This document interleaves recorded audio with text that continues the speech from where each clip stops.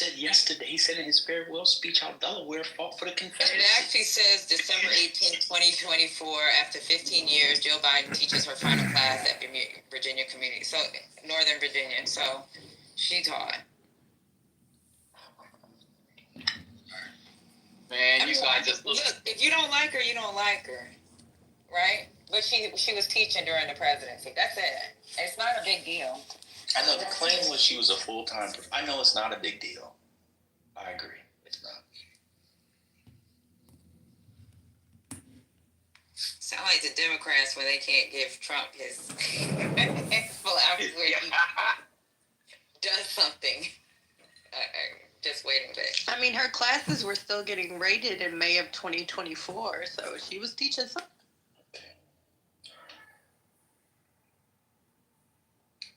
She was a part-time professor at a community college. Cool. Oh, she was a full-time caretaker of Biden. What? Yeah. Doesn't she get credit? Ladies, this really makes the case to get married. They usually die earlier. They get sicker earlier. You will outlive them. So you will be wiping your husband's ass at some point and propping him up to the country. And still teaching classes at her old ass age. No, but she's younger than him. How? I thought she was the nanny or some shit. How? I thought she was like 10 years younger than Biden. She's been the nanny. Stop making shit up. You're trying to say no, that was the right wing. That was the right wing. That was a meme. That was a right wing meme about Biden, how he's a pedophile. He even he married his now. It was a joke. Joe Biden is 73 years old. Yep, I thought she was 10 years younger than There you go, ladies. Even if your husband's president of the United States, we may be working until we're 73 years old. I know. That's what the fuck? And making sure his damn socks match. Exactly. Just make sure he remembers what time of day it is. Listen, half dead, half alive. Joe Biden was a better president than Trump could ever be for a million years. So that's all you need to know.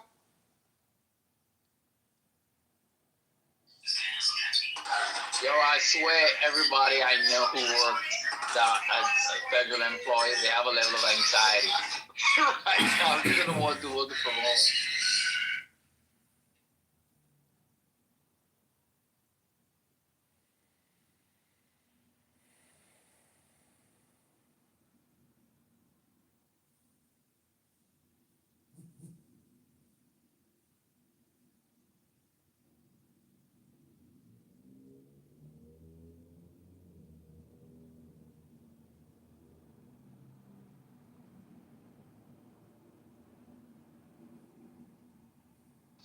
It had to have been pretty cool to take, freshman English from the First Lady of the United States. Or ironic if you heard how her husband spoke. One of my first questions would have been, Professor Biden, if you have such mastery of the English language, why hasn't your husband had mastery for the last 50 years?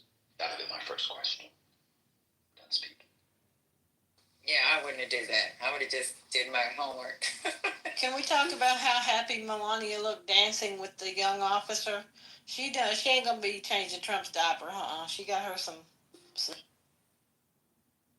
But you know what? She gave her husband a kiss the other night. So. She did. She deserves, some kind of hazard.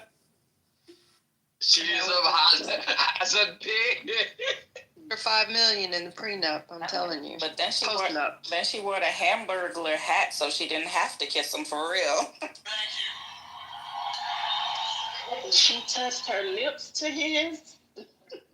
I thought she kissed him on the jaw. I just think she's cold like that, Like, cause that recording that her, that girl that was supposed to be her friend had released.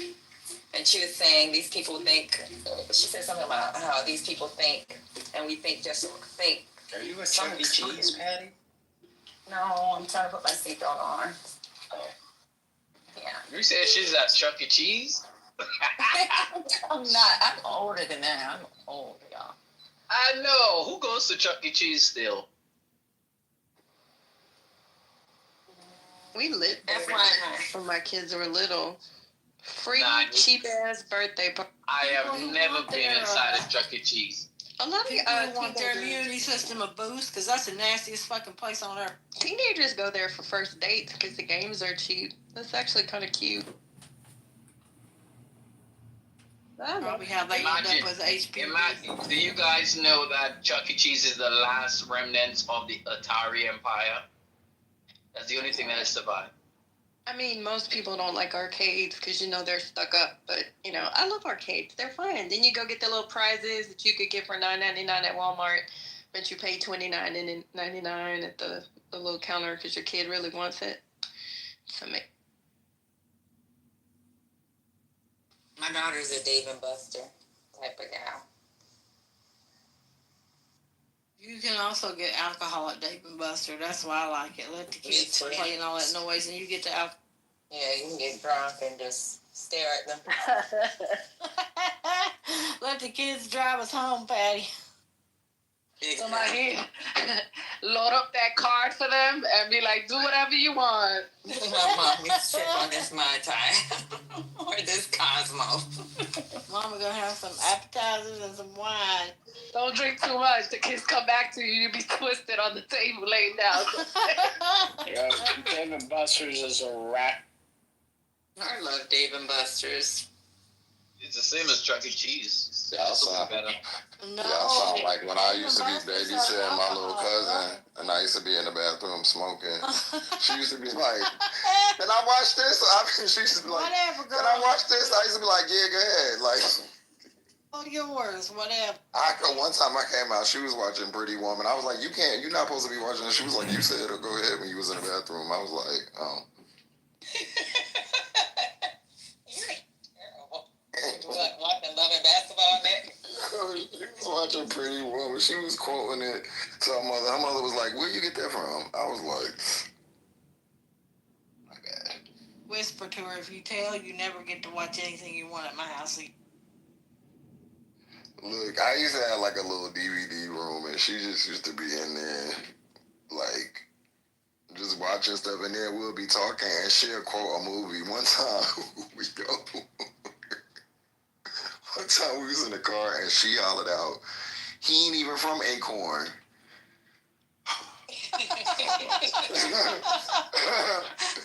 Her mother cussed me out. She said, and I know exactly where that's from. And she said, and I know who be saying that. She was like, "Stop playing with me." I was like, "I'm so sorry." Listen, does she keep getting to come to your house? All the time. That's tacit approval. That's like a favorite place. I'm going to Uncle Chet's. She said he ain't even from Acorn. It was like a record stop. I was like, why would she say that? Kids will do that shit to you.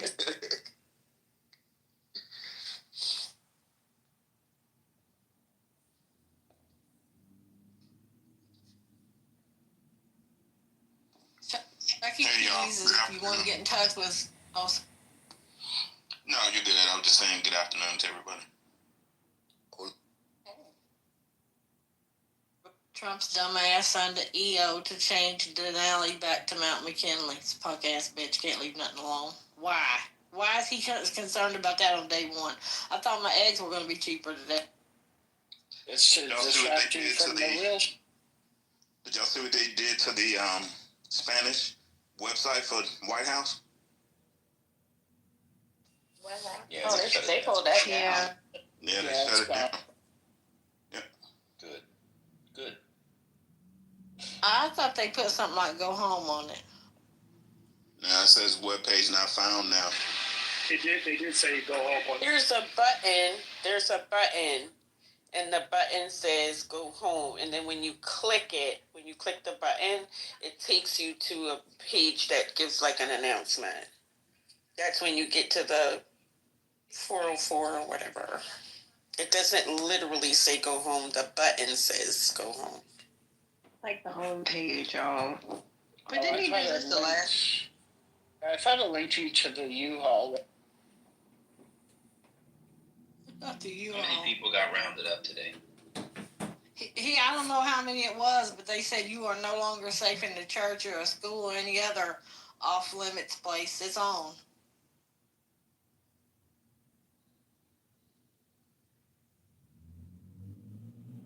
not seeing anything online because today was the big Chicago day.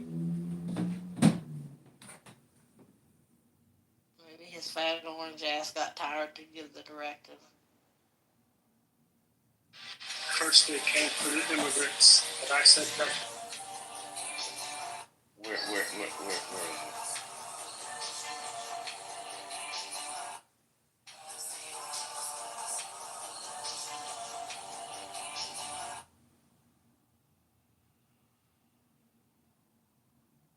Oh my God, this can't be true. Okay. I hope he scoops up about 100,000 Americans and gets to suit all this shit.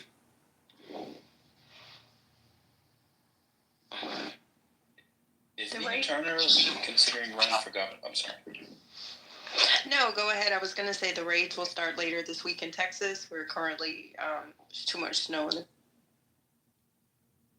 Oh, the rule of law has to wait for snow. That's Seriously? What the fuck? You all can't have that much snow.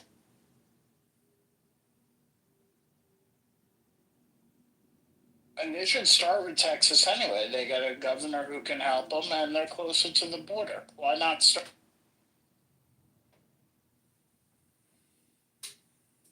Houstonians repel ICE. Like, we're deathly afraid of it.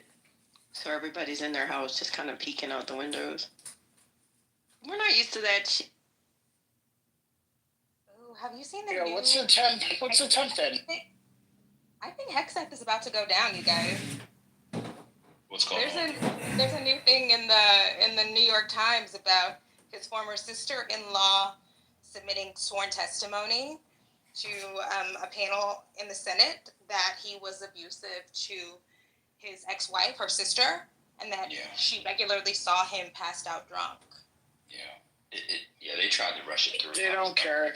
They don't care. I don't know. They need 4 votes. So that'd be Murkowski. That would be Collins. That would be maybe the new guy from Utah. And I'm going to tell y'all, if any of these things go 50-50, the turtle is there just to screw Donald Trump. He doesn't care who the defense secretary is, probably, either way. So if they lose 3 votes, there's a good chance the turtle says thumbs down. So we'll see.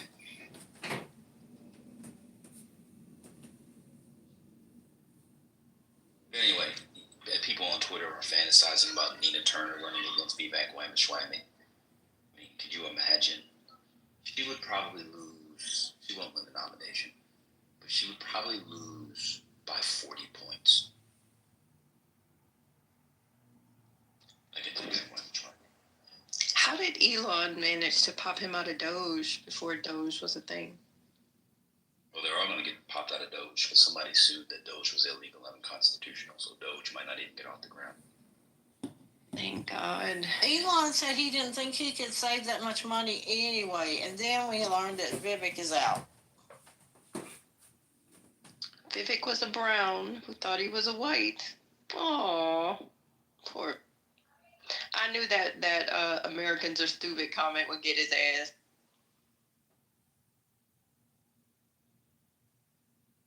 Let me see if they filed a lawsuit. Hold on, Doge lawsuit. Oh, Wait, should I sell Doge now? 3 lawsuits. 3 lawsuits on Doge.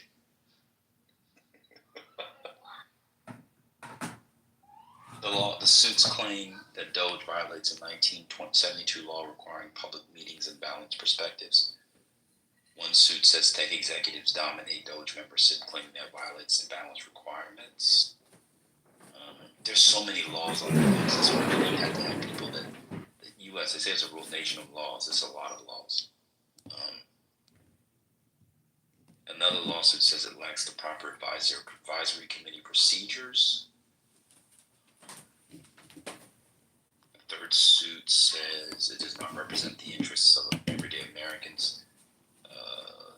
It's from a union, a progressive think tank, and a bunch of others.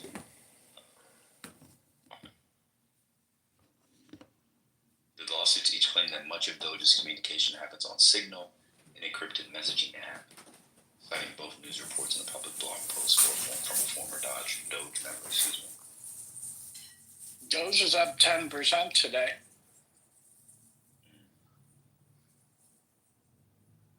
I just don't understand this, and this is the thing. Like Doge is not fully transparent, but because Donald Trump took questions for 60 minutes last night, people are acting like that's transparency. So you're right, Scotty. They want you to look at the stuff like renaming and silly executive orders while they're doing real stuff over here. So we'll see if people, how people. Trump will do press conferences all day if it means that his people can loot while it's going on.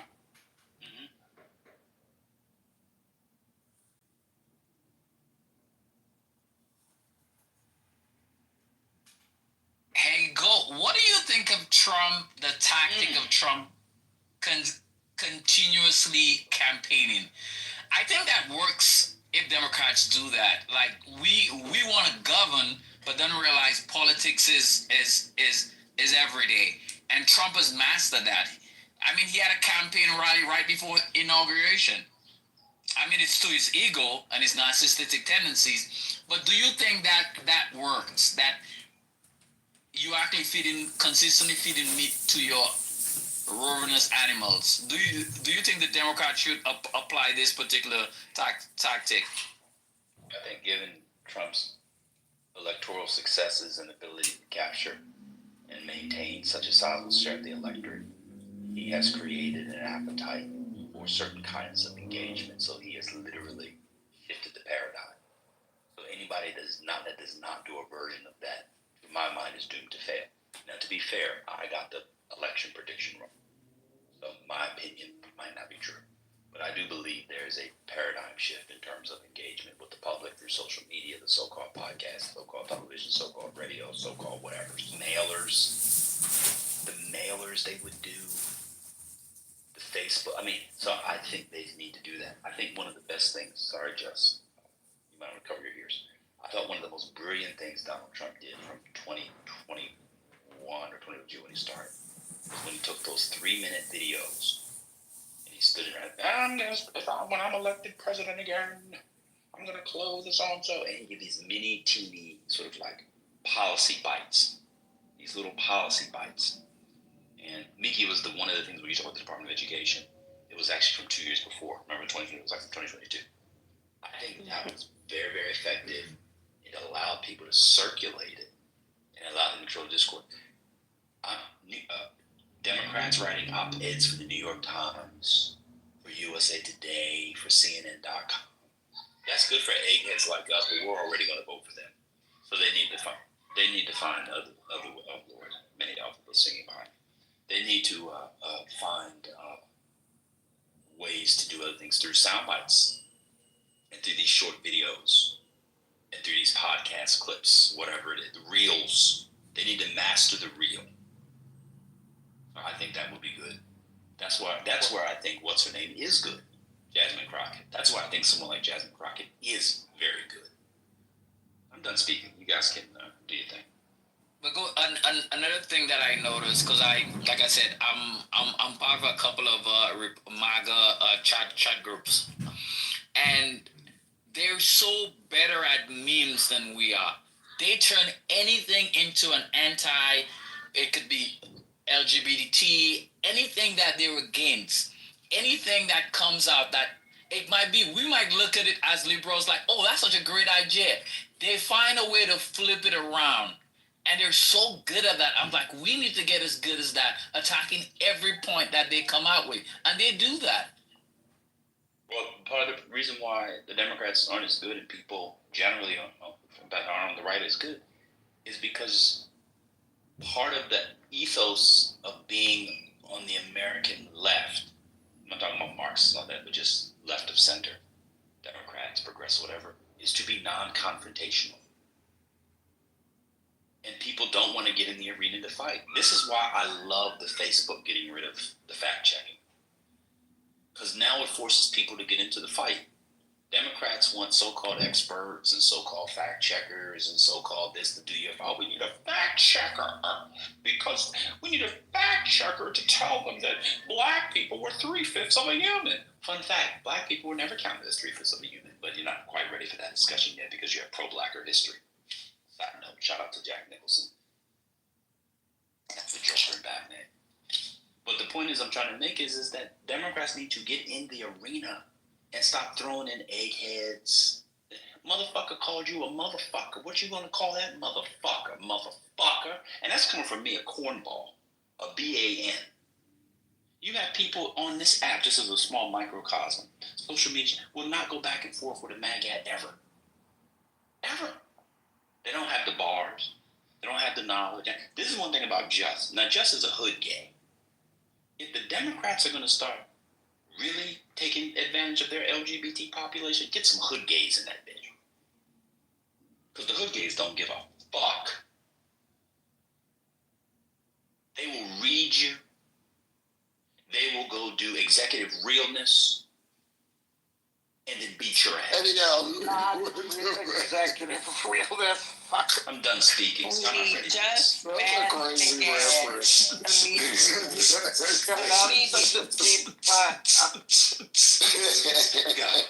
Go. Cause I never knew love before. I never knew love for sure. Bad song. Yeah, and then guess what? A hood gay will then shoot you after. And then guess what they'll do? They'll go right to the ball girl. They'll go right to the ball girl. What are you doing? Butch Queen. I just beat that chicken ass. I'm now Butch Queen. Oh! And Miss Tony said, how do you want Kurt? But here go the Democrats. Here go the Democrats. We need joy. The only joy Democrats need is the Georgia NASCAR Mississippi joy. Joy. God's great joy. Outside of that, shut the fuck up with that joy. We thought we had it with Tim Walz when Tim Walz started his opening speech talking about J.D. Vance, now the Vice President Vance, fucking the couch. I was like, oh shit. 2 weeks later, they put his nuts in a bowl of formaldehyde, put it up on the thing, gave him a lesbian haircut, with all due respect to the white lesbians, and told him to go drive a Subaru and wear some LL Bean with some Birkenstock clogs. Well, I mean, that was because someone probably told JD Vance, see, that's a distraction. You shouldn't focus on the couch. You need to focus on policy, what the people really care about. You can't just be chasing all of these little lines, because this is what Americans really want. They want to talk about bathroom policy for trans people. They don't want to talk about the weird fucking guy on the mic. And when I meet him, and when I finally meet him, I'm going to say I agree with him. That this is a fellow American. I love this guy. You're right about that now. Shout out to Team Kimberly. Shout out to Team Kimberly. Concrete, lighting. When he started out with these motherfuckers is weird, that when he had, I was on there. I was like, yeah, call them motherfuckers weird. Cook their ass. And I think that's when I say I liked him, that's what I was talking about. Because I was like, yeah, he at least, I mean, he wasn't saying nothing radical, but he was saying some shit like they're weird, like, you know what I'm saying? And people would, and then you're right, he got the lesbian haircut and the hot water pants, and he was a whole bitch at the time. He just was. Hold on. Iron G is I'm gonna have to boot Iron G from the room. Think of Iron G as the football in this room as Mark Andrews' hands. Iron G said that when I sing Joy, Joy, that was Kirk Franklin. I think Kirk Franklin in the online video that you know was with the Georgia Mass Choir. That is not a Kirk Franklin song. Kirk wrote the It's the song. version that you know is on. Kirk Franklin authored the song. Yeah, he composed it. He did not. He he did. Oh, no, he did not. How much you want to bet? I'm not going to bet anything, but go check and then come back to me and let me know. I'm checking it now. Mm-hmm. I'm checking it now. Yeah. I'm ready now. So, again, it was Kirk Franklin who wrote the song. Thank you. How much you want to pay me? You said you didn't want to bet. I'm going on mute. Because I'm not trying to make an example of you, but I know my gospel. Yeah. I'm watching it. He did not write it. Hold on. I'm looking at it right now. Hello? Jesus wrote the song. So anyway.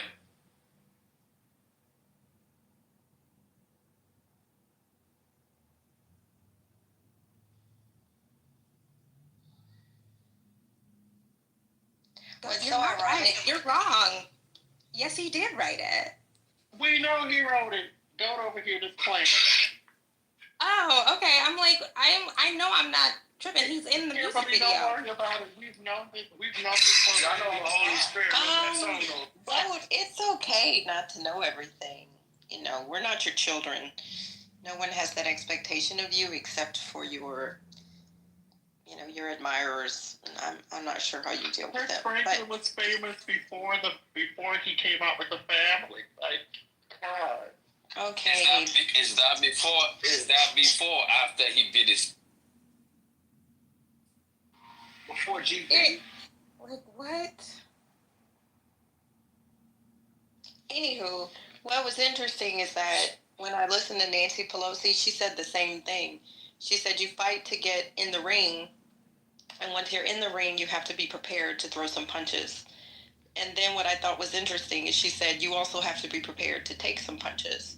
So I think that's true. I think that the Dems are too highbrow, as evidenced sometimes by Dems. I think that they take the morality route, and that's not really going to move the needle anymore. It's just not going to happen. Like you said, they might take the next 2 elections. I think if they don't pivot and they don't pivot quickly, well, people really like those little mean ass TikToks. They do. Just because you have the wider tent doesn't mean you should have to. Yeah, but what about y'all gotta learn how to walk through gum and bake a cake and eat steak at the same time. Oh Lord, Don't take care of them kids. God damn. But what about the idea that there needs to be some polarity in our political landscape? So Chris Matthews put forth this idea of like the mommy party and the daddy party. The GOP is the daddy party. The Democrats are the mommy party. So Clinton and Obama are hope, change, positive, progressive vision, and you have to have that to balance out the negativity and the kind of nastiness and meanness of the Republicans. Is that completely over? I disagree. We don't need to be nobody's mommy. No, they go low, we go high. None of that bullshit. I'm done with that. Niggas need to get mean. Niggas need to talk about niggas' mamas. Niggas be pulling out records of niggas blowing the fucking backseat of the limo in '86. I don't give a fuck. Dems need to get dirty as fuck. We need to lie too. Let's start lying. We sent some niggas to lie to these motherfuckers because that's what they doing. And they winning with it. And we ain't lying because we're mommy is. So fuck all of it. I'm sorry. The Dems Let me get back. They need to become the side chicks. They too busy trying to be the wife. Nobody respect the wife. Somebody give Go to Cat of Nine Tails so that he can self-flagellate since she want to. Cat of Nine Tails. Cat of Nine Tails. You know where you been. Whoop that ass, Trick. Whoop that ass. You been to the hospital. I was always told you catch more bees with honey than boo-boo. Again, who let him back up? If you said boo-boo and you don't have a toddler, please shut. Children, say hello to these wild pit bulls in this room. I mean, Brother Messi, I'm Catholic. Of course I know about a Cat of Nine Tails. Duh, you learned that the first year?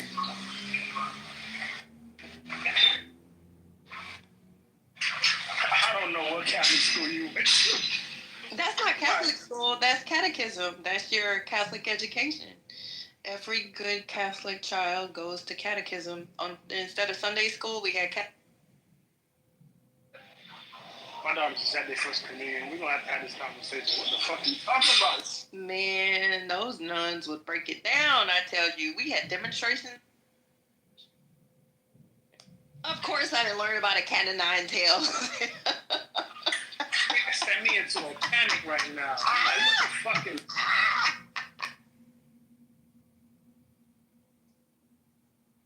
I just like to read a bunch of shit I shouldn't have when I was... I know what you was with. I mean, the idea of monks and illuminated manuscripts and all of that. I don't know why I found all that so fascinating. And indulgences. We need to bring back indulgences. Pay the church to absolve all of your sins so you can. No, we don't. We don't need the Catholic Church stealing any more money from people and selling us a lie. Yo, the Catholic Church is like a big ass slave labor operation. Evil tradition. Lying, killing people all the damn place. Hell no. You don't need indulgences for nothing. The nuns be walking around miserable, beating kids, mad as fuck at the world, bro. I ain't never seen that. Martin Luther was right when he discovered that the phrase "the just shall live by faith" was real, and that you don't need to buy your way into the kingdom if you believe the kingdom is there. Indulgences are the people who don't know shit, who are dumb and or deceived. Well, fuck indulgences. Nuns out here walking around, wound up like Tutankhamun. Fucked up.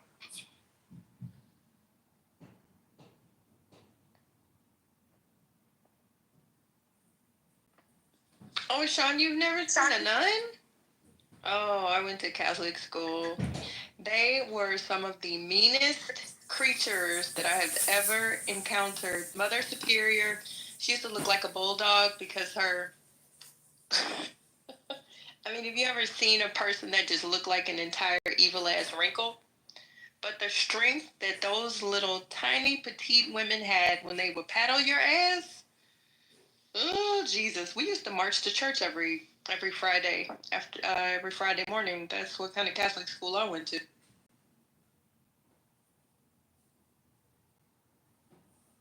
That's some wound up, sexually deprived, eyebrowless cracker hit my kid, bro. That'd be the day. I'm sorry, bro. I can't. Brother Messi encourages people to read, determines people in fact do read, and now he has a problem. Brother Messi is not the Messiah, but is a hypocrite, brother, since we're talking about the nuns.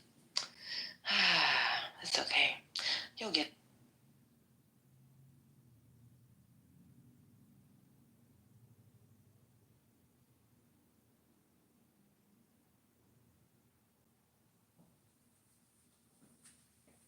First Lady's back? Where? Oh, you got Marimbo? Marimbo in the building. Hey, Marimbo.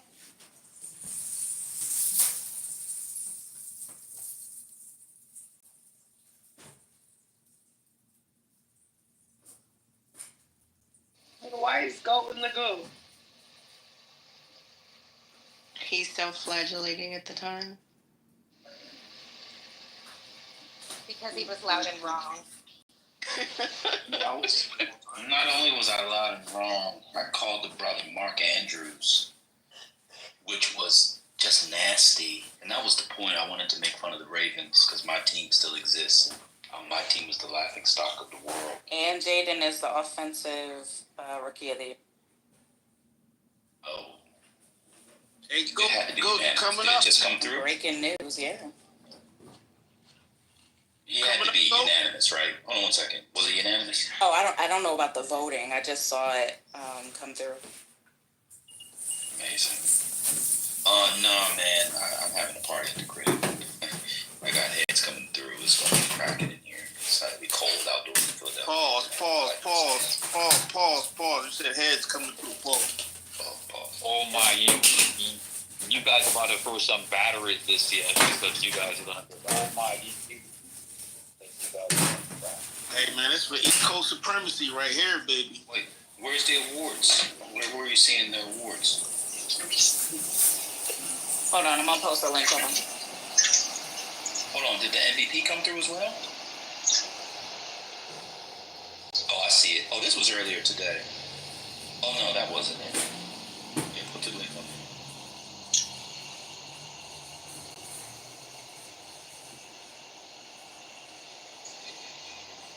You know what's wild about the Jaden Daniels stuff? Hold on, Jess. Trying to breathe. It's in the chat from the commander's website. Oh, it says he's Rookie of the Year and the other one. Congrats.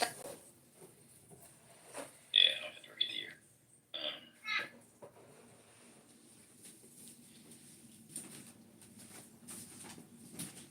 Hey, go. You see how he used AI to train? Yeah, that was amazing. Yeah, that was dope. That's pretty dope. He been doing that since LSU. That's crazy. Yeah, that's yeah. Yeah, that's. Hold on, did the MVP come out yet? Was it Lamar or? I'm not sure about that one yet. Oh, didn't come out yet. So while we're doing football, just real quick, I want them to change the awards. I think that Coach of the Year and MVP should be given at the end of the playoffs. And the Offensive Player of the Year, the Rookie of the Year, all that should be regular season. Because after Sunday, Josh Allen should win. Lamar and Josh went head-to-head. And Lamar could win. But after Sunday, Lamar had some bad turnovers. He played an okay game. It wasn't a bad game. It was an okay game. And Josh played a mistake-free game. Josh Allen played a mistake-free game. I really wish they put that in. Because you could be a dope in the regular season and then get bucked out, get bucked in the first round of the playoffs. So I wish they would change that. Anyway, y'all go back talking about Trump. I agree. And the coach, I mean, how did Dan? Yeah, how is it not Dan Quinn? It's impossible. It might go to the Lions coach or some shit. Yeah, it probably is going to go to Dan Campbell. Imagine bounced at home as a 1 seed at 15-2. He lost by 2 touchdowns. Losing by 2 touchdowns at home as a 1 seed. That's Kim, to the 6 seed is sick. Hey, Kim, Doc, this is my first time hearing you off mute, man. You got a nice voice, too, over there. Stay over there, though. Slow down, Y'all can't take compliments, man, from black men. Y'all, this is a loving brother, man. This come on, man. Good brother, man. Good brother, man. Come on, man. You got a nice voice. Don't be encouraging, Omar. Man, we gotta be more positive in our social interactions. I agree, Go. Hey, Go, I agree, man. We gotta be positive, man. What did Christ tell us? What did he say? Love thy neighbor as the Kim doctor.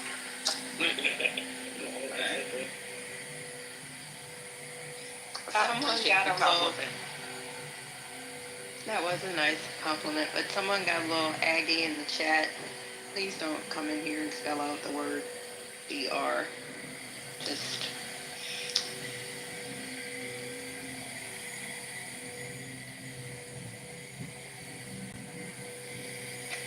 I mean, people who talk about reading scripture, who read one scripture out of, one paragraph, like, read about the cubits that it took to build the Ark of the Covenant.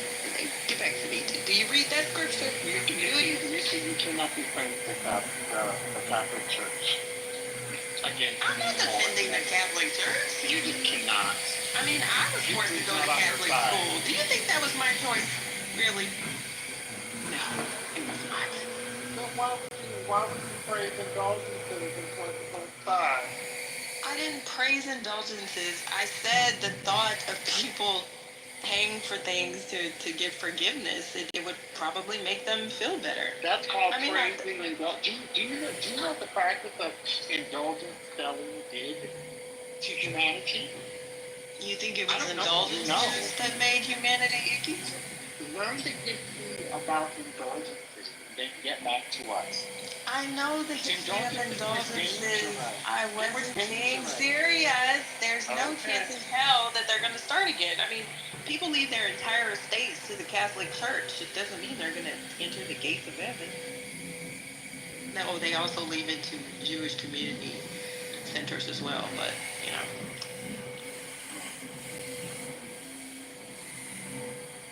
Just real quick, too. What's up?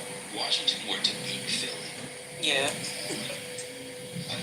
Wait, first of all, they're gonna tear that fucking city up if Washington beats Philly. But I was just saying, if Washington, he already has an argument now. Uh-huh. But if Washington were to beat Philly, Right. you cannot tell me Jaden Daniels was not the most valuable player He's not. of the league. That's easily the best contract, the best fucking rookie contract of all time. Like, Hold on, 1 second, Sam. Wait. Well, that's completely incorrect. Wait, what's completely incorrect? The rookie contract thing. I mean, it's Brock Purdy. The guy's getting the least you can possibly get as a rookie contract. But whatever. Do your Jaden Daniels MVP. okay. Yeah. So does somebody disagree if the Redskins go to Commanders go to Super Bowl that he would be the most valuable player? No, he will not be. Especially as a rookie. Have you seen? They had the same guys, and they did shit. He's got these guys, and they're killing it. Hold on. I'm making a normative claim. I'm not saying he will be. I'm saying he should be. It's You a saying big he should if. be? If it's a big if I had a fifth, I'd be drunk. I know. So the point is that's why I think they should change the award until after, so that the MVP and Coach of the Year encompass both the regular season and the playoffs. Because you can be a regular season demon like Phillip Rivers and just lose every time in the first round. That's what I was saying. Yeah, but because you get to the Super Bowl doesn't make you an MVP. What makes you an MVP? Good. Overall performance, your quarterback numbers. I mean, really look at some of the other quarterbacks that are really playing good in tougher fucking goddamn divisions. I mean, look at this shitty ass the NFC fucking South. That shit is horrible that Tampa Bay made the fucking playoffs. That's crazy. Hold on. That doesn't make any sense. The way the NFL works is there has to be a team from every division. So that's just self-execution. Yeah, but as you identified, that should be changed. Washington's not in that division. What does that have to do with No, I'm just saying that it's not equal across the board. Tampa should not have had an opportunity with a record like that. There were other teams that had a much What better was Tampa record. Bay's record? Weren't they 11 and Weren't 6? they like 10 and 11 and 6? 6. What is going on?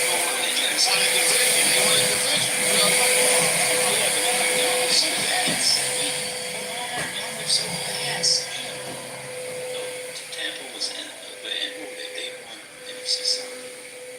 I mean, you're way far away from my argument. My argument is they were 10 and 7. You don't think 10 and 7 should Got that shit right. Hell no. Hell no. 600. Okay.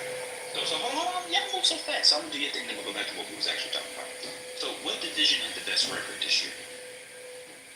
The Chiefs. Nah, the one with the Lions, right? What division? Yes, They're the like NFC 50 North. and like 50 and 12 and still all of them went home. North, right? NFC. Yeah, NFC. Yeah, with the Vikings. NFC. Yeah, I got it. NFC. The NFC North's record was the single best record in any division in the history of the NFL. Because you talking about record and all that stuff. Derek, what was the NFC North's record in the playoffs this year? Thank you. They're on the cover. Now back to my argument. So the argument I was making about Jaden Daniels is an argument about MVP. If you make it a regular season award, where does value come in? Is it just getting someone to the playoffs and stats? That to me seems, especially in an era of inflated stats, an era when it's only going to report that. I'm be honest with you, I can't even say There you go. Now you're talking sense. Division 2.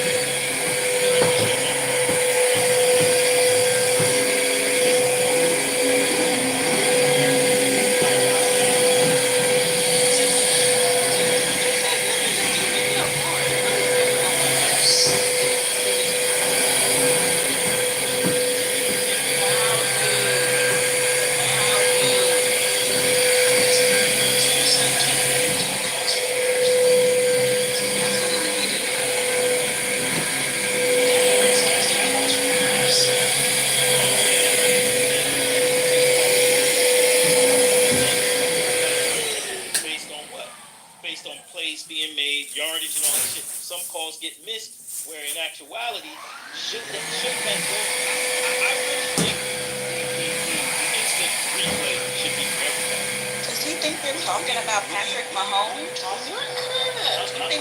thinks you're talking. No, he thinks you're talking about Patrick Mahomes. So anyway, back to the original point.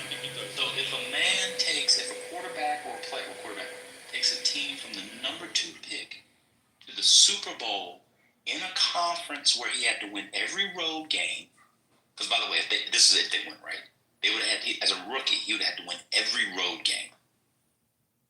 There have been a couple rookie quarterbacks that have won a game or 2 in the playoffs. All of their defenses have either been number 1, number 2, or number 3 in the league. His defense is number 16 to 18, depending on which metric you use. He is setting rookie records and NFL records, including games with no turnovers and no punts. Do you know that Jaden Daniels in his career already has more games with no turnovers and no punts than Tom Brady, Drew Brees, Patrick Mahomes, and Peyton Manning combined? Now I'll continue. How would he not be the most valuable player? Lamar has stats. Why not give him Offensive Player of the Year? Why wouldn't value be how far you took your team? Same with the coach. Dan Campbell's going to win for the Lions. He just lost at home by 14 points to Dan Quinn, who took a team that had the second worst roster in the league last year to the NFC Championship game. How is he not the coach of the year?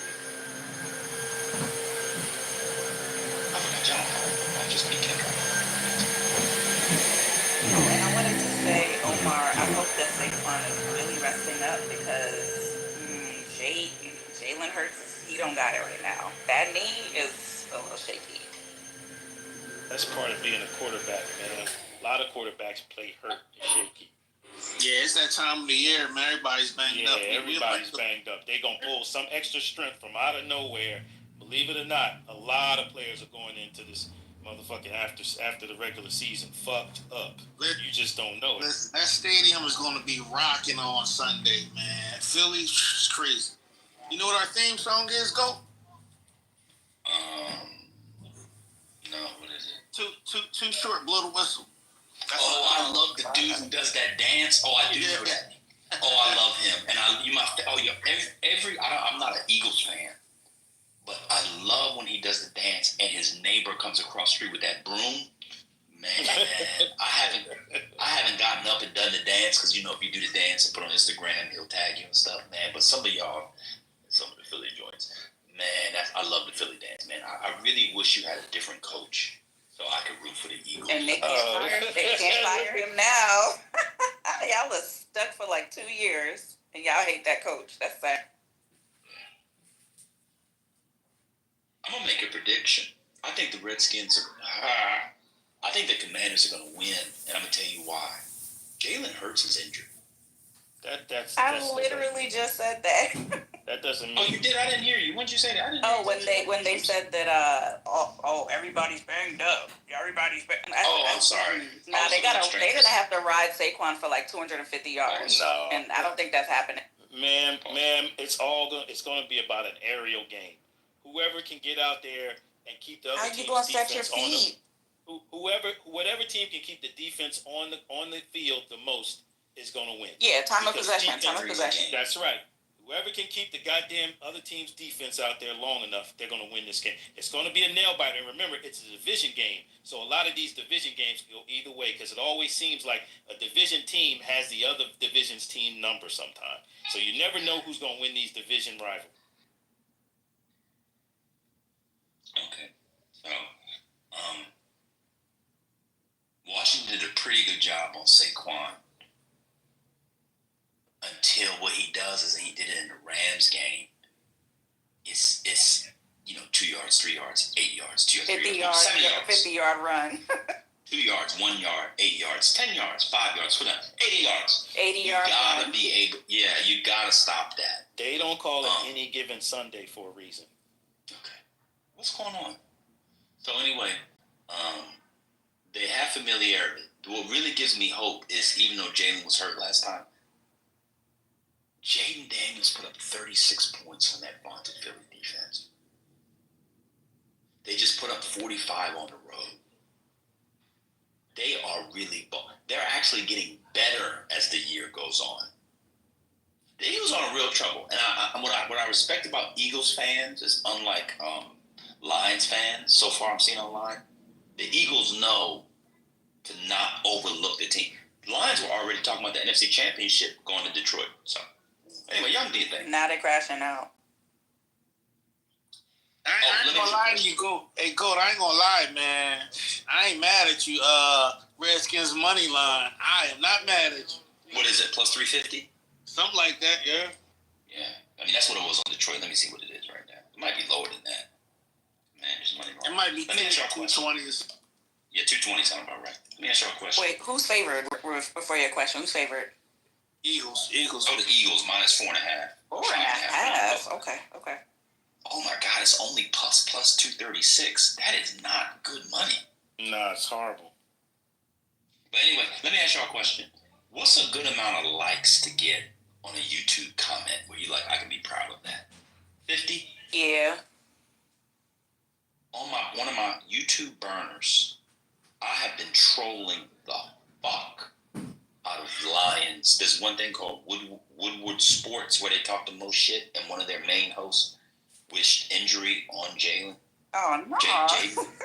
Oh, it was terrible. We're going to send it to the blue tent. I got 115 thumbs up. I feel like I hit the jackpot. I have posted no fewer than 200 comments on Detroit Lions content over the last 3 days. I'm screaming. Go. I watched the Lions post game after on YouTube. I feel like the Commanders broke them. Like mentally, they were gone, crashing out on everybody. And what happened today is killing them. Ben Johnson left. They don't know what to do. Oh no! Which coordinator is that one? That's the offensive genius. Oh shit! Wait, where did he go? Where he went? Where did he go? Oh, why do you think he crashed? And he went to the Bears. No. Omar, you see that, Omar? Yeah, they say he was number one coach. He said, "I'm gonna revitalize Caleb."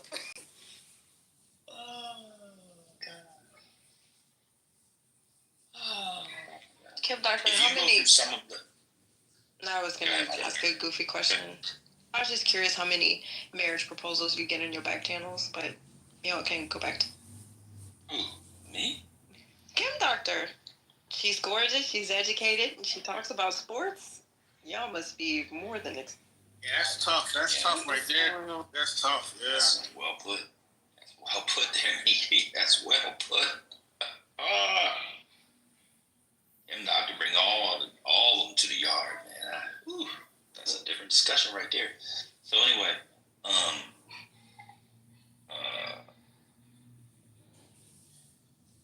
they got broke, Kim Doctor. You're right. Dudes was crying on here. One dude said he could not eat until Monday morning. One dude said he couldn't watch the games. He said he didn't talk to his family.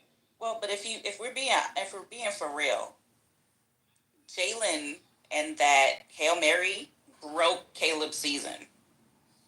What they lose like 6-7 straight after that? They lost 10 maybe, like 8 or 9, because I think they ended up 5-12, and at that moment they were 4-2, so maybe they lost like 9 out of 10, something crazy like that.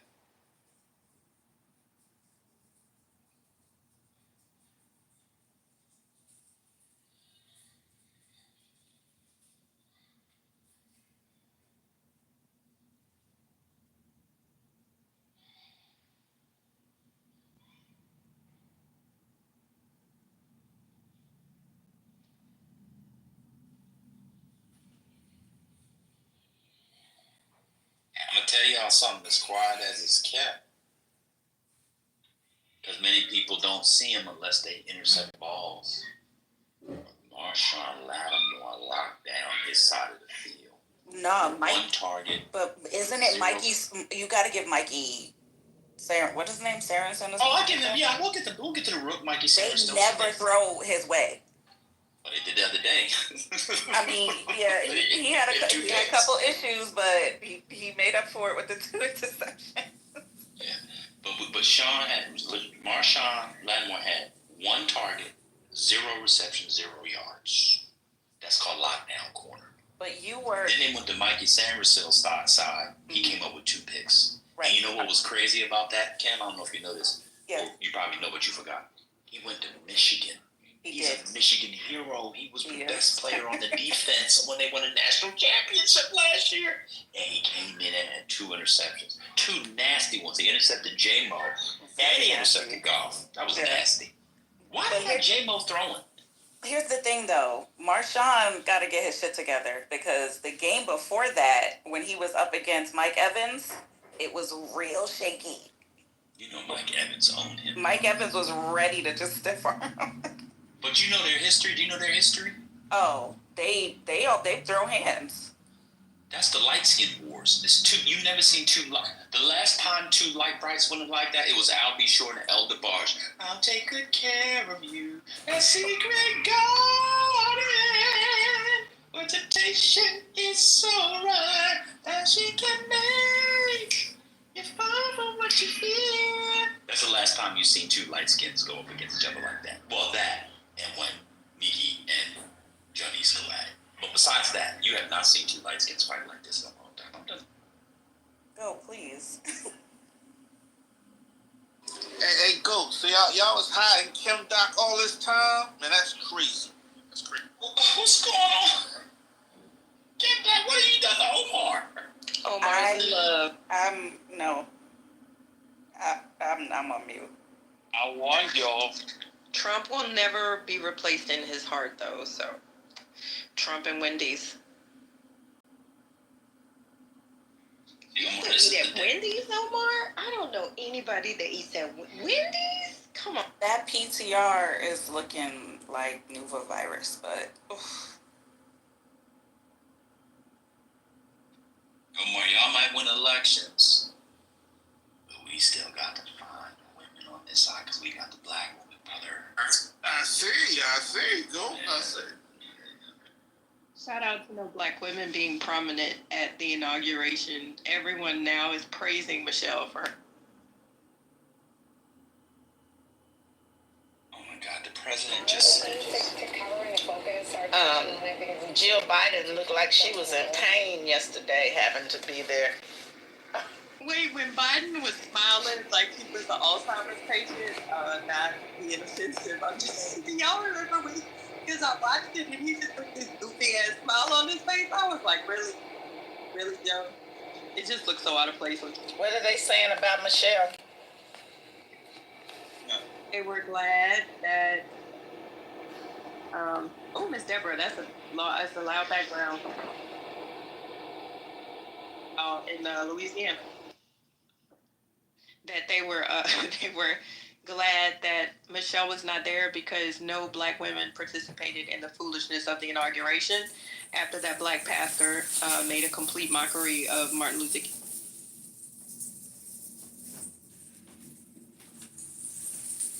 The president just said that the country, the U.S., was at its richest from 1870 to 1913, and that was tariffs from other countries. I can't. Wait, at like a news conference? Yeah, he's giving a press conference at the White House. Yeah, I'm not. This is gonna be hilarious for you. The country was at its richest from the middle of Reconstruction to the beginning of war. This guy. I'm sorry. Is he sundowning? Like, what's going on? No, he's pulling a Biden. He's crashing out. He's seen now. He's lost it, and we're gonna see it on full display in the next 4 years. That man's insane. It's gonna be like watching The Notebook. Like, that's what it has to be in like in the Oval Office. Like, what the hell? We need some MAGA people to come up and just say, you know what? To be honest, now the election's over. Like, even if you don't know anything that much about history, who thinks that's the period? Just based off your common knowledge when the U.S. was richest, 1870 to 1930. I think that all the intelligent MAGA people have left Clubhouse, so you're not gonna get anyone. You're just going to get the retards in the room for you to make fun of. It's not going to be satisfying. That's a boss. That may be true. Where's the MAGA guy? He's Indian. That can't Nav. He's Nadav pissed. or whatever. King Nav. King Nav. He gonna lose some contract. Yeah, he is pissed. They're We had canceling some very, contracts, very yo. educated ones from the Claremont. If you remember in the early days of Clubhouse, you had some of the most intelligent, erudite MAGA people, like from the Claremont Institute, from Peter Thiel's organization. I miss those days. We just have retards. That's true. Hey, but sometimes they fuck around now. They about to find out. I mean, that's wild. Yo, they gonna touch a lot of government. But people talk about how many government and federal employees they have. Then when somebody dropped the dime on how many active contracts they have in federal government, they were like, holy crap, that's a lot of people.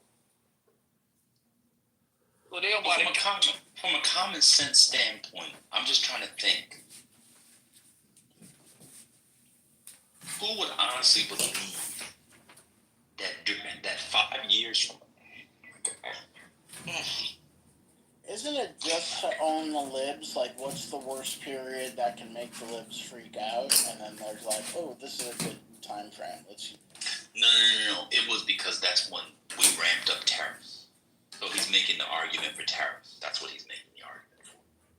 So it's like fake history in order to make up the thing for tariffs.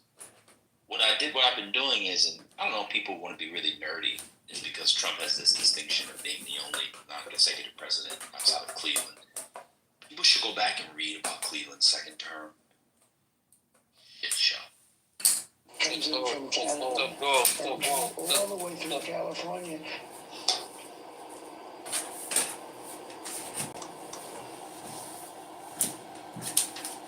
Going all the way down and get bone dry.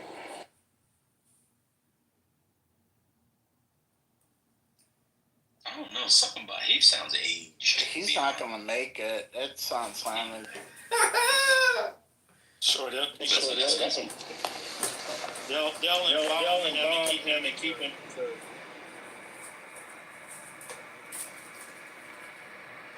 Y'all gonna have to hear this news conference. This man is talking about California right now, talking about how bad the water is. They're gonna do an executive order to do something down there, but he says, you gotta have water. Rich people like to take a shower. He said that. Yes, that's what he said. This is true, though. Give it to him. He's not lying. Do they like a regular shower? Or golden showers? And like a waste. So he was saying that 38 gallons, 38 gallons is not a lot of water. I don't know what he was trying to say, but after that it was, and rich people like to take showers. So, they need water. Obsessed with showers. Well, he's been obsessed with showers for decades now. Y'all know about Trump and showers and shower pressure? He's always talking about water and not enough water. He's been doing this. This isn't new for him. And this is even pre-president. He's been into the shower, water, and pressure for a long time. That is true. Nope, I didn't know about the showers. Toilet. I thought it was just he doesn't like to touch stuff. Yeah, and toilet flow. He's really into that. He talks about dishwashers, showers, toilet flow. Yeah, he talked about the toilet flow too. He doesn't. Oh my God. He doesn't like the double flush. Come on, I'm gonna defend not him, but let's be fair. All of us have a thing at our house or in the world that is our little hobby horse, and they're always kind of weird. I mean, that kind of makes them human. Like, let me name. Oh, I like ice makers. Like stuff like that. Like, I don't like when people put Q-tips or floss in the toilet. It just pisses me off. In the toilet? Who does that? It's such a stupid thing. People do it all the time. See, No, Lord, no. Yeah, it's usually white. It's usually whites that are the problem. Q-tips in the toilet is not a thing. And other things that ladies do. Oh, the dude. No, I was- the dude wipes. I was just gonna say, poor people like showers too. Why not people want to take a shower? Yeah, Why but poor rich people would rather work an extra shift. Poor people would rather work an extra shift. Make more money. I mean, what are you talking about? Rich people, just people want to be able to take a shower. Well, he says poor people don't take a shower. He says poor people don't take a shower. He used to make fun of Bannon. He used to make fun of Bannon, how rich people Bannon always lived. Poor people too busy working trying to make extra money. They could care less about a shower. If it's between a shower and picking up an extra shift, it's an extra shift. Please don't say that. I love how you elevated Negroes on this app love to talk about what poor. You're not. Shut up. Just get. Anyway, I thought that executive orders were for federal agencies. I didn't think they just expanded into the universe. Like what? Cloud So you know, not listening intently, I think there's going to be the executive order, and included in it, whatever it is, would include working to get the water running and flowing like it needs to flow, because he called them stupid. He said these people are stupid. So however they've managed the water and the issues with the water, whatever that is, they didn't do it right. So the order is to put things in place to do it because they're stupid. Yeah, but because in California, you have water rights. The farmer, an exit.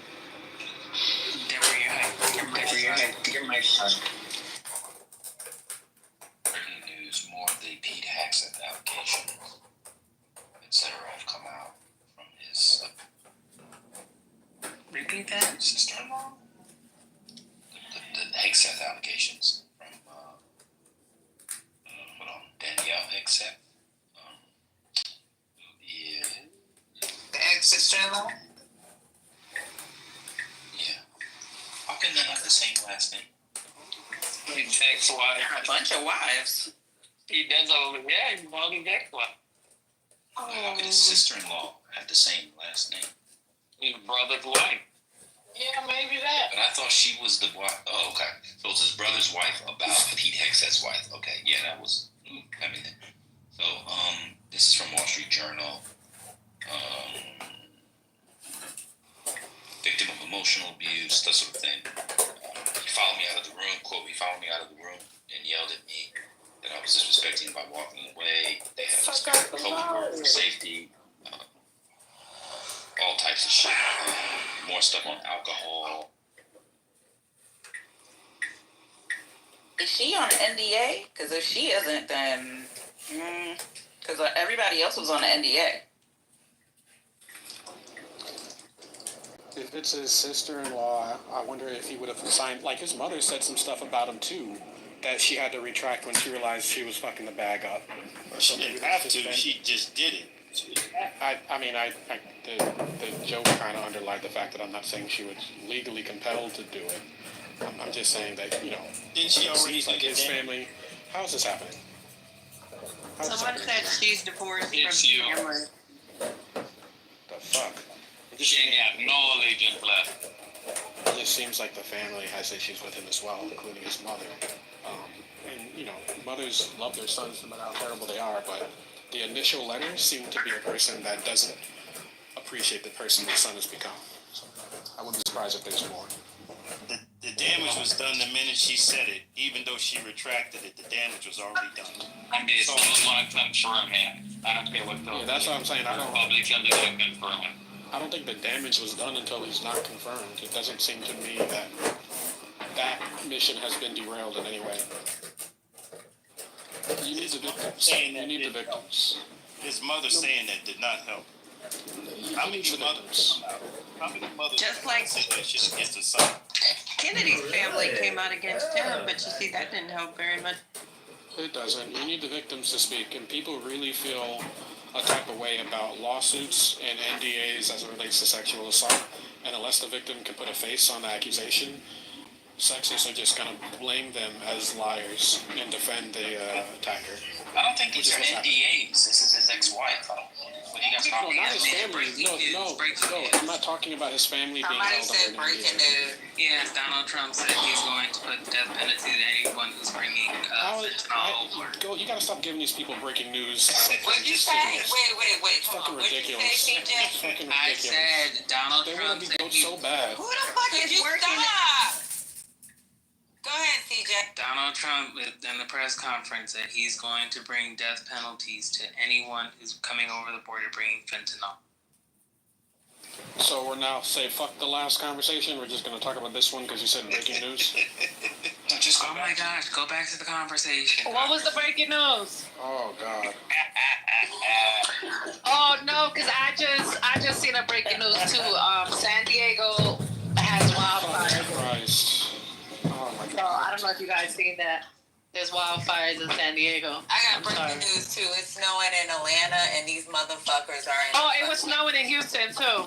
These breaking news. I had to cut the girl out just a minute. I got breaking news. John Bolton has lost his social. Shut Oh, up. we said that earlier. Goddamn. John Bolton, shut up before The wildfires is in the chat. Shut up, doctor. Shut up.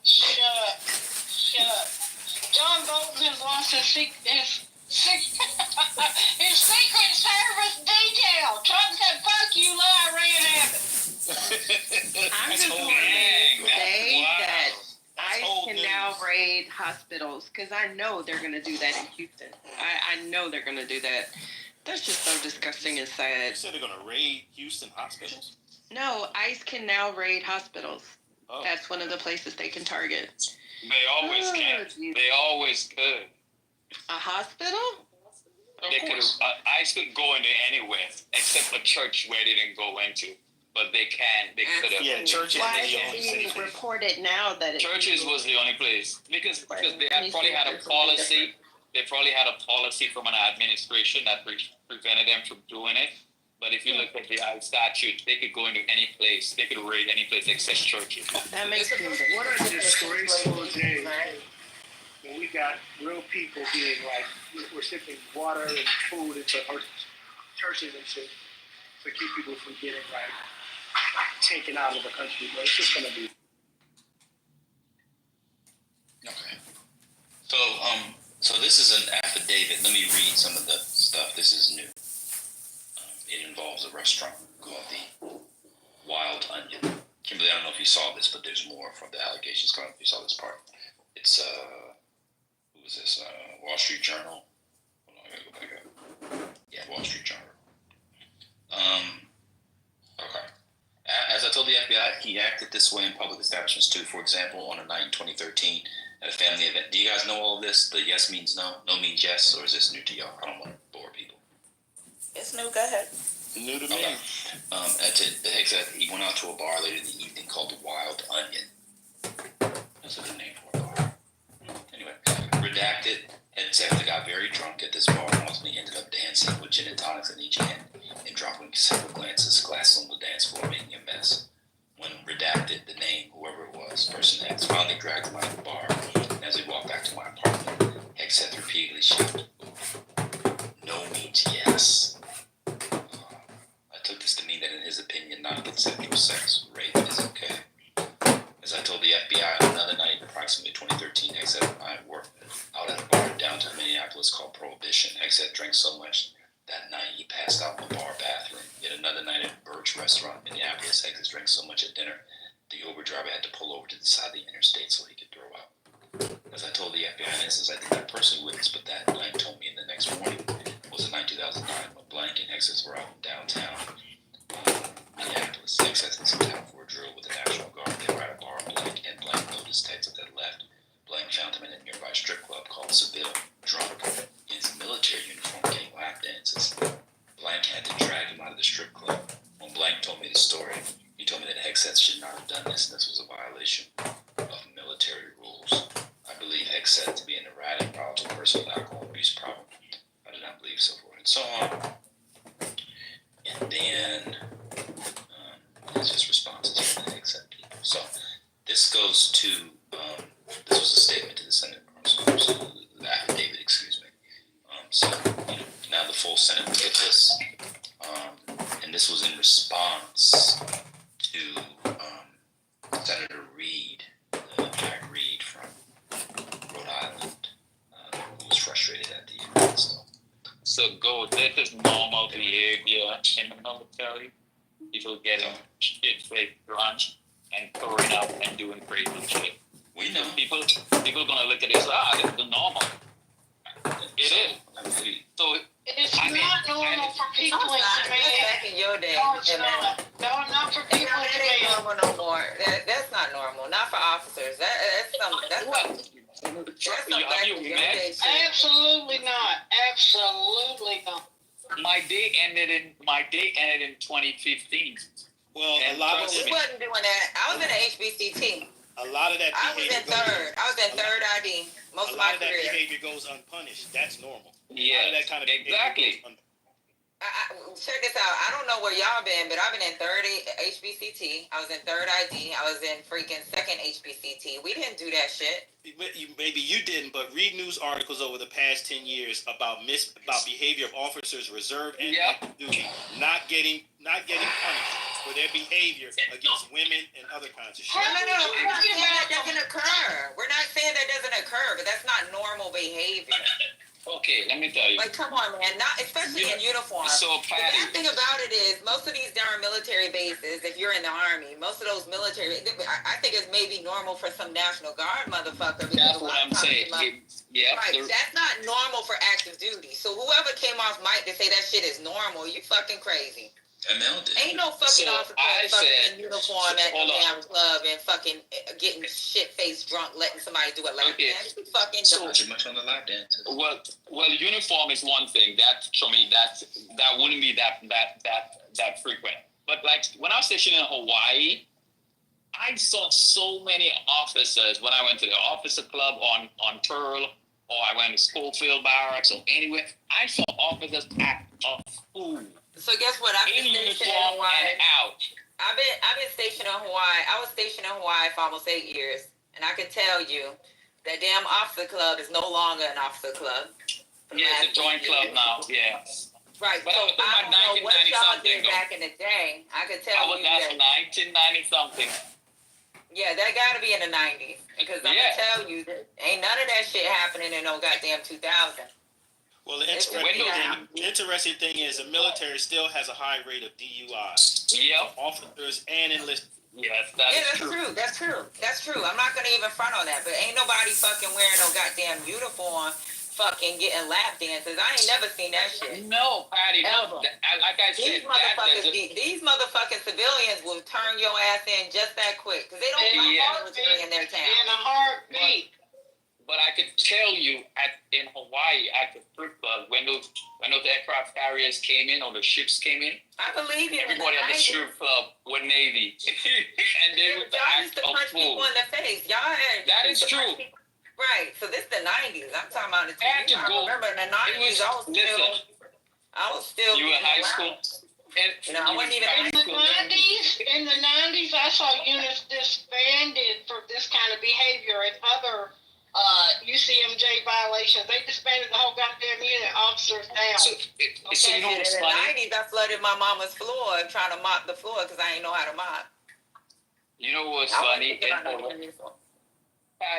In Hawaii, if the Navy and Marines fought each other, or the Army fought any of the service members, they would have they would have town patrols, the military police would go around. They would hold them and actually release them for fighting each other.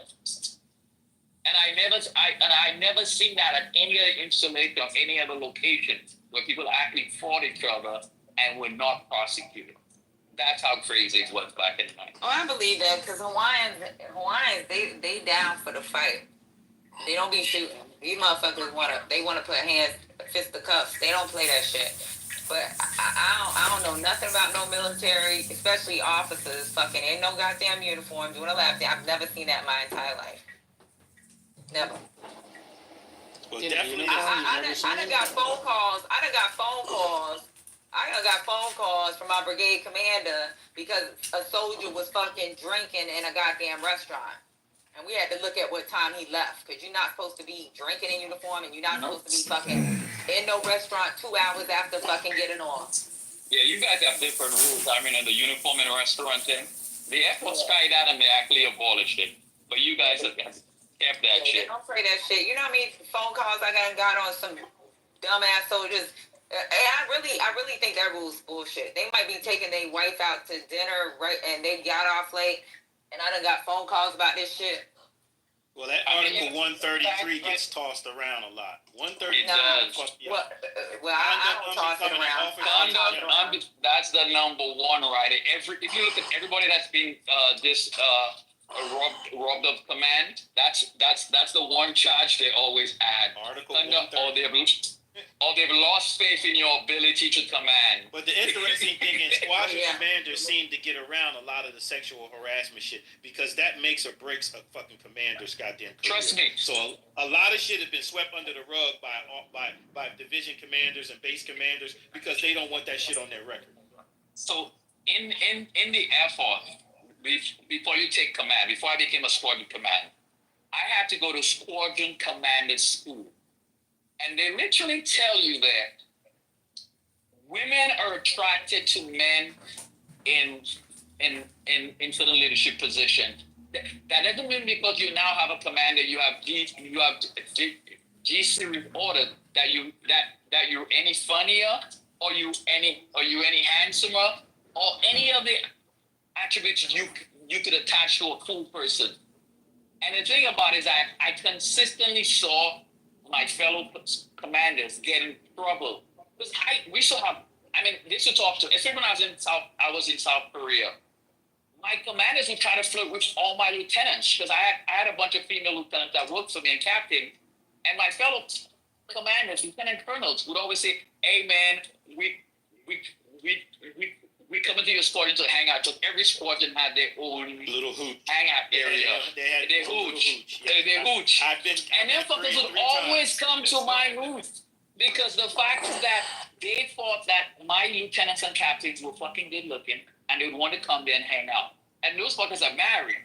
And it would just and they would be flirting and doing all that shit. And I'm looking at, your motherfuckers is trying to lose your command. But they don't care.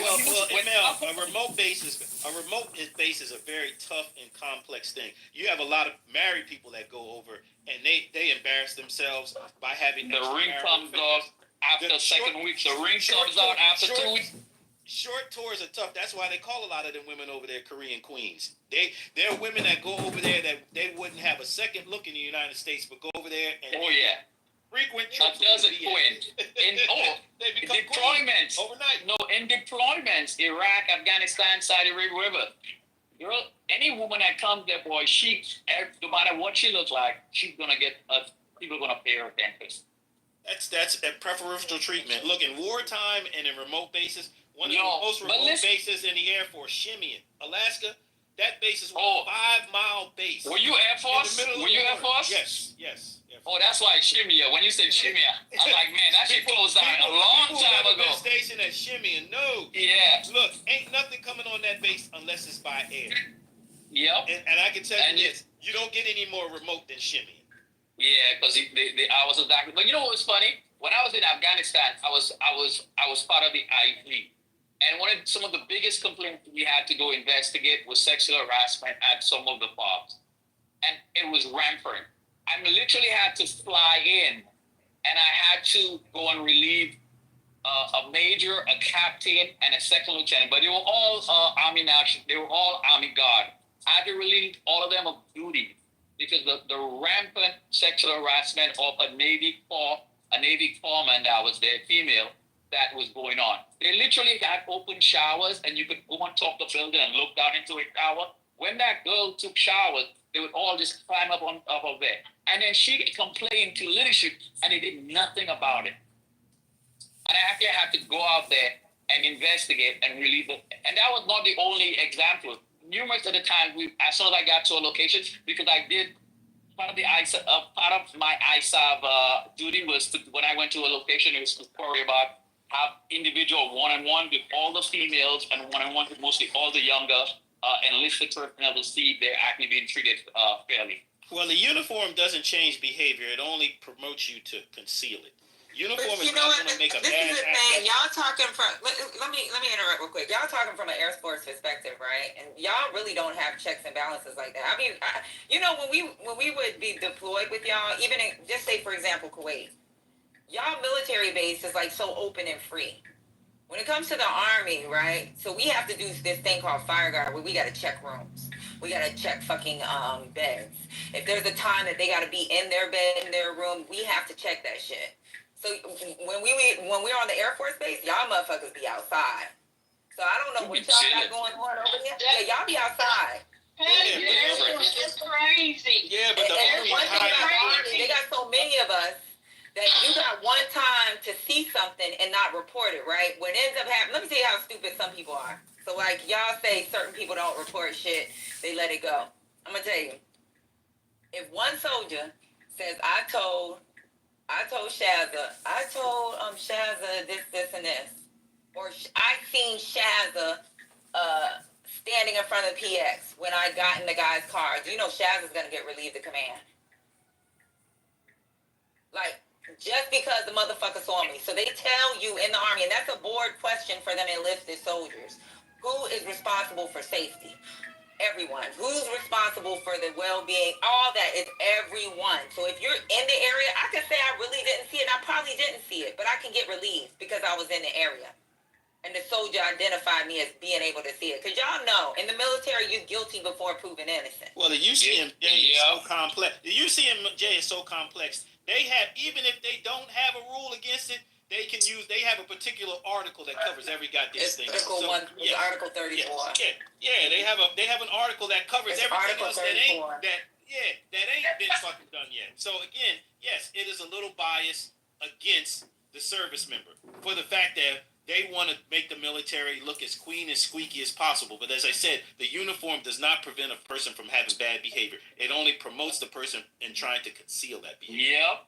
But you know what's weird? That people think that Hagsap is such, he was in the National Guard. He wasn't on. I don't think he was ever on active duty where he actually did an active duty tour where Title 10 was for a long period of time. I think he did a couple of deployments. I think he did Cuba, and he did a couple of deployments. But it's not like, and I found out, especially when I did inspections, and because I had also had Army guys who were in the IG too. They would always tell me when I came back and I wrote up you drafted your report and you're briefing on what transpired. They would always say, "Oh, it's small army." So, Patty, you guys refer to National Guard as small army, reserve a small army, and you guys are big army. So you got, the small army. I'm like, no, they're army. Their uniform says army. So you need to take credit for that. And they're like, no, we're not taking credit for that one. I was like, no, it is big army. The same thing when we used to be at the cafeteria, the DPAC, and when fat people walk by, we would be like, they were like, Air Force or Navy. I was like, army. They're like, small army. So you guys delineate quick.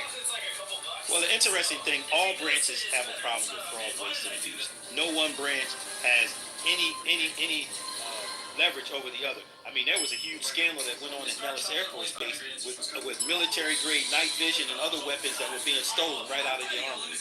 So don't think the Air Force somehow is not proactive in it. They are proactive in it. The fact of the matter is that different bases have different level of security and responsibility. I mean, hell, you go to Korea, everything is wide open in Korea because they don't really care. The shit is gonna get blown up if a war kicks off anyway. That's why a lot of shit don't get repaired. Hold on now. This is I could not believe how Air Force enlisted talked to their officers. I was in shock for a full week working as a civilian in the medical hospital. I was like, no, that's awesome.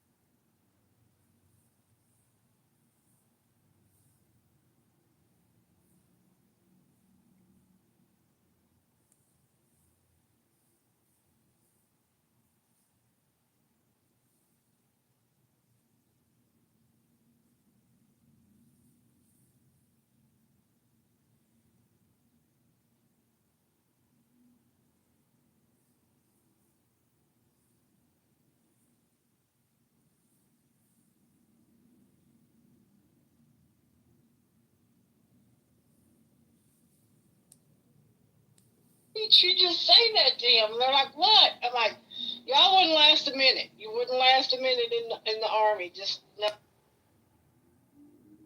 But I could tell you, I remember when the first time I went to Afghanistan, the guys on my detail, the guys who were on my team, I was the only Air Force guy, because everybody was in the Army then. They didn't care if you were Air Force. They're like, oh yeah, good. And the Army guys would always tell me, man, why you Air Force officers are so cool? I was like, what are you talking about?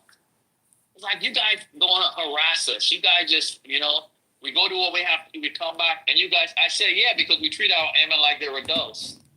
And so, Patty, even your truth was saying that Air Force officers are way cooler. Well, that's always been the history of. Yeah, they do like say that. Army. They do say that because y'all more relaxed. For us, Well, it's they always made it seem like the Army and Marines were always hardcore and always to the letter, which is not the case. It depends on whether or not your base has nepotism, whether or not, depending on the commanding officer, whether they're a little lax. But believe it or not, there are some hardcore military Air Force bases that don't fuck around. And they don't I know I'm not even in the military, and I wanted to join the Air Force, but the joke is that you'll just never be able to get in touch with them because they never in the office, and they really are never not. They really are. I'm serious. Every time I went down there, they were never there, and I was like, oh, because they was like, oh, it's way more relaxed.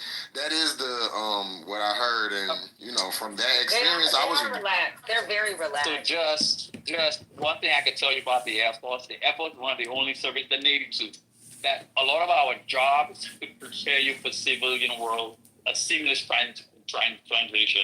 Yeah, but ML, you got to be truthful. That's one of the biggest selling points of the Air Force. That hasn't been an absolute case because, believe it or not, it's still very difficult to transition from active duty to civilian life. That's why they have transition assistance and all the other things. Companies are getting a little better with it, but even when it comes to a federal job, the way you put an application in for a federal job and a federal government job versus a regular civilian job is different.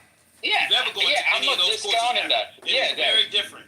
So I'm not discounting that. It's always been difficult to translate that. That's why they've always had such a problem because AFSCs and MOSs and shit, they are very more detailed in what you do, but it has more of a military description of it and not a civilian. They've been working on that for years and they still haven't got it down.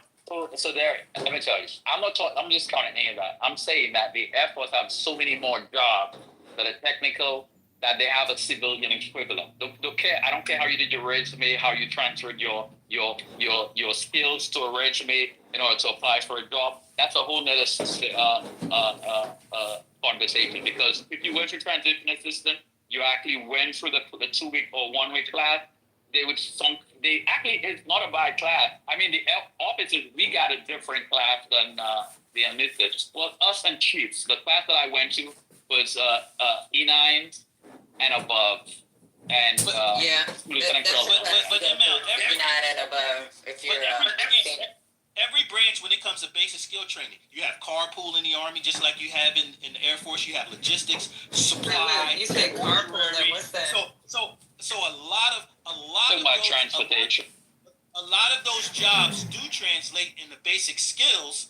Again, even communications. There's no different than communications in the Army than it is out in the civilian world, especially when it comes to technology. It's all the same. The servers that they use in the Army ain't no different than the servers they use in the AT&T. It is different, Derek. I remembered because I was in comm too. I remembered when I was in comm at Luke Air Force Base in Arizona, and they had found we had Foundry and Cisco switches, and then there's a base in I forget the name of it. Close. It's in Arizona. What's the name of that base again? Close to the Mexican border. Fort Huachuca. Fort Huachuca's network went down, and they literally had to call us to come and bring it back up. But I'm talking about the basic skills of networking is no different than in the military than it is in the civilian world. The protocols, everything is the same. Switches, routers, all that is the same. So there's nothing different. As I said, translating what you did is the biggest problem. It's not getting the skills. An Army communications person that works on networks is no different than the Air Force. There's a difference. Okay, so the Air Force, one part of our networking, they're called text They're called tech controllers, which are the best in all the armed services. So a tech controller, if you Google it, they're also called water walkers. As a water walker, our water walker folks are trained so heavily. I mean, those guys actually helped write the source code for a lot of the Cisco switches back in the day. And remember, we used to go to Cisco headquarters to actually train those people. So when you look at like for instance, like even the firewall, I don't know if you're a network guy, but if you understand Sidewinder was the old firewall that a lot of the armed forces use.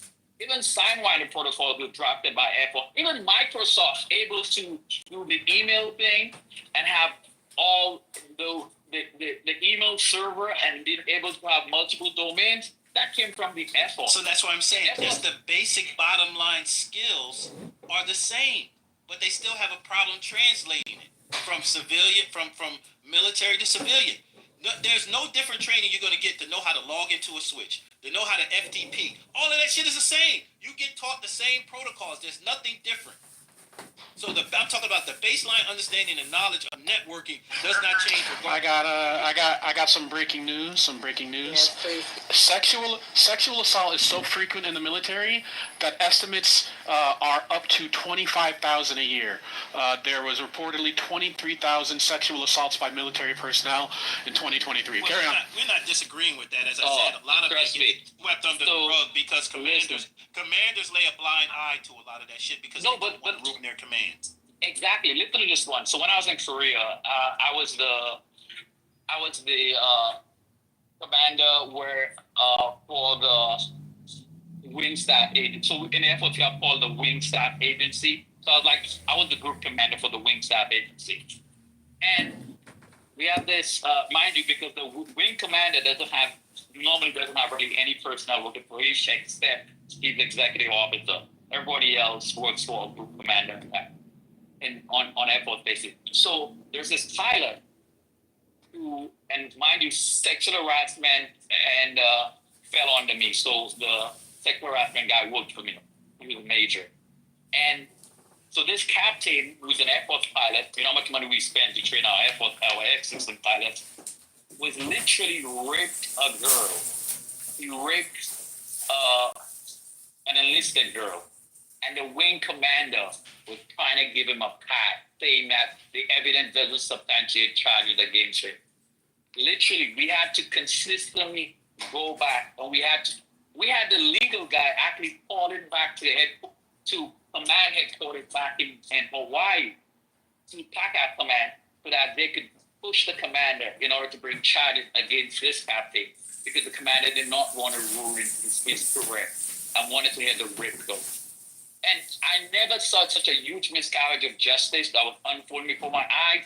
And he was trying to ask me to look the other way. And I was like, bro, I can't.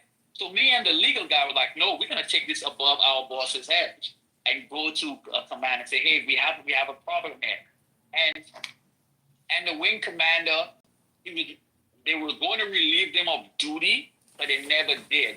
And they didn't fire him, but the guy still got prosecuted. And he ended up going to jail. I think he got 9 months in prison for rape. And it took them like 2 years later in order to actually send him to the trial took that long. And normally rape trials in the Air Force are a lot quicker than that. So he only got 9 months for raping someone on the job? Yep. Well, it was alcohol and blah, blah, blah, blah. What does that mean? 9 months. Yo, fuck the military. Don't send your kids there. Don't send your kids there. The interesting thing about military, if you've ever worked an extra duty while you were in, sometimes you may get the duty to work corrective custody. And mainly that's escorting people who have actually decided to who chose not to go with a court-martial or any other judicial punishment other than going to corrective custody. So that is restricted to base for a certain period of time or whatever. You can still go to your job or whatever, but you actually stay in a dorm if you live off base. And it could be anywhere from 10 months, 9 months, whatever is dictated.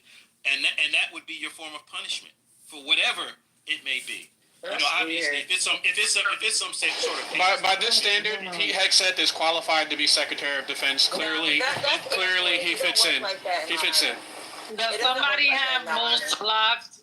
It doesn't work like that at all in the Army. But that's why I was saying. So in the Army, they look at, so CID and MPI, they look at the cases, right?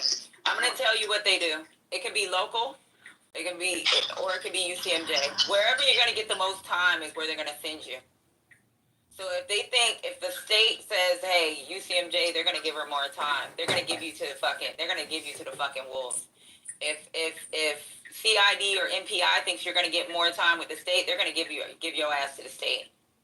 Yeah, you know I don't know what y'all be doing in the Air Force. That's some weird shit. Party, it's also the jury. It's also the jury. One time I sat on a jury. That's not how it works with us. So every branch has correctional custody. Every branch has correctional custody. I didn't say they did. Can you let me finish? But you're saying it doesn't work that way. No. It doesn't work like that. No, I didn't say shit about no goddamn correctional custody. We have D-cell too. But it doesn't work like that. With our cases, we have to share it with local law enforcement. Yeah, I think so you guys. Look at the overall case. We have this thing called. We have a whole nother, not JAG. It's a whole nother branch. What is it? TDS. They look at the case. They look at what the maximum time can be on the local side or the state side versus what we have in the military, and they make a decision between either the military and the fucking authority. What I find most interesting. What I find most interesting about this data. What y'all be doing in the Air Force where y'all just say we're gonna go lock them up? Hold on, Ryan. I know. So, Patty, listen to this one. So one time I sat on a court martial.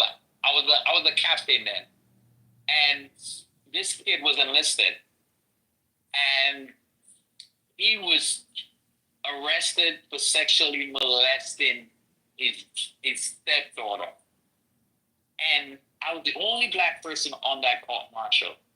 And them motherfuckers wanted to give that motherfucker 3 months. I was like, hell no. He molested his stepdaughter. Are you fucking insane? I have more breaking news. So even though the DOD estimated 25,000 rapes in 2023, what was reported by all military branches was about 6,000. About 6,000 rapes and sexual assaults are reported, but the Department of Defense estimates it's astronomically more than that. So when you think about Pete Hegseth coming in to run DOD, what is his objective in removing women from the workplace? How does that contextualize with his behavior as a representative veteran, meaning likely to rape and abuse women? That's how I view vets. And so I think it's true. The guy who talks about raping women all the time. Haitian. You never heard me talk about it hasn't been. You talk, motherfucker. You piece of shit. Why we got to get all crazy now? God damn. Nah, don't talk about veterans and fucking rapists, you bitch ass, you piece of shit, motherfucker. He wasn't saying veterans were rapists. He was reading some. Did you see what he fucking said? He wasn't. Do your ears not work? And then do your ears not work? Say that about Haitian. He's fucking. Do your ears not fucking work? Look, the man is reading statistics, man. I don't give a fuck what he's reading. There's no statistic that says veterans rape motherfucking people. So show me that fucking statistic. So articulate in the airport, you have what you call, in the military, you have restricted reporting and you have unrestricted reporting.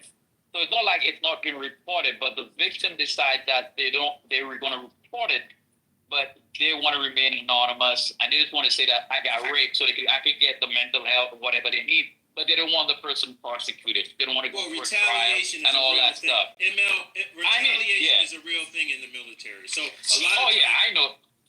Retaliation is a real thing, whether you think it or not. Just because you think you're in a strict organization like the military, that people get a fair shake. No, they don't. So it doesn't work like that on the Army side either, because I used to be the damn OIC for one of the EOAs right before they came up with SHARP. So what happens is, if we do have a restricted or unrestricted, the soldier immediately gets to go where they want to go. They can go to any military base because they made a report. They can leave. I don't know what y'all got going on in the Air Force. I know y'all. That is true. That is every service. That is every service. Or what year you was in the military, but I'm telling you now. And when I was the OIC, for that EOA, and I can screenshot you my goddamn my OER, my evaluation report.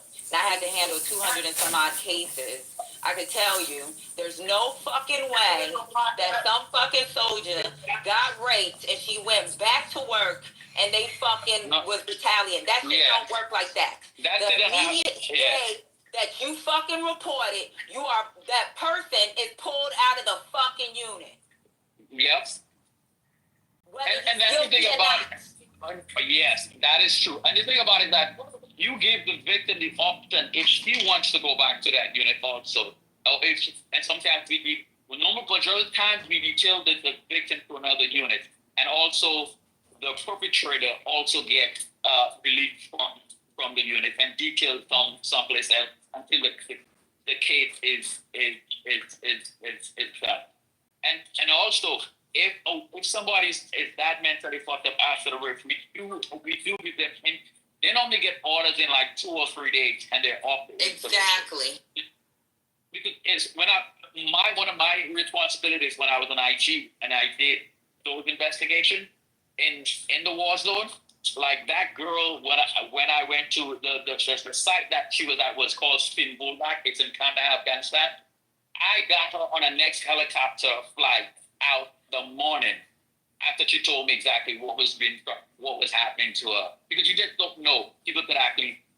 I got on a flight out the next morning. She was gone before we started our investigation and before we let the fourth commander know what my intention was.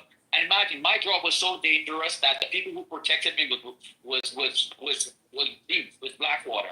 I had Blackwater escort, especially when I went and did those investigations, because they didn't trust other military people. And the fourth commander kept asking me, hey, where's she going? How can you just take her? I goes, yes, here's my authority to actually release her from this particular fort and send her back to the fourth commander was so scared. He kept on pressing me. Hey, can I talk to you? I said, no, we have to conduct an investigation. Then, but can I see the report? I said, no, I'm going to go back to Kabul. I'm going to draft my report. I'm going to release my report, and I'm going to let the station whatever action they have to take. But that's when all three of them will release the matter. So the effort on the other military service when it comes to carrying out justice, especially in sexual report and sexual harassment, if the individual wants stuff, she wants justice for herself, all the services take the same action. There's no difference, really.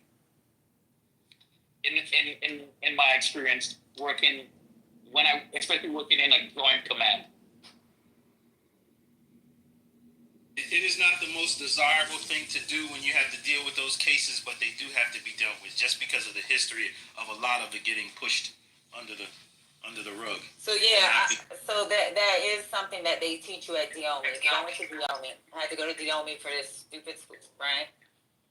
So when we go to this school, they do teach us what happened in the past, what we got to do to move forward. I can tell you this, even as the EOA, we had an EOA pulled back for an incident that was 5 years, like he was the EOA 5 years before I even fucking touched ground. And I could tell you, he got pulled back because supposedly at the time he said it was restricted because he didn't keep proper records, write his memorandum from records, upload them into the database.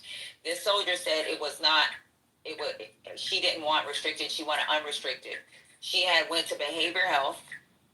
She was saying she was having mental issues. She had told the EOA. The EOA gave her some advice about not reporting it or whatever. And pretty much, like, he got relieved. He locked it. And this is the thing. This dude was getting ready to retire. You can lose your retirement. People think you've been in the Army for 20 years. You're supposed to get your retirement. These motherfuckers, this dude was in the Army for like 23 years, and they were telling him, from my understanding, he was not going to get his retirement pay. Because they consider you, in the military, once it's UCMJ, anybody that has knowledge of this shit is part of the rape. They have changed a lot over the years. They even have treatment for that for veterans who were sexually assaulted, and that didn't used to be the case.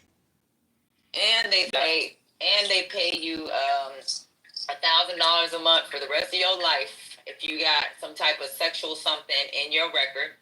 If you even if you don't have it in your record and you can make a compelling argument before you get out. They brief these soldiers during transition if you've ever been touched inappropriately, felt like you've been sexually assaulted, anything. They can write a statement. The military will look over it, and that can be something like it's almost like it's a compensation for the rest of your life, and it's $1,000. Patty, can it be part of a disability too if a person suffers PTSD? Yeah, it is. Yeah. Yeah, it so is. You can get your disability check, right? Let's say you get your disability check, you get your $4,200 a month at 100%, right? On top of your disability, you get that additional $1,000.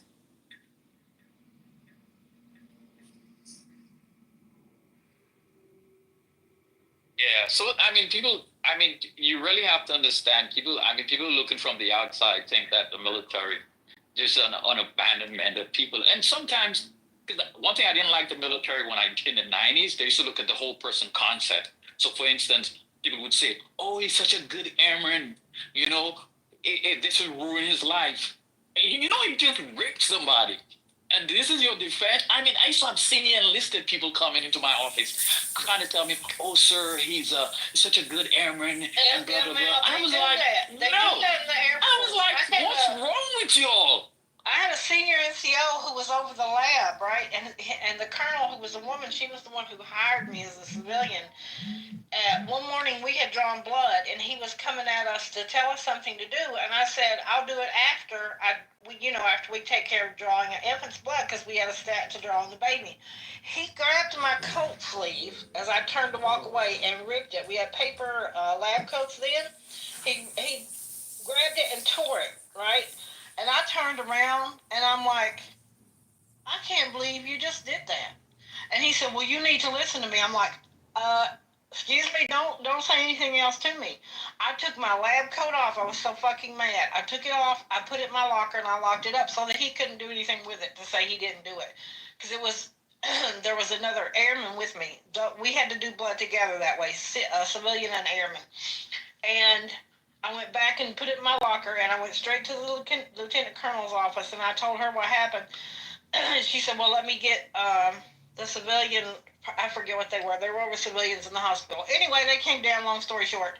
Both those women sat there, and the lieutenant colonel said, well, he probably did that, Miss Floyd, because you're very friendly with everybody.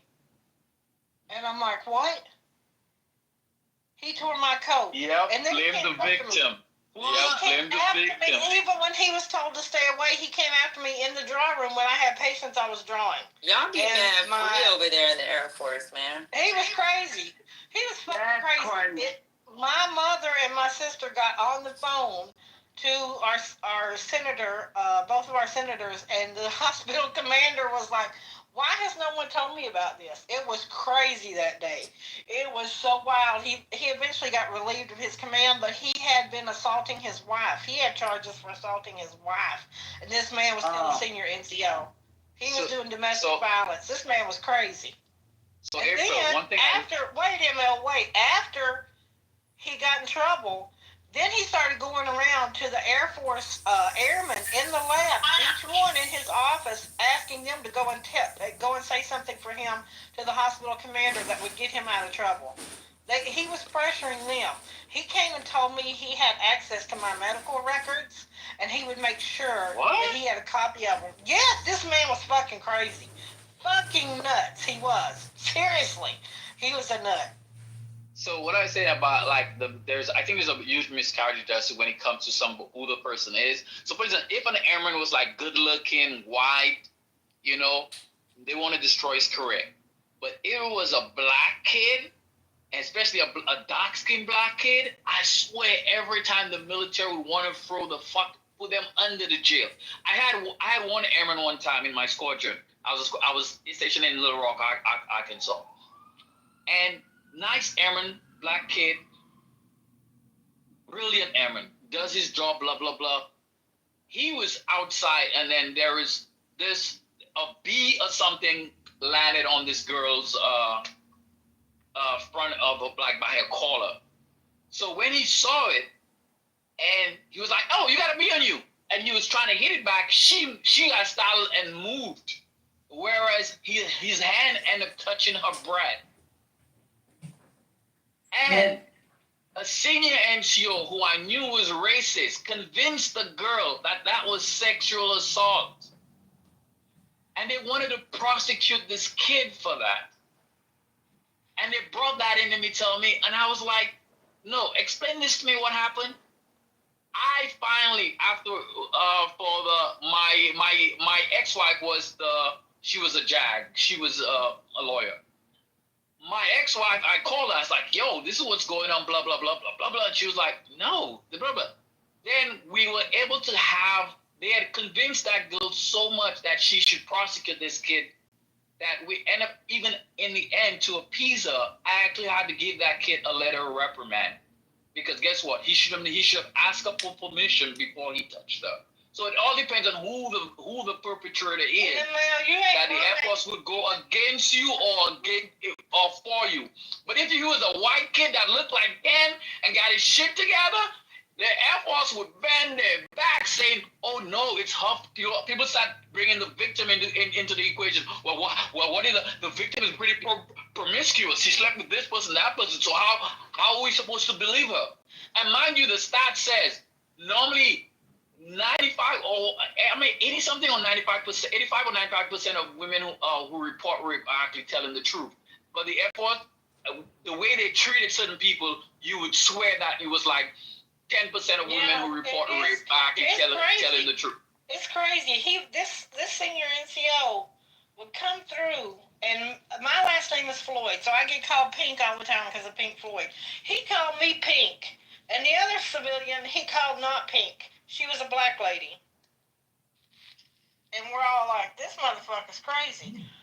And when it was all said and done, and he was finally, this took weeks for him to get a letter of reprimand, just to get a letter of reprimand, the civilian person came to me, the over all the civilians in the hospital. She said, "Are you sure you want to ruin his career this way?" I'm like, yep, I hate when they say that shit. I mean, a wing commander told me that once. Excuse me, I said, no, he chose to ruin his career when he grabbed a civilian, when he tore my coat, when he came into the draw room threatening me, and when he told me he had access to my medical records. He did this to himself. You are not going to put it on me. My husband wasn't present. I'm so glad that he was deployed to Afghanistan, because he would have came in and rearranged the man from top to bottom. Okay? That's what would have went down. Yeah. I hope it's better now. I'm grateful he wasn't there, because he would have been done. The military would have put his ass out. Yeah. It would have been. Yeah, I hope it's gotten better now. But I know a lot of guys who are a part of my cohort in the military, and some of them are generals now. And I knew how they were when they were younger. And I know those guys are not dispensing justice in the manner that it should be dispensed, because those guys were like Hagsat back in their younger days. And some of them are made general. Yeah, but the rules was kind of different in the 90s, I think. And that's probably why, maybe they would have had more discipline. I don't know. But I know we do have problems with the Air Force sometimes, and we have to work joint with y'all. Even with the discipline issues, like, we have discipline issues with y'all, because, like, you know how they be real strict on those Army soldiers. Like, if we make rules, like, you guys would have certain people embedded with us when it comes to, like, interrogation, right? And that soldier has to be deployed for 8 months outside of y'all 6-month ass shitty deployment. We used to be like, these motherfuckers. Buckets. You and your bucket. Yeah, we there for a year, y'all there for 6 months. But those female or males that they would get, they would have to stay for 8 months. These mugs would complain about how they living. They would try to call their people. I don't play that shit. For real. We had one female, I told her I'm going to put her ass, I told her I'm going to put her ass on a plane. And I was going to send her to a cop. Because I'm not the one. I told the division commander. The division commander said she's not the one. And that's when General Brooks was over Iraq at the time. Oh yeah, I was there. I was there during that time. Yeah. So You know, at the time, I knew General Brooks from the Pentagon. So when he was at the Pentagon and I came to Third ID, he ended up taking over. He was taking over that part of Iraq. And when that damn soldier had the nerve to say she needed a separate tent because her counterparts were living in goddamn shoes, that's not my problem. You in the army now, bro. exactly. That's what I told all my airmen. I said, you were in the army. You know what's funny? That a lot of my army counterparts will ask me, he says, why do your airmen always ask why when you ask them to do something? Why not just say yes and go do it? They always got to have a reason. Why you want to do it this way? Why you want to do it that way? And that was the biggest complaint about Air Force people. They always got to ask questions. Why. They do. They ask why, or they'll wait. They come in late. We had a problem with the MCTs out of not Osan. Where is it? In Kuwait. Where is that? What's that base called? Fuck. You know what I'm talking about? Yeah, the transition base. Yeah, so we had a yeah. problem. What was the name of that? I forgot. Yeah. Fuck. Arif John. So yeah, there's Arif John, but there's another one. It might be here. There's it's the Air Force one. Arif John is the Army. Air Force. Yeah, I don't know Air Force. Yeah, I don't know. So I used to. No, it was the joint where you flew into. No, not that one. I'm talking about where Mil Air for the MCTs, movement control. Yeah. People. So they do all the. So the Air Force and the Army MCTs work together, and they freaking have to move. They have to move fucking sensitive shit. And you know, I was with Patriot at the time, and with Patriot, everything has to be like if something goes down, they have to have that part in less than 24 hours. They don't care where it's at in America. That shit'll get on a plane somehow, and it's gonna make it. They have to have that part within 24 hours. They don't get it in 24 hours. You got CENTCOM Command calling, and General Austin was in charge of CENTCOM Command at that time. If you don't get it within 48 hours, that's when Washington D.C. is calling. So with y'all fucking Air Force motherfuckers, there was a part that was handed to the MCT that was supposed to get on a flight to Bahrain. A flight that was scheduled by CENTCOM commander. We went inside there to find out what was going on. The shit was sitting on a shelf. It was a fucking circuit card. It was sitting on a shelf. These motherfuckers ain't have no shirt on. Had they little brown t-shirts on. Had they feet up. I went the fuck off. Like, I don't play that shit. They tried to call the command to come down there. Command couldn't do shit. Because I had Arsent with me. That normally happens in supply. Yeah, they normally, like in Air Force, we call them, an item would be called a MICAP, mission capable item. That means the mission is stopped, and there are different levels of MICAP. Once you have total mission capability, you have partial mission capability, blah, blah, blah. And a total mission capability MICAP supposed to get, when it lands, it's supposed to be hand from the aircraft, supposed to be delivered straight to the location. And those guys put it on a shelf. Let me tell you how mean that was to their ass too. A lot of times I don't really fuck with soldiers like that, but when you got your feet up and you an officer, you walk in there, you already tell them, hey, where's the part? We've been looking for this part. We already know it's here. You know they got fucking they got something on that circuit card package so that we can detect where it's at. You know, because this is and then it's in a TS package. So you know how they have to package it up for it's a top secret circuit card. It's one of those circuit cards. And the requirements, yeah. Right. This motherfucker got his goddamn feet up. You got an officer. I'm in full uniform, and you fucking sitting there with your fucking feet up. And I'm asking you where something at. I put his ass at a fucking position of attention. I don't play that shit. Don't disrespect. Like, I think that's so fucking disrespectful when we asking you something and you're like you just sitting there with your feet up and your fucking t-shirt on. You don't even got your full uniform on. Patty, Y'all crazy over there in the Air Force. But don't That's get one me of wrong, my if I was biggest enlisted in the complaints. Army, I'd want to be there. Oh yeah, I mean the Air Force is different. That's one of my biggest complaints in the Air Force is that how our enlisted was slow. And now me being a black officer, I was like some bases I was like a unicorn. They might have 5 black officers on that base. I would be walking with my uniform on, and people would not salute me because they looked at me, they saw a black person, and they automatically assumed that I was enlisted or something.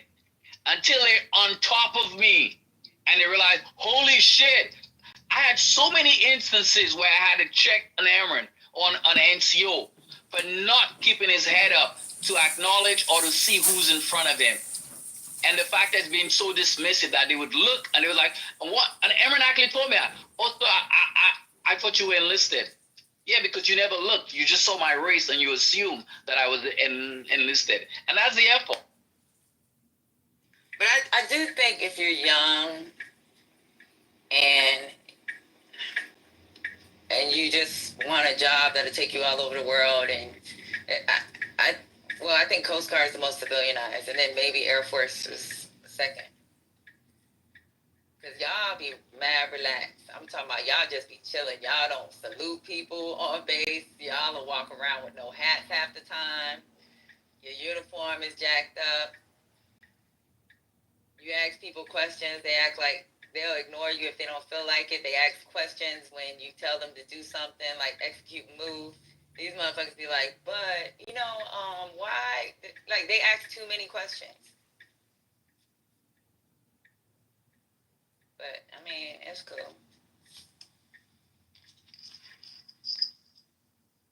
But I wouldn't choose any other service but the Air Force. Don't sound like I would choose none of them. You can't ask them fucking questions. Yeah, I wouldn't choose the Air Force. I mean, I wasn't built for Air Force. Yeah, but I think you get promoted faster in the Army. You do get promoted faster in the Army. That is true. So so some of the people that I do know that because of working in certain positions, there's a couple of people that I do know that are behind me, and they're not even getting looked at for certain rank yet. Yeah, because you guys have a faster promotion to captain than we do. Right. And faster promotion to major. I don't know why all the services are not identical, but you guys get promoted to major before we do. Because we no longer do below the zone to major. We're going to do to lieutenant colonel and full bird and general, but you guys do below the zone to like to captain and major, I think, unless if they changed it. So the reason why they do BZ is because they have deployments, because they still heavy on deployments for them. And we only have so many in the obstacle corps. They're hurting for officers. So. Oh yeah, they're begging people to stay in now, man. I was like, because when I tried to retire, they actually denied my retirement. I had to go all the way to headquarters personnel to get a waiver, and I had to prove that I actually had gotten a job that was paying me more than I was making in the military for them to actually allow me to retire, because they really wanted me to stay. My general was like, no, I'm not approving your retirement, because my year group, they had kicked us so many people out that my year group was shocked, and they was like, nah, we need you to stay. Yeah, no.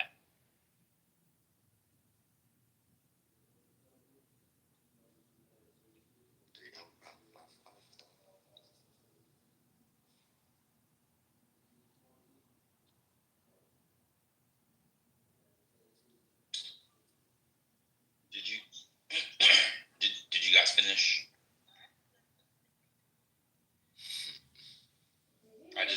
Did you gentlemen finish? You all know that Patty's your commanding officer. That's what I got from that combo. That's what I got from that combo. I know, she's so tough, right? You don't even salute. What? I would be so lost. Patty, did y'all go through the new Muslim ban? Oh, is there a new Muslim ban too? Oh yeah, it's nasty too. Yes. Hey, real quick, y'all talk about the people who got released from J6, the names? Well, we knew that one was coming. It was everybody. Yeah. Everybody, what, 1,500 people? That dude, Biggs, Proud Boy dude, was one of my soldiers. No. Yep. Well, I told you since fucking last year I had one of my soldiers locked up for that shit. His punk ass got released. He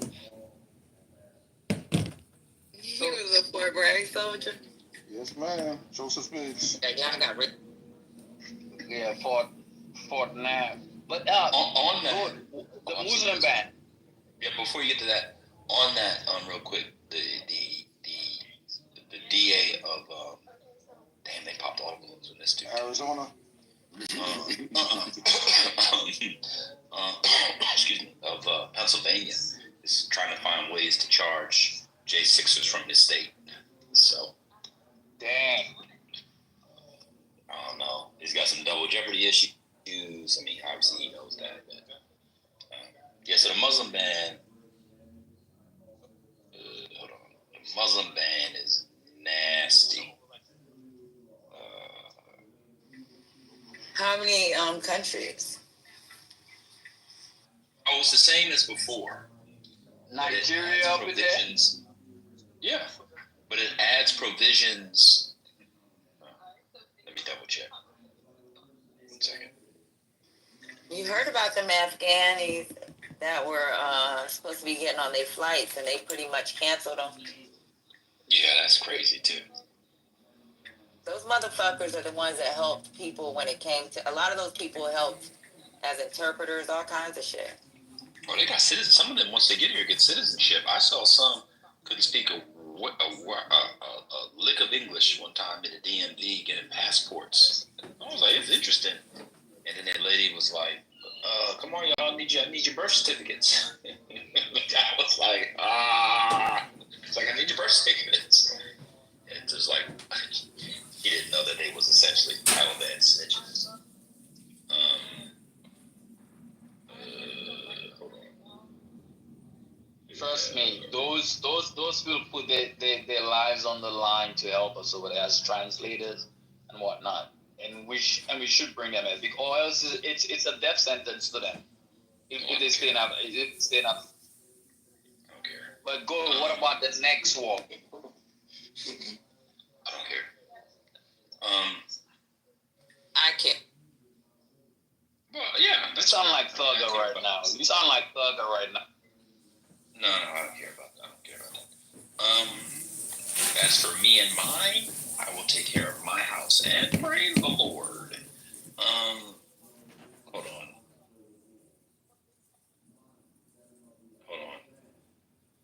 So some of the new, I think it. Hold on, I'm trying to find the countries. Yeah, I think it's the same countries, but these are the new provisions that everybody's talking about online. Two things are interesting. One, it has like this, we must work to assimilate the ones that are here already. So it's kind of like forced assimilation clause, which is kind of interesting and very 19th century. We're going to give the Indians whiskey and take their land from reservations kind of vibes. And it also has a thing that people, this is the scary part for some people probably, it looks like it allows people who are here from those countries that came after 2021 to be eligible for deportation. So if you got in legally with, if you got in with, under Biden, looks like it's trying to backdate it, and it's telling the Department of Homeland Security guy to expedite their possible deportations as well. I'll get the EO and put it in the chat. I'll be concise. I put it in the chat. Oh, thank you, Snoopy.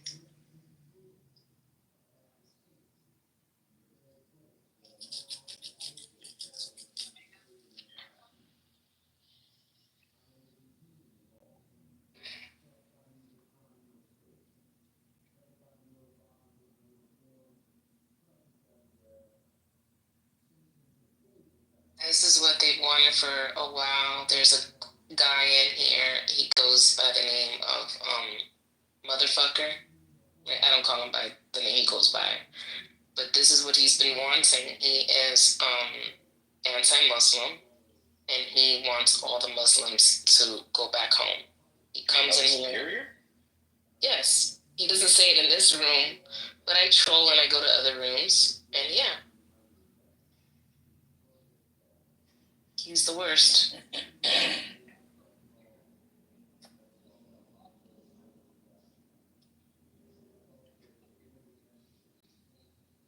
they're using ideology as a basis for the removal, which is sick.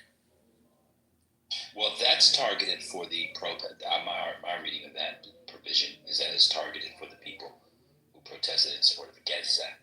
So if you're on a student visa and you were pro-Palestine and talked about Gaza, they can use that to deport you, get you off your student visa. He did run on that. So. Well, I think he was careful not to really bring up the Muslim ban, you know, because he was trying to get those voters. No, he did bring up the Muslim ban during the campaign. He said he was bringing it back. Well, he brought it back. He's coming back like he said he would. Yeah, he did. Hold on. He organized this too. Well, who are these Muslim people that sat down with him? Didn't they sat down with him and talk about the Muslim ban? They don't care. They don't. These people are. Yeah, I got it right here. September 12th, September 19th. I'll read you the quote. I will ban refugee resettlement from terror-infested areas like the Gaza Strip, and we will seal our border and bring back the travel ban from September 19th. So he mentioned the travel ban and Gaza. Yeah, so it was right there.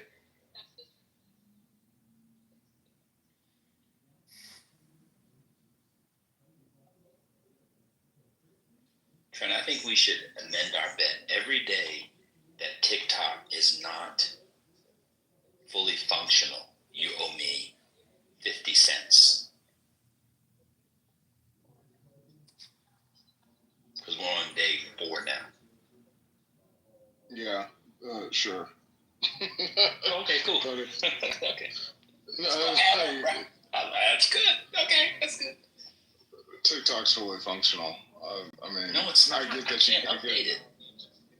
I guess that you can't update it. I get that it's not an app store, but for all intents and purposes. Okay.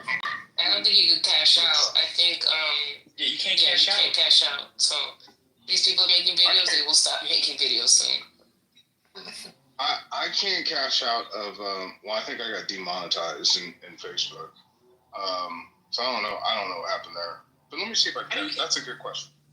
Yes.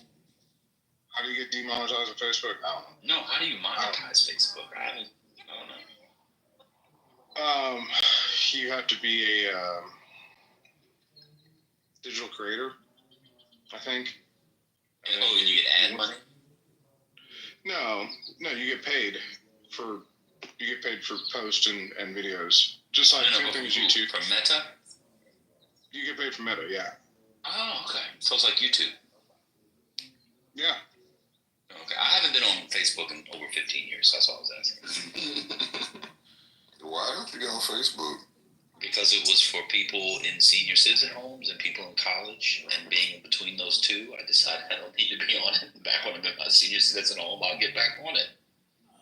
Trent, what's our conspiracy of the day, please? Single guy. I don't know if I'm allowed to talk about it. Can I talk about it? Can we talk about the UFO or the egg? The second egg video. There was a second egg video. I'm gonna throw it in the chat for those of you that have Twitter. I haven't verified it, but I know it's running on Reddit, and it was granted it was posted on. Yeah, it was posted on 4chan. Granted, yeah, I know about 4chan. But this egg has hieroglyphics on it. And it was recovered in Antarctica, supposedly in 2022. And Ari, before we all laugh at this. They're on your ass, Trent. Oh, I know.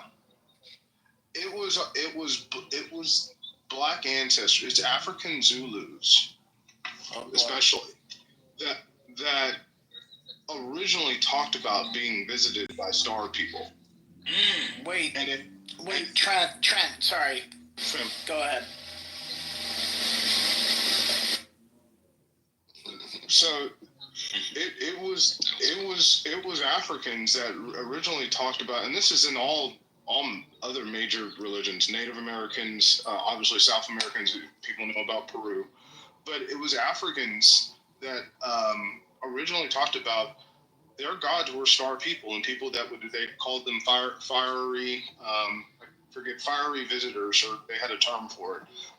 Some were benevolent and some were not good. They talked about alien abductions going back 4,000 years. Crop circles, they had a different term for it, but crop circles, this goes back 4 and 5. They used to have rituals around crop circles going back 4,000 years.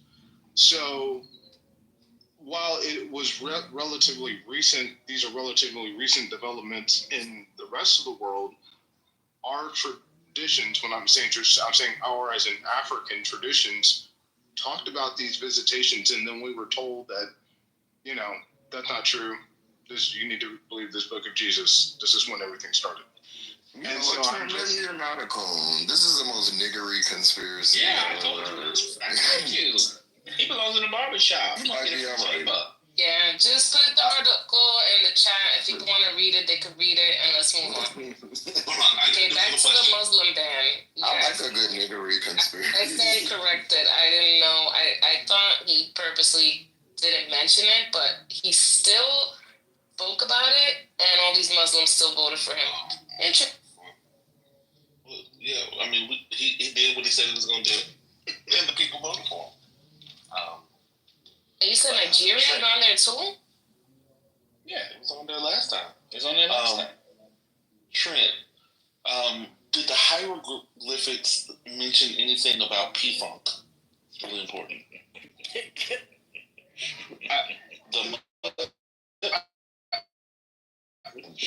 Here's what I'm gonna say, Patty's still here. Oh, Patty's gone. ML's not here. Here's what I'm gonna say. This is what I'm gonna say. We now have multiple.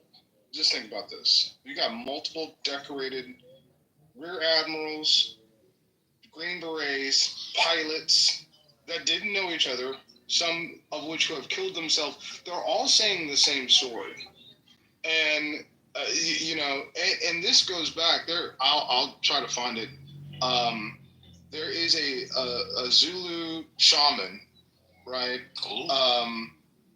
Whose father was a Catholic priest, but he was still taught the old ways of the Zulus. And this goes back to the brother. I'm gonna kick your ass, okay, brother? You hear me?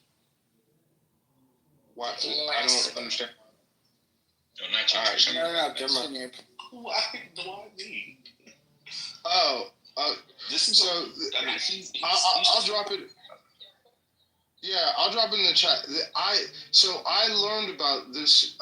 One of my aunts has a PhD in what's the study of religion? I forgot what it's called. Theology. Microbiology. No, it's theology. And that's a little different. Okay. Yeah, and I remember her, I remember talking about, she talked about the Moors and the Catholics, and I said that's the original Christianity. And I remember her correcting me when I was a little kid, I'm like 10, 11 years old. Oh my God. Yeah, it is coach. What's wrong, son? I think this is very, so, and what she said was, no, you had religions before that. Your religions that were taken from you prior to that talked of different things.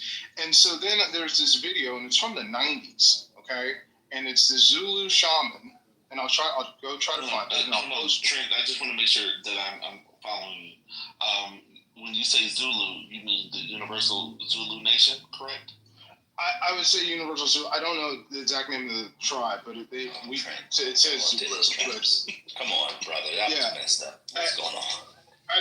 Just Central African tribe. But here's the thing. Okay. The Universal Zulu Nation is a hip hop group. Come on. I didn't know that. I didn't keep up with that.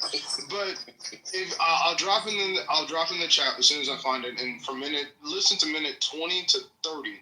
It is the same exact things that are happening right now. Again, this was recorded in the 1990s. That he's talking about, and just all I'm going to say is, the last thing I'm going to say is, if you think that we have multiple rear admirals and decorated CIA, former DOD personnel now coming out and saying that we have recovered, as the United States, recovered alien technology, and they're all lying. It's the error, because of the ranking of these people, and they've been verified, it's more likely that our government is lying than they are lying. We want the phone. So, Jess, are you going to apologize to Trent now? Dude. Trent. I already did. I said, you're Did you say sorry? Did you apologize for every question? You have about the right level of coolness for an American black Trent. So I apologize for acting as if you are more coon than all of us American Negroes are. So you have my sincere civil apologies. I told y'all, if I was one person I'm meeting up off the app, I can only choose one. It's Trent. I told y'all this before. I'm not joking. Hey, Trent, this is Deborah. Can you hear me? Yes, ma'am. How you doing, Miss Deb? I'm doing well. Thank you for that information. Now, can you do us a favor and turn in your pink ticket? You need to cash that in if you want to keep dropping these gems for us and all of this information. You're going to have to be a part of this room, because if we get turned in for these conspiracies, we want you on the list for being a member of this room when they come to get us. And by Jim, she means GYM or JIM, not GEM, because I'll try it. I'll try it again, but it hasn't been working for me. Come on, man. This is a part of somebody who knows somebody who can fix that for you. Cash it in. Can you tell me how it works again? I think he knows somebody in the border that can help him with that one. Yeah. Tell him to take your ticket. This is a part of him being an intrepid reporter. Deborah, that was good. That was good.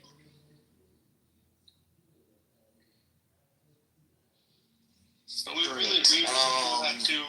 really have to be grateful for Trent, though. Like, his views are a little bit different, and it's. Well, I have one final question for Trent.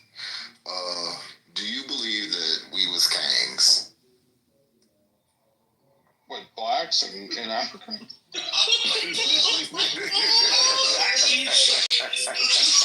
the black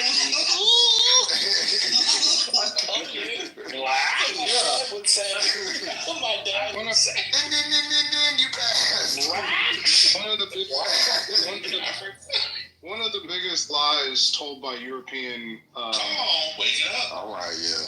One of the biggest lies about European cultures is that Africans gave nothing to technology, but for thousands of years prior to the rise of Europe, the earth was ruled by Africans.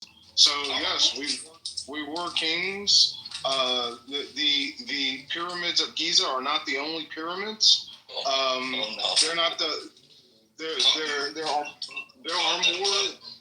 Yeah, there are more as you go into Central Africa. There are pyramids in South America. So the ideal, not the black.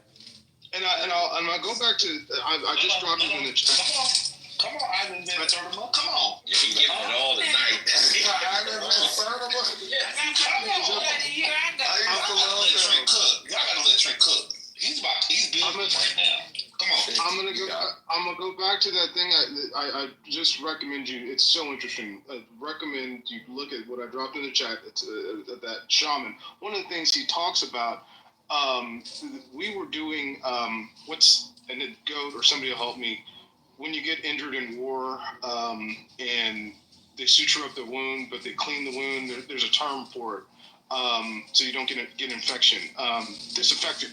Essentially, we were doing blacks were doing. It was a black soul. It was a black slave that taught American soldiers how to disinfect the wounds. But that had been known for centuries in Africa, right? But a lot of I'm just gonna say a lot of the things that we were told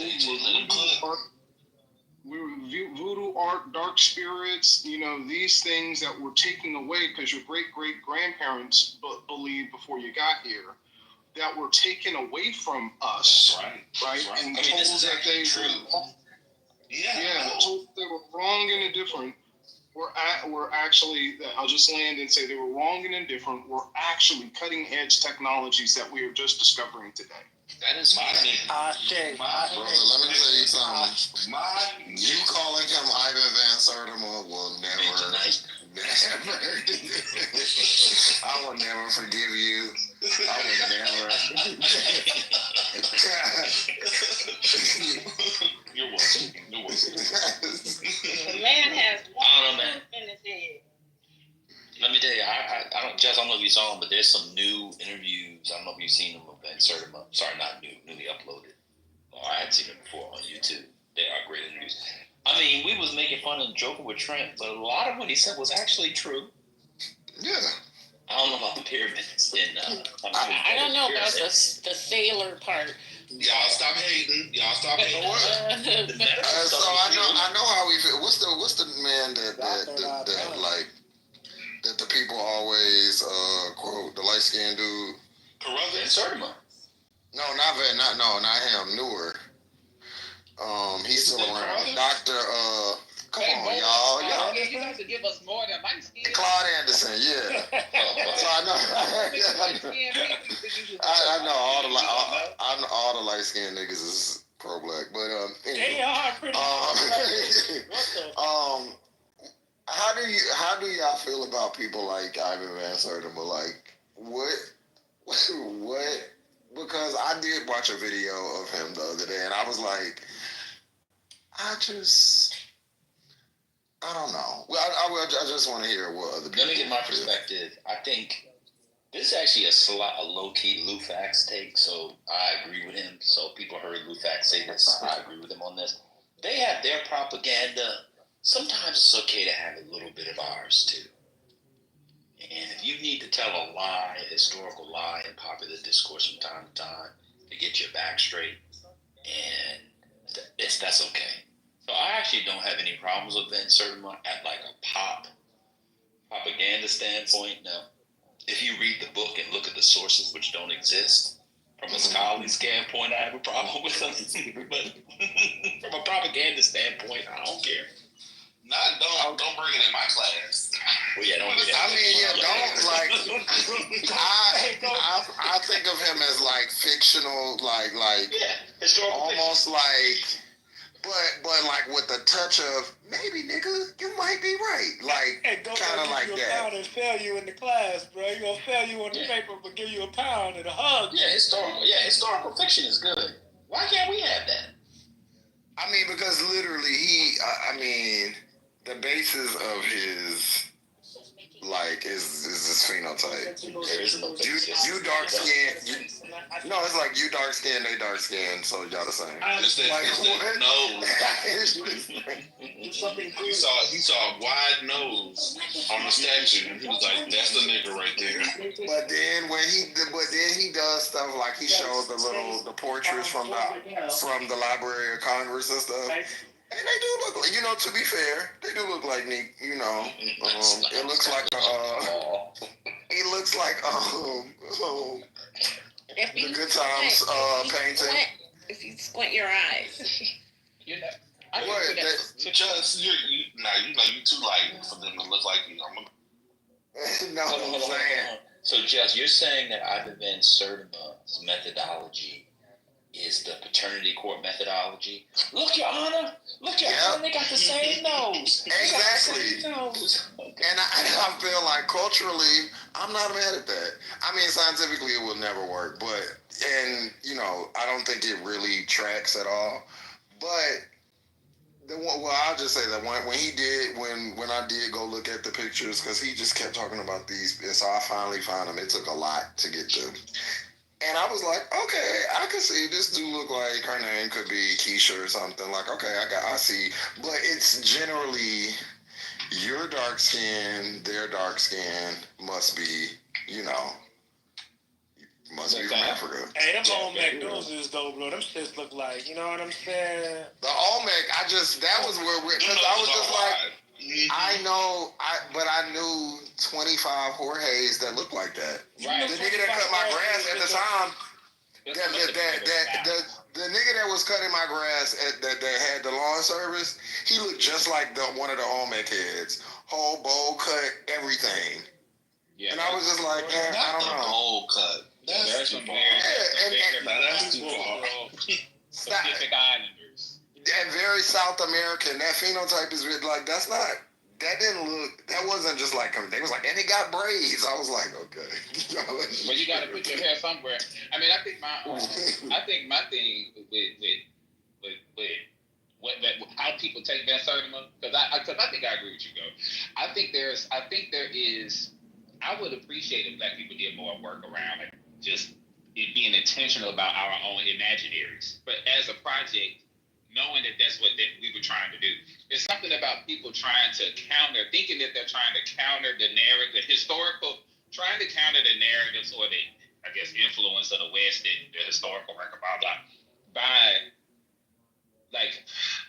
trying to go and like manipulate facts and claim a different kind of archaeology. And it's like, that's just not the play. Like, you don't have to go and concoct some science to challenge the West or to just do your own thing. Just do your own thing, but build your own thing from the ground up.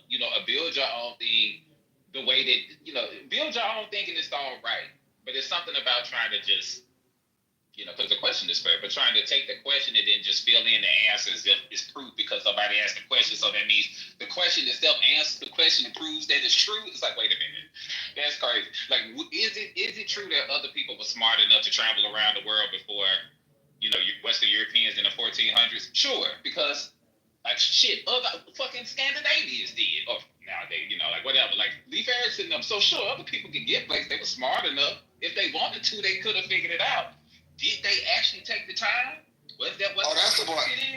So I'm saying that's the part I do believe Africans slid over here was sliding way before. I mean, it just makes sense. Yes, I do. I do think like I believe they was. Oh no.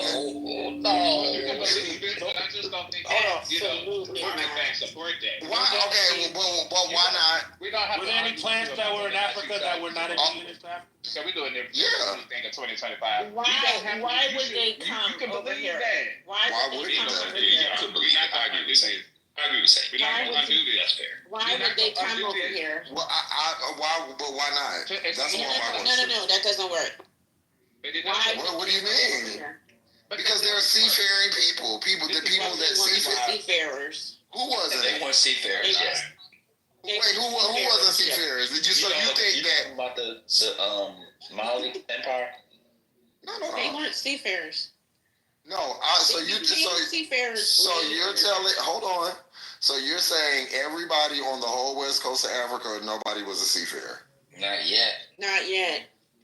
Okay. But the valid. I don't like. I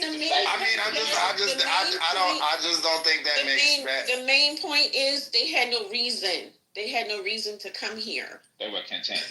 They might have been capable. They had everything. Like the reason that Europeans explored was because they needed shit. They were desperate.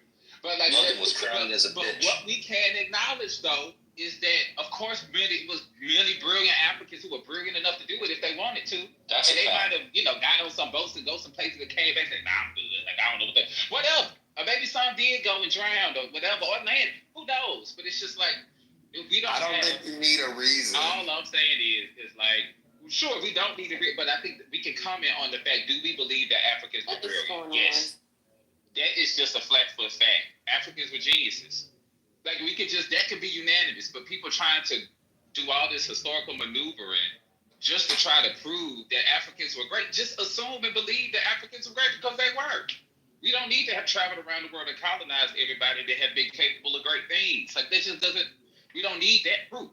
We just need to just believe it because we know that we are made of the people. Like, that's all it takes. It don't take all this other my only pushback for that is that I don't, a lot of things are not definitive. And just because someone said they were doesn't necessarily make it true. So I do believe that I do believe in leaving my mind open. Now, if there's proof to something, cool. But I also believe in certain things make sense, certain things don't. And I'll just leave it at that. I don't limit myself to wrote down or what someone else says is happened or whatever, because people lie, and the people who write history are not always the people who should be writing it. So I do believe that. I'll say that. I mean, you don't want to hear themselves because, like, if themselves don't report that they did these things, then it's not even always that, we say, well, the white man did, they didn't, so that's why. No, some of the black people will say, like, no, they themselves said that they didn't do it. Like, they have no record of no stories of themselves doing that at all, because now we can talk to them. So it's like, it ain't just people taking what white people said. It's like we have access to historical records created by the people. Artifacts and the journey to Easter Island would have been more incredible than the journey from Africa to South America. So I can't claim that Africans made that journey first. No, but in all seriousness, the Polynesians' journey across those islands into Easter Island is actually more. Yeah, I don't know when they came. When did they come? This would have been, we don't know, thousands of years BC, because we don't know.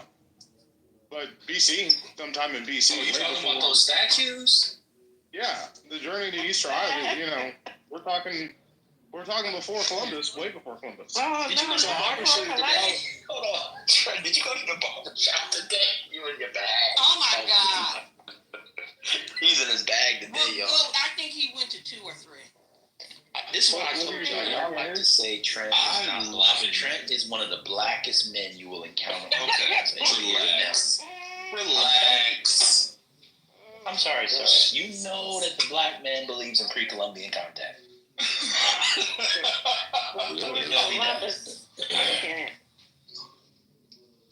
No, I was saying that it is possible that Africans came to South America. We heard you. Okay. They definitely came before Columbus. If you know, you know. I'm gonna get on it by the end of the year. I'm gonna be there. I'm gonna be there. Shit, why not? White people do everything else. I mean, Oh my God! They did make. I'm sorry, maybe I misunderstood. My bad. Blue-eyed, No, strawberry it's blonde okay, hair. Trent. It's okay. That's true. Just a little, Just a little pseudo. It's a spoonful of sugar. Look, this is light work compared to what white people be telling folks. They just be lying. This is light work. Let them tell it. Do you think it's beyond the pale for do you think it's beyond the pale for all the balloons to get popped because of teeth? No. Do you think that's right or wrong? No. That's a lot of people's deal breaker. I mean, what if it was perfect in every other way? If it were the UK, it'd be beyond the pale. What if it was perfect in every other way? They all said he was handsome, well spoken, had a nice job, was successful. He was 28, but his teeth was jacked up, and so then because why? Why was his teeth jacked up? Yeah. He just never got braces, and he had an underbite too. Overbite. Yeah. Yeah. With some good dental insurance, he can get. No, you don't remember when Heavenly called? She called it an over yonder bite. 18 months of Invisalign. Yeah, 15 months of Invisalign. If you making big balloons, you gotta watch that. Did you ever watch the African one? No, that's the only one I really watched. I'm going through the American one first. They lit this girl up. She barking up. Hey, go. Yeah, do you know which on here, man? Huh? Do you know which one is worse than Arlette in America? Which one? The black gay ones are atrocious. Oh my God, you think Arlette is bad? They are worse. I was on the gay ones, but then the Jamaican and the African ones, they gotta just better. They are roof fucking less. That Jamaican girl hit somebody in the head with the microphone. Wait, so you're saying ironic vis-a-vis our conversation yesterday, the African American one is the most respectable one? No, it's actually not. The African and Jamaican ones are just more entertaining. Like, but what's more ratchet?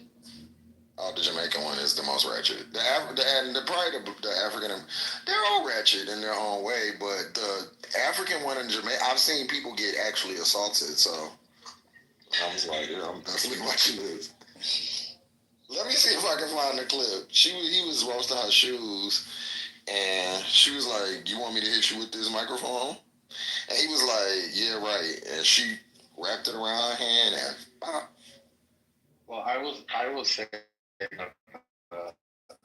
black gay one from DMV is definitely more ratchet than our sex. Oh, I'll put it on the list.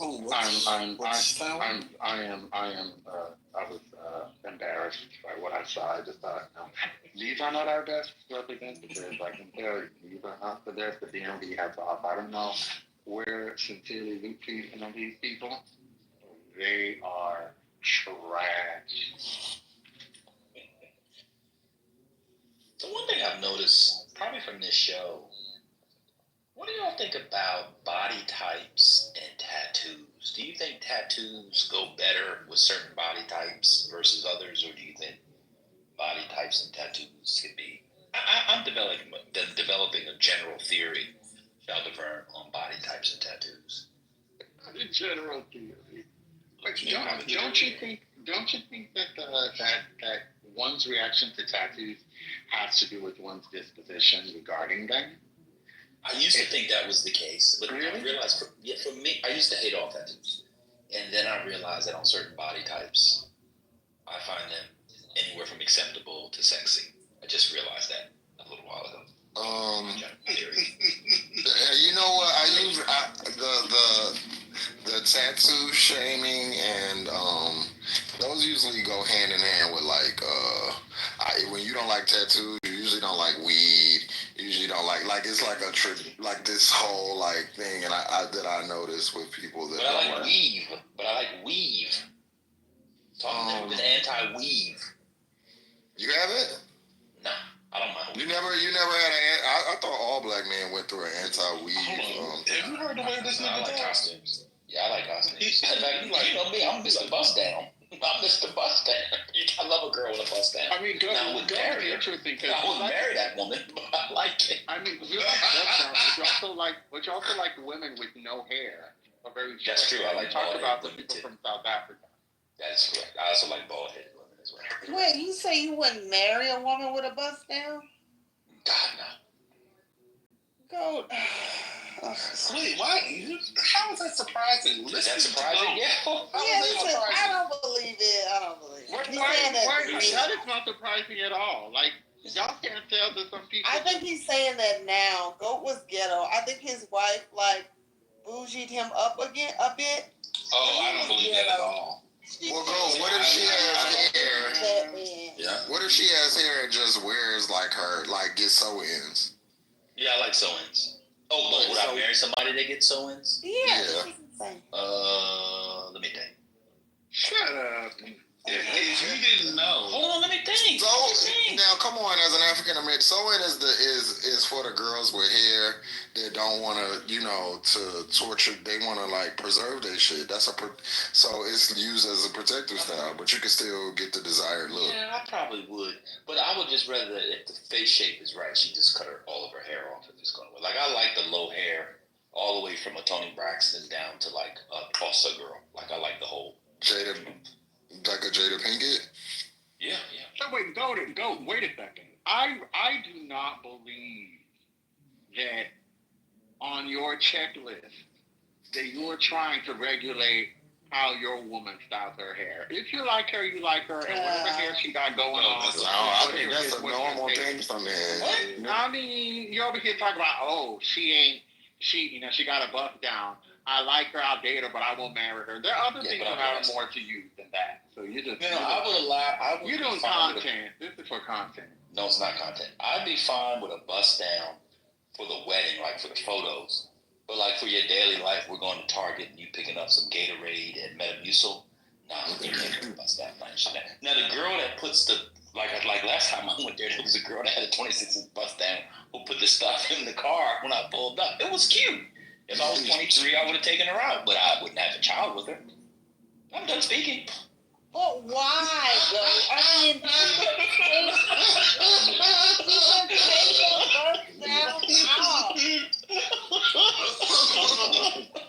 This is normal, but you're not like, I'm surprised that y'all are surprised. Yeah, I am too. I'm surprised. Not bust down. Y'all never seen the clip where the girl, I don't know if it's a girl or guy, but they asking men, what's your favorite hairstyle on a woman? The two top ones is a bust down and braids.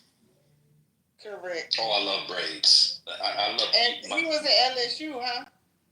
I love. I don't know. He was asking some football players. They was playing some type of sport. So okay, I love braids. So good. I have a question. Is it because there's only so much artifice that you? No, it's a class mark. Would want. Okay, artifice has to do with class. Exactly. Oh, that's fair. Okay, yeah. Yeah, I'm talking about artifice, right? So there's only so much artifice that you want. That's right. Because too much artifice of a certain kind suggests certain things, and because your arrogant ass, listen, there's nothing wrong with being a little arrogant, There's nothing wrong with But the being a little bust down snooty. can come off. This is why it's Child. Listen. Okay, go ahead with the bust down. I mean, I'm just telling you. I mean, like I'm watching an episode now, and there's a woman there with a lovely bust down. Say I was at what's a bar people might know. I would say I went over to Red Rooster, and she was wearing this outfit with lovely bust down. I would definitely try to date her. If over a few months of dating, and she wanted to date me, maybe we go to a record store. We listen to some music, share a malt soda, and I give her my most favorite recent issue of Harper's. And she insists on having a bust down. I might be able to make an exception, but it's like a tattoo on the titty. Like I'm not interested. I mean, I'm not going to have children with a woman who has a big Tweety bird tattooed on her titty. Now I will date that person. What if the Tweety bird tattoo were something that she got when she was 16 and she was still trying to discover herself, and this was before she matured? She should have been on her way to Dartmouth. Why is she getting Tweety bird tattoos? Oh, people in Dartmouth with Tweety bird. Well, that's just poor decision making. Yeah, exactly. Yeah, she's 16. Of course, she has poor decision making. So she made a mistake, and it happened to be a Tweety bird, but everything else is on point. But let me respond to she's that. 16 getting a tattoo though. I just Well, that's the problem. What's wrong with that? I picked 2025.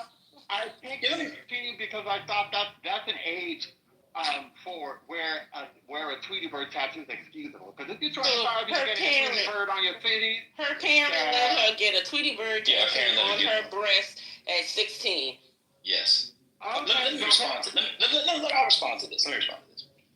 I have become more progressive over time.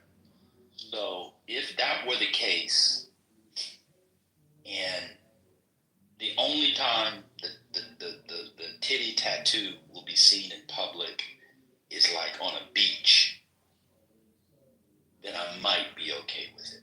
But let me give you an example. I'm watching an episode right now. That's why it came to mind.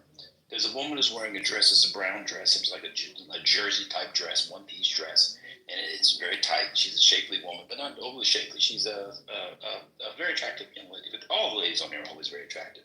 But for some reason, the sort of circle area on her décolletage, you all know décolletage area, right? That's missing on her dress. And all I see under it is tattoo. All I see under it is tattoo. That's too much for me. Why is that guy? I can't do that. So I would consider it on a case-by-case basis. Yeah.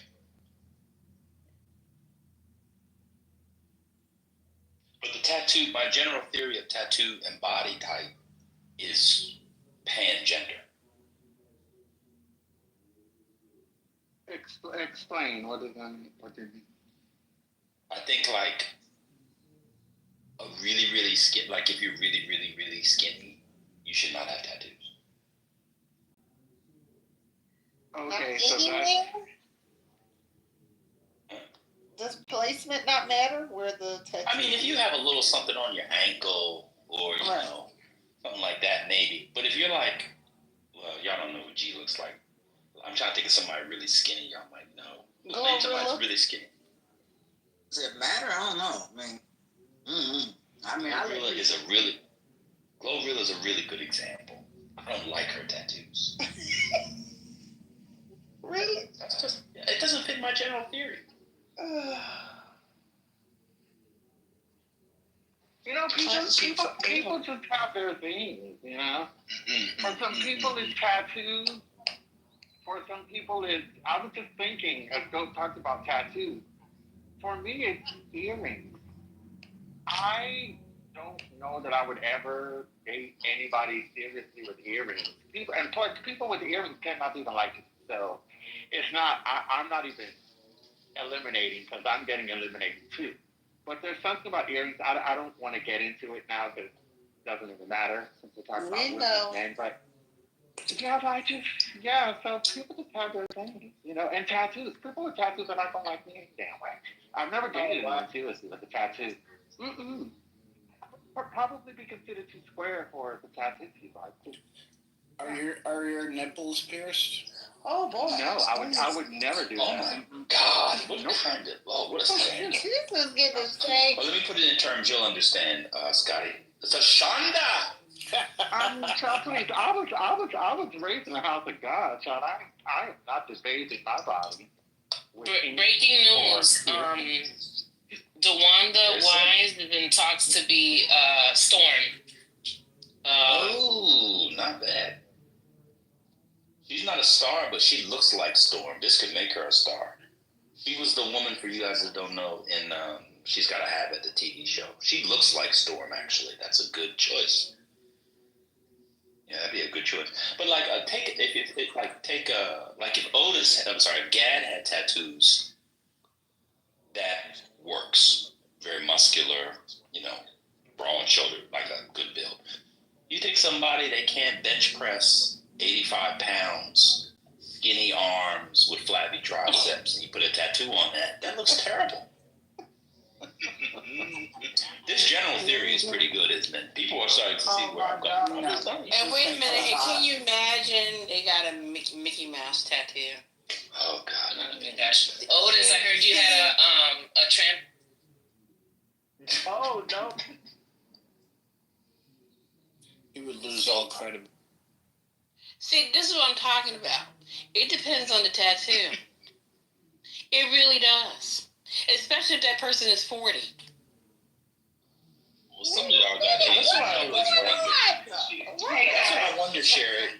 Sherry, that's what I wonder. You get a tattoo of some Mandarin phrase with, you know, some red chopsticks because you really love Chinese food when you're 23 and you think it's funny. And then you're up for a promotion when you're 48 and you still have that tattoo. Because, like, do people think about, like, they're going to live longer? Like, what happens? I got Chinese letter tattoo. I know you did. It's coming though. You know what? I think tattoos are fine. I want you to.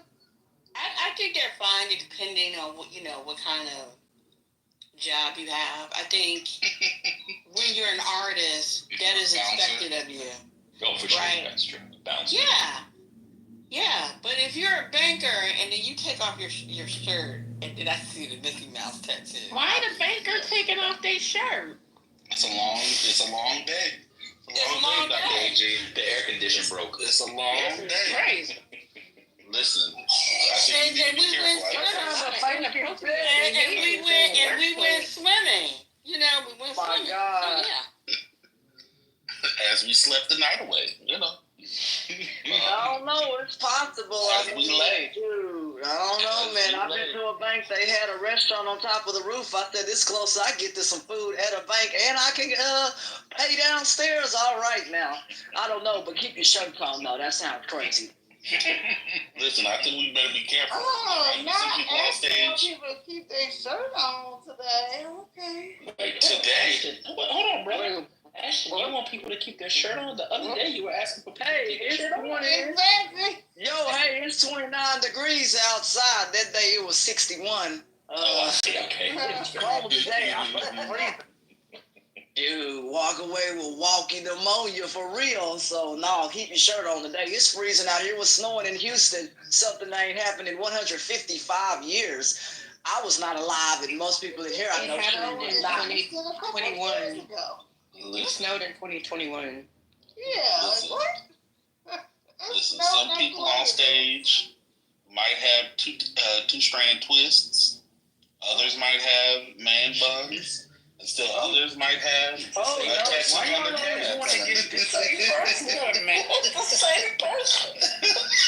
Man, Donnie has two-strand twist in a man bun? Oh, who is that? You got a man? I wish I had a big booty, wonderful woman making your hair like this. 2 middle fingers to all. I'm putting pressure. MJ still trying to tell y'all on I put the name in the chat. I put the name in the chat. So don't be discriminating amongst the people that do get tattoos in the name of Anwan. It's the giraffe. It's the giraffe. It's the giraffe. Thomas's auntie. Oh my God. Yes, somebody's auntie. And I did. And so I just want to say, and you know what? Even Vogue had to recognize it, and her name was Apowango. So please do not discriminate what the power of tattooing is all I just wanted to add into the conversation. By all means, proceed. What is the power of tattoo? What are you talking about? Hey, you know what? From my opinion, and from what I have gathered, they intentionally would tattoo themselves, and anyone who really has a real knowledge of what tattooing and the art of tattooing. There is an art, but also it was a way of women preserving themselves to make sure that they would never be claimed to be in slavery. We in the U.S. Yeah, you don't want me to wake up on all of that. And that also goes for earring piercings or anything like that. You do not want me to talk about. Yeah, we don't want to hear that shit. Oh, that's crazy. Why you move the tattoo lady? Jesus. That's wild. What was she saying? Who kicked it? Imagine letting people who have tattoos on their calves. Yeah, what she was talking about. I don't know. Not letting her speak. Ooh. I moved her down. She was talking gibberish. I don't know. What was she talking about? They know who they are. Oh no. It's got gibberish. Shout out to the tattoos. Shout out to the brands, the fraternity brands. Shout out to the tribal marks, nigga. Shout out to the trap stamps. Can somebody do him next? Jesus Christ. Not the tramp stamp. I missed the tramp stamps wave, thank God. Y'all still got them big fat tramp stamps under them things right now. No, the tramp stamp usually had your name in it, so that way. Nah, I got one. They got my husband's name in it. Okay, so it's either your name or the man's name. One of the two. Let me ask the women a question on style based off of this episode because it's quite fascinating. I've noticed. Well, one thing I've noticed is on this show, most of the women that come on the show wear open-toed shoes. we can talk about that a little later because I have very strong feelings about open toe shoes. But I have a question. Do you all spend much time thinking about the not the functionality, but the aesthetic of the heel shape on the high-heeled shoe? And if so, what is the thought process behind wearing different types of heels for the aesthetic of that? This is fascinating. Well, if you're asking me, I'm not into the crazy heel things. I'm a stiletto girl, so it has to be. I'm not asking you. Alexa, play Pumps in the Bump. What are you You're not a woman, MJ. No, because there's a stiletto. That's one, but like on this episode, there's like a square, like a chunky square. The chunky there's square. a The regular. platform. There's the kitten. So what goes into that? So they're different. So they do. Oh, God. Are you walking? Was that a serious question or? Yes. Okay. So the different heels do different things. Like for the leg, like if you want an elongated leg, you would want something like a stiletto, or and then a chunky heel is more leveling. So usually a woman would choose a chunky heel for like a midi skirt that go, well, maybe even a long one, but pants mainly. Chunky heels are good for pants. So it depends on the look that you're trying to get, the shape that you're trying to get, what kind of heel. Kitten heels, kitten is a starter heel. So if you see like a woman wearing a kitten heel, it's probably like somebody who's older or somebody who can't really wear heel. Or basic. Yeah, no, or but they can't kitten heels are back now. She's right. The young girls love a kitten heel. Yeah, this so I just wore kitten heels yesterday. Oh, you did? It's not universal. Some people don't give thoughts to the heels at all, but I don't. It's just generally that's how it works. So then my heel is one demerit. If I catch you in a kitten heel. Okay, well, congratulations. So then my follow-up question is about, it's a heel that's not like a chunk, like a wedge. It's not like that. But some of them are wearing like it's a square heel that looks like. It's a block. Yes, yeah. The block heel. The block heel. This is so ugly. Why would you wear that, Dr. AP? But the block heel disgusting. elevates. The block heel elevates with comfort, though. Yeah, I was going to say about comfort. The block heel is very versatile, and I mean you can find a block heel like on a sandal or something, but mostly you'll see it like on a boot, a bootie, a pump. Will have like a block heel, but you can have a sandal or a, you don't usually see slingbacks with block heels though. I would pop my balloon on the block heel. So the block heel is different from the wedge. Right, I know the wedge. The wedge is ugly, but I understand it. And in the wedge you can wear it like a hippie look, but the block heel is so ugly that I wouldn't pop for anybody until they answer multiple questions, but I'm like, okay, these people pop for silly things. So as I watch now, I'm kind of playing like a game show. I'm like, what's the silliest thing I would pop for? And this, like, 3 of them had that block heel, and I said, okay, that's what I would block for. All right, y'all can change the comments. They're wearing the block heel because they can stand up all day. Because they're comfortable. So they're disgusting. Okay. Yeah. A stiletto and a sculptured heel, those are like more. They're like more formal, and they accentuate the leg. Mm-hmm. So if you want to draw attention to the leg, those are for that. But people do the platforms, and I do not like platforms. So, let me ask this question. So, what does the block heel look like? Because I do wear a thicker heel, but it's not a block heel.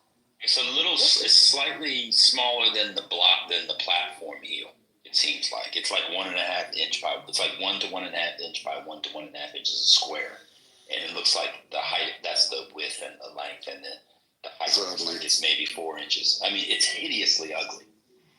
Right, yeah. Straight grandma. I mean, it's really block. And Yeah, block, yeah. It's like a perfect really, square. yeah. But 3 of them are wearing a cherry. That's why I was wondering.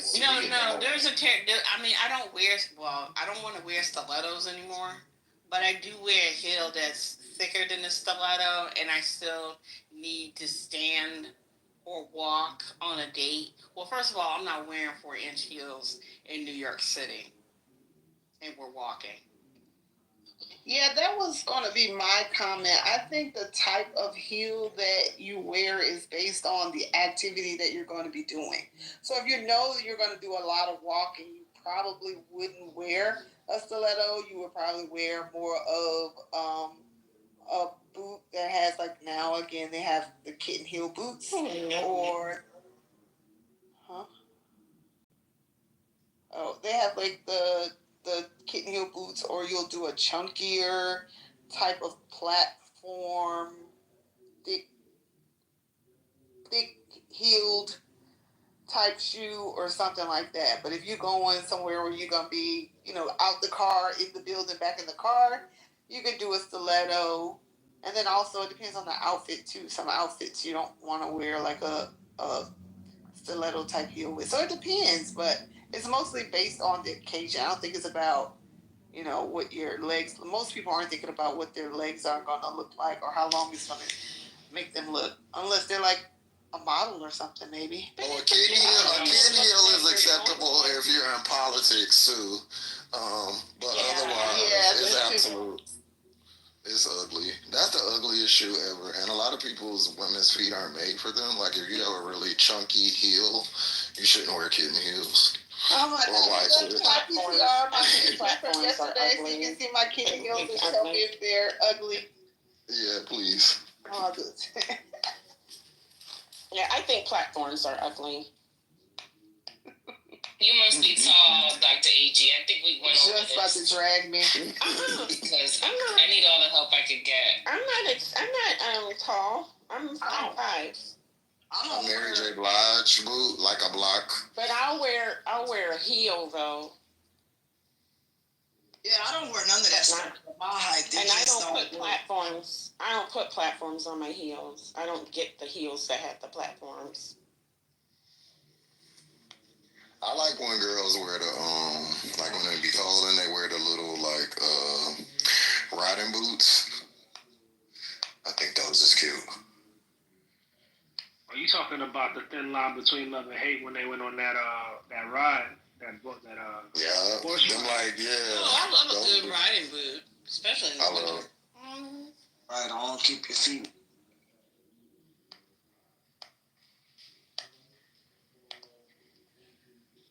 Well, it allows me to walk a lot longer. That's for sure. And I worked in the breaking news. When I worked in the city, because it was part of our dress code to wear heels. I just had ballet flats for walking around the city, and I had my heels like in my bag if I was going to a meeting. But in our office, we had a shoe rack in the bottom under our desk because they just assumed you were commuters would have flats to come into the office, and you'd have your heels to wear to meetings. Oh, that's cute, Bonnet. See, that's not what I'm thinking. I mean, it probably has a kitten heel on it. But I'm thinking about, the little flat sling back with the little... Well, they got the Dior kitten heel sling back. I hate all of them shits. Yeah, I said that earlier. And they look like them little 1950s housewife shoes. No, you don't. They're cute. They're stylish. They're standards. But kitten heels are a thing. We love them. Able to go to concerts and anywhere you got to do a lot of walking. You need a good pump, and I like the pumps that got the stiletto heel with the platform bottom. Ew. Them the good kind. Ew. What you mean? I don't like the platform. Those give you height. I don't like Yeah, the but platform. they're not comfortable. They're not Yeah, I comfortable. can't handle it. Either wear the heel or don't. What you mean? You know what I'm talking about, Dr. AG? Yep. Either wear the heel or don't. That is the heel. No, it's the not, platform. because when you have the platform on the front, like you could have a 5-inch heel and you have the platform on the front, you're not actually walking on the heel because you're elevated. Yeah, and it gives you a little bit more height. Yeah. So And wear the heel or not. Let me see.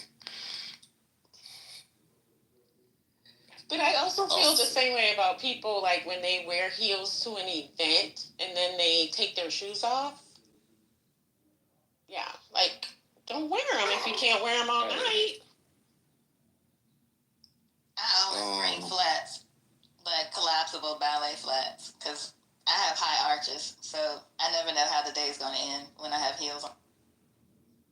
No, I don't mean like daytime. I'm talking about like nighttime events. Yeah, I'm talking about nighttime events. Oh, okay. I have dressy ballet flats that are foldable. They're small. They can fit in my bag. Like when I went to a wedding, I started the night with the heels, but by the it was an evening wedding. By the end of the night, I'd say 30 minutes into the reception in the open bar, I had to come out of those.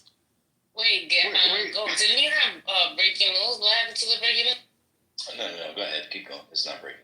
So I was going to say but Dr. A.G., what's wrong with people getting comfortable in switching shoes or taking their shoes off? There's nothing wrong with it. They can do whatever they want to do.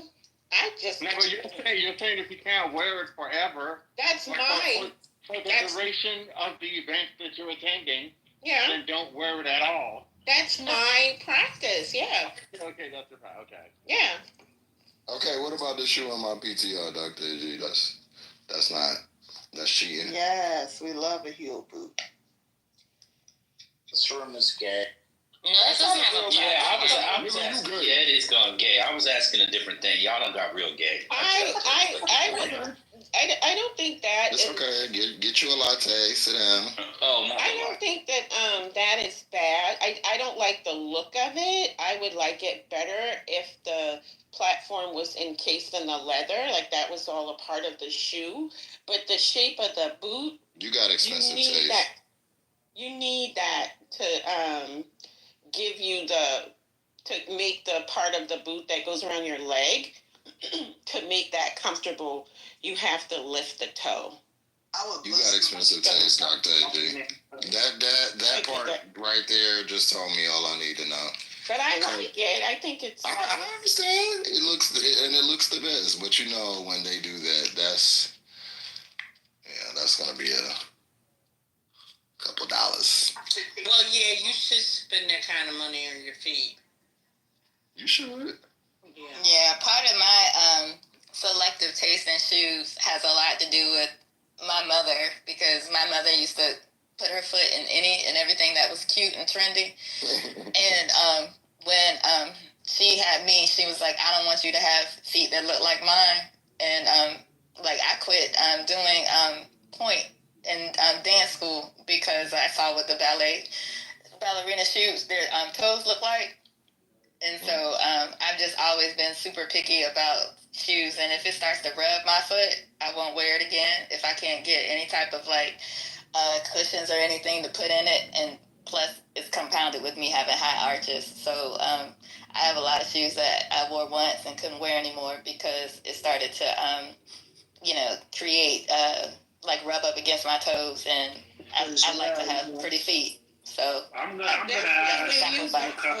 when you buy the pointy toe, you gotta buy the ones where the shoe size doesn't go all the way to the point. Yeah. But people don't know that. People don't do that, and then you can see their toes. Them toes be fighting in the. Yeah, they be fighting. You can actually see it through the leather, and it's like, girl, you doing too much. I know you're not happy. I know you're not.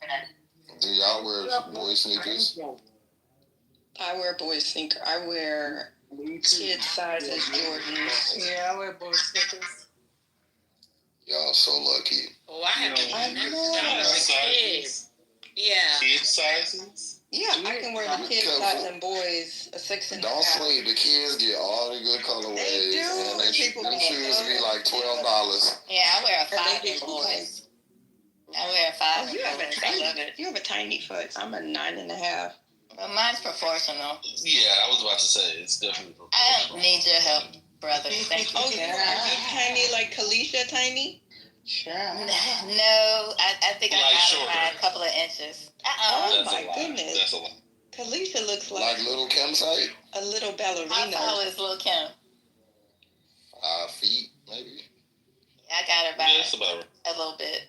Shut up, buddy. She said a little bit. How many millimeters are we talking? How many microns are we? Ooh, just 1 inch. So, Chinese, if somebody say Lil Kim's height, just say yes. Okay, we don't care about the little. No, that 1 inch matters. Thank you. That 1 inch. If I'm gonna be honest, I'm 5'1" 3/4. So, and on all my this. documentation, I say 5'2". Okay, I'm sharing. I get it. I'm 6 feet and 1/2 You inch. just said 5'2". That's why I say I'm 5'4". Yeah, on all my paperwork, it says 5'2". And any day now, I'm gonna get that other half. I'm 5'6". Not any day. I'm 6 feet and a half inch. I just say 6'1". Yeah. When you're over 6 foot, don't be using the 1/2 and 3/4. That's just not cute. You know, for someone who's lying about their 3/4, I'm not lying. It's amazing that you tell other people how they should manage their 3/4. I present like I'm 5'2". What's wrong with using the half? What's wrong with using We're the half adults. if you're tall? We're adults. We stop growing. No, but I'm just saying, but you Not don't that she's still growing.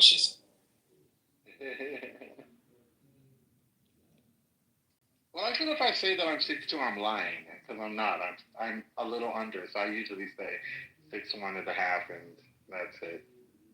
But with those curls, don't you clear 6'2"? Yeah. Well, so I don't I don't like to exaggerate things. I'd rather people go, "Oh, you're taller than I thought." Well, I mean, you did with that 4C hair, but okay. No, you know what, Mr. 1B. Ooh. Okay, because not the texture. Not the texture. Let's be clear about who has straight hair on this stage, okay? That's not you. Okay. Y'all know that most black people don't have 4C hair, right? Mr. 1B hair don't call my hair. Well, the brother from the motherland tried to tell everybody he had 4C until it was revealed to him that in fact it was 3A. I really didn't think I have 4C hair. I was so disappointed. MJ, how much height does that bun get you? Oh, the bun is in the back. The bun is in the back, man. Oh, you got it. Okay. Wait, I didn't know MJ had a bun. MJ, let's see. I had a bun. Not a Sheen Young. I switched my hair up, guys, because I could do that. That sounds like Florida. MJ. What? Well, I got your face or something because I got to see this. I never would have thought it. Yeah, I didn't see my hair. Yeah, I can't wear none of them shoes y'all were talking about. Me and my boyfriend, he was over here laughing. He said, "You're 6'3". I said, "Well, no, I can't walk and like that. Not at my height. I look like something on stilts. I'm good. I don't want to wear none of that stuff. I'd be done fell on my ass trying to wear heels and shit." You see the basketball player, ladies? I know, but I tried. I'd be done for hell no. Hell no, girl. Better give me. I told my boyfriend, "Hey, you just have to strengthen your ankles, Ashton. People think that it's in the calf muscles or the knees, but it's really not. It's in the ankles. I'm a swimmer. I got nice and flexible. Yeah, you got to get your ankles nice and flexible so that when you put it in that heel, you're not stressing the ball of your foot or the heel of your foot because your ankle is giving you what you need. That's the secret. And that's well said. And I have good ankles from swimming. I actually have flexible ankles, so I really never had like ankle injuries or nothing because of that.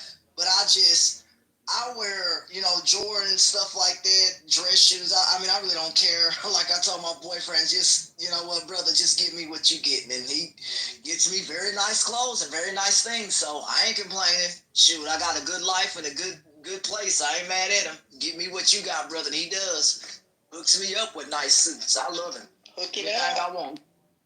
I know that's right. Shout out to Black Love. Any of the men? Exactly, Bess. I don't like heels. Perfection. Any of the men on here wearing heels? Jess, you got any heels? Cowboy boots have heels. Yeah. We're not from Texas, you know. You can get some cowboy boots for $1,500 to $2,000. You lived in Texas, though. But that was a Yeah, I thing. did. Yes, I did live in Texas, but I was not about to pick up all those silly Texas ways. No, I was What do you not about to mean? do all that. What's silly about Texas? What do you mean? Everything is said about wearing freaking cowboy boots with all of those freaking racist Confederate loving bitches. I was not about to do that shit. You're not gonna talk about You never seen the trail riders in Louisiana? They all wear cowboy boots. Right. Oh, I know, but right. Nikki, I'm from California. When the buffalo, y'all wrong as hell for that. Y'all. I'm from California. We don't do that. We're not gonna talk about the guys that are 5'7" and wear Timbs for the extra 3/4 inch. I mean, they're regular. I've seen men in regular shoes that have heels. And, especially like, if we're going to be honest, these basketball players that are, and football players now, it's a thing to be fashionable when they're getting off the bus and walking to the locker room. I see some of them wearing heels. Not to mention, a lot of the designer shoes now, including sneakers, have a big old platform on them. Yeah, I love the sneakers with the big platforms. They're not low. And they're super comfortable too. So they're. I don't know though, cause they be heavy, Dad. Them shoes. I like no label sneaker.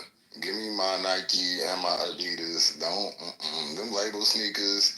Yeah. They just be copying if you look at all the label sneakers, they copy the Nike style, the whatever, like it'd be an Air Force One style or a Converse All-Star style, and they just add shit to it.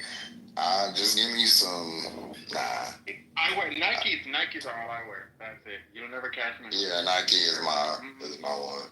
I'm not really You know what male shoe I hate? Crazy. And it's probably trauma from some of the men that I saw growing up. The men that wear the shoe with the tassel, the flat shoe with the tassel. Like loafers? Not too much. Not too much on the boat shoes. What's going on? You're talking about Is that what they are? Like the Sperry's, yeah. The Sperry's. I'm talking about the tassel, not the lace up. The tassel. Yeah, those make me think your feet stink. Yeah, I like those. The moccasins. That's what you talked about. The moccasins with the tassels. No, and those Well, it's different. You're talking about a loafer? Yeah, it's a loafer because I like the ones that are like the driving shoe. I like those. Those are like the moccasins. But the loafer with the tassel. That's a moccasin. With the click sound, I don't like those. Some loafers do have tassels. Yeah, they do. Yes, they do. You can get loafers with tassels. What's happening? And they call them loafer? Like Justin Murphy. Yeah. What's the ones that they call? They got a name for them that the white boys wear. Tods. You mean Tods? No, not Tods. But it's like that. Oh, not the Sperry top. Sperry's, yeah. Yeah, Sperry's. I call it boat, like the boat shoe. That's a boat shoe. No, but I'm saying that it's like that with a hard sole. Can someone PCR a boat shoe? The Sperry topsiders. The shoes that like. No, the loafers, Dr. AG, if you look at them, they just them boat shoes with a tassel and a hard just sole. Google Sperry's. You'll see it. But Johnny's, I didn't mind those. I just didn't like them when they were in that brandy wine color. The little bit of red. The brandy wine, the navy blue. I don't know. They just look hard and they make noises. They make that click click sound. Yeah. So Johnny's I just looked just to make sure I knew. I didn't keep on saying the wrong thing. So I'm seeing here that there are different types of loafers. There are loafers that have tassels. They're called tassel loafers. There are also loafers that do not have tassels. Yes. So, and then there are moccasins. Yeah, like penny loafers. There are also moccasins that have tassels too. So I couldn't tell if you're talking about the loafer with the tassel or the moccasin with the tassel. Which one are you talking about? The loafers with the tassel. Child, those things look like shoes of men who are like 80 years old. Yeah, I don't like them. I forget old. I would never wear that shit. But y'all know they back. Just saying. The fact that some people are trying to bring it back, that shit needs to come back. I'm sorry. My dad can wear a tassel loafer. I won't wear one. Sometimes you gotta be at least 70. Wait, hold on, because these is fire right here that I'm about to beat to y'all. But the younger guys are wearing them, Gad. Like, yeah, I've seen them popular, like for weddings. They'll have like the tapered leg, well, not tapered, but a shorter leg, or like these right here. I love with these. like the no sock. Yeah, I see those. Yes, just those. I like them. I fuck with them. So Mickey, I'll tell you this. So I'm not gonna have the young guys teach me anything about fashion. I don't follow trends. Wait, you don't like these? Okay, so they're nice, but I would not wear them. They're not my look. I have some Lauren boots like that. But I am a woman of a certain age. I mean, they look like some assistance. I like the slide your big ass like foot in the them heels. Yeah, I got The heel is That's so still thick. a pretty big heel, though. Yeah, It feels like it needs Velcro. For maximum comfort. It Oh, feels like definitely there's orthopedic. some That's Velcro. right about that. That's a chunky heel. Definitely Yeah, that's a chunky orthopedic. heel. Cause see, aerosols would make that shoe. That's still a pretty long heel, lower at about 2 inches. So I can tell. I like that. So I can tell you the reason. It looks like you get McDonald's finger breakfast. So I can tell you. So the reason I wouldn't wear those is that for me, I like a loafer to function as a dress shoe that I can wear without socks, and I can dress it up or dress it down, and the loafer in that particular picture doesn't work for me, but I think it is nice. I would never say that on somebody and say, oh, it's not a nice shoe. It's just not for me, but I think it's nice. See, I would never. Only way I would wear loafers is dressing them up. Right. So that works for me. If I was dressing it down, I would just wear sneakers. But Dad, you also don't like to dress up. But what about these right here? Then? Hold on a second. Those are cute. Let me correct something. So, Bonnet, when I say I don't like dressing up, I don't like to wear a tie and I don't like to wear a suit. But trust me, I clean up very well. I wear loafers with dark denim all the time. Like my favorite thing to wear to the opera if I'm rushing is a pair of dark denim with loafers, no socks, and a sweater, and a light jacket if I need one. But for me, loafers work really, really well with dark jeans or slacks or chinos or whatever, because they kind of give you they give you a little edge, but not too much of an edge, and they're dressier than a sneaker, because sometimes you don't wear sneakers. Sometimes I wear sneakers to the opera too, but sometimes you don't want to wear sneakers. So, loafers are a good alternative that's not a lace-up shoe. Yeah, I think those are cute to us. We wore the shit out of those. Remember Pretty in Pink? Mm-hmm. I think that, what's his name, wore those. I like those. I like the checkered ones, but I'm a loafer person. I probably have more loafers than, Yeah, I don't like regular dress up shoes or whatever the fuck you call. I call them shirt shoes, but I know you call this got another name. So like those, if I'm a dress up, I would wear something kind of like that. That's a loafer with the tassels that Jonice doesn't like. Jonice said she like them. Yeah, I like those. I just don't like the bottom of them. Just, do you wear slacks with no socks and loafers? I don't wear nothing with no socks. Oh, okay. I love the no sock look. I love it. It had to grow on me. The ankles with the It had to grow on me. Just you I attach the no socks look. Like if you're doing the no socks looks, I'm instantly looking at how your pants are fitted. Because everybody that does it, some people just wear pants that are too small, or they're high waters, they're not really tapered. Like I can't compartmentalize the shoe and the no socks with the pants. It all has to fit together. And then people. So let me ask y'all something. When y'all see an adult man in like sneakers or Jordans, do y'all think like he's childish? No. That's an everyday fit. I don't know. Who the fuck said yes? I think he's either childish or Yeah, but you're not black, so you don't count. You didn't. Men do have like dress sneakers. Men do have dress sneakers. For me, it would depend on what the situation is. Like just walking around in the grocery store, or what's happening. I mean, just like sneakers now. I mean, I still. No, I'm saying I did hear somebody say that I was too old to be wearing Jordans. Oh, that's bullshit. So I was.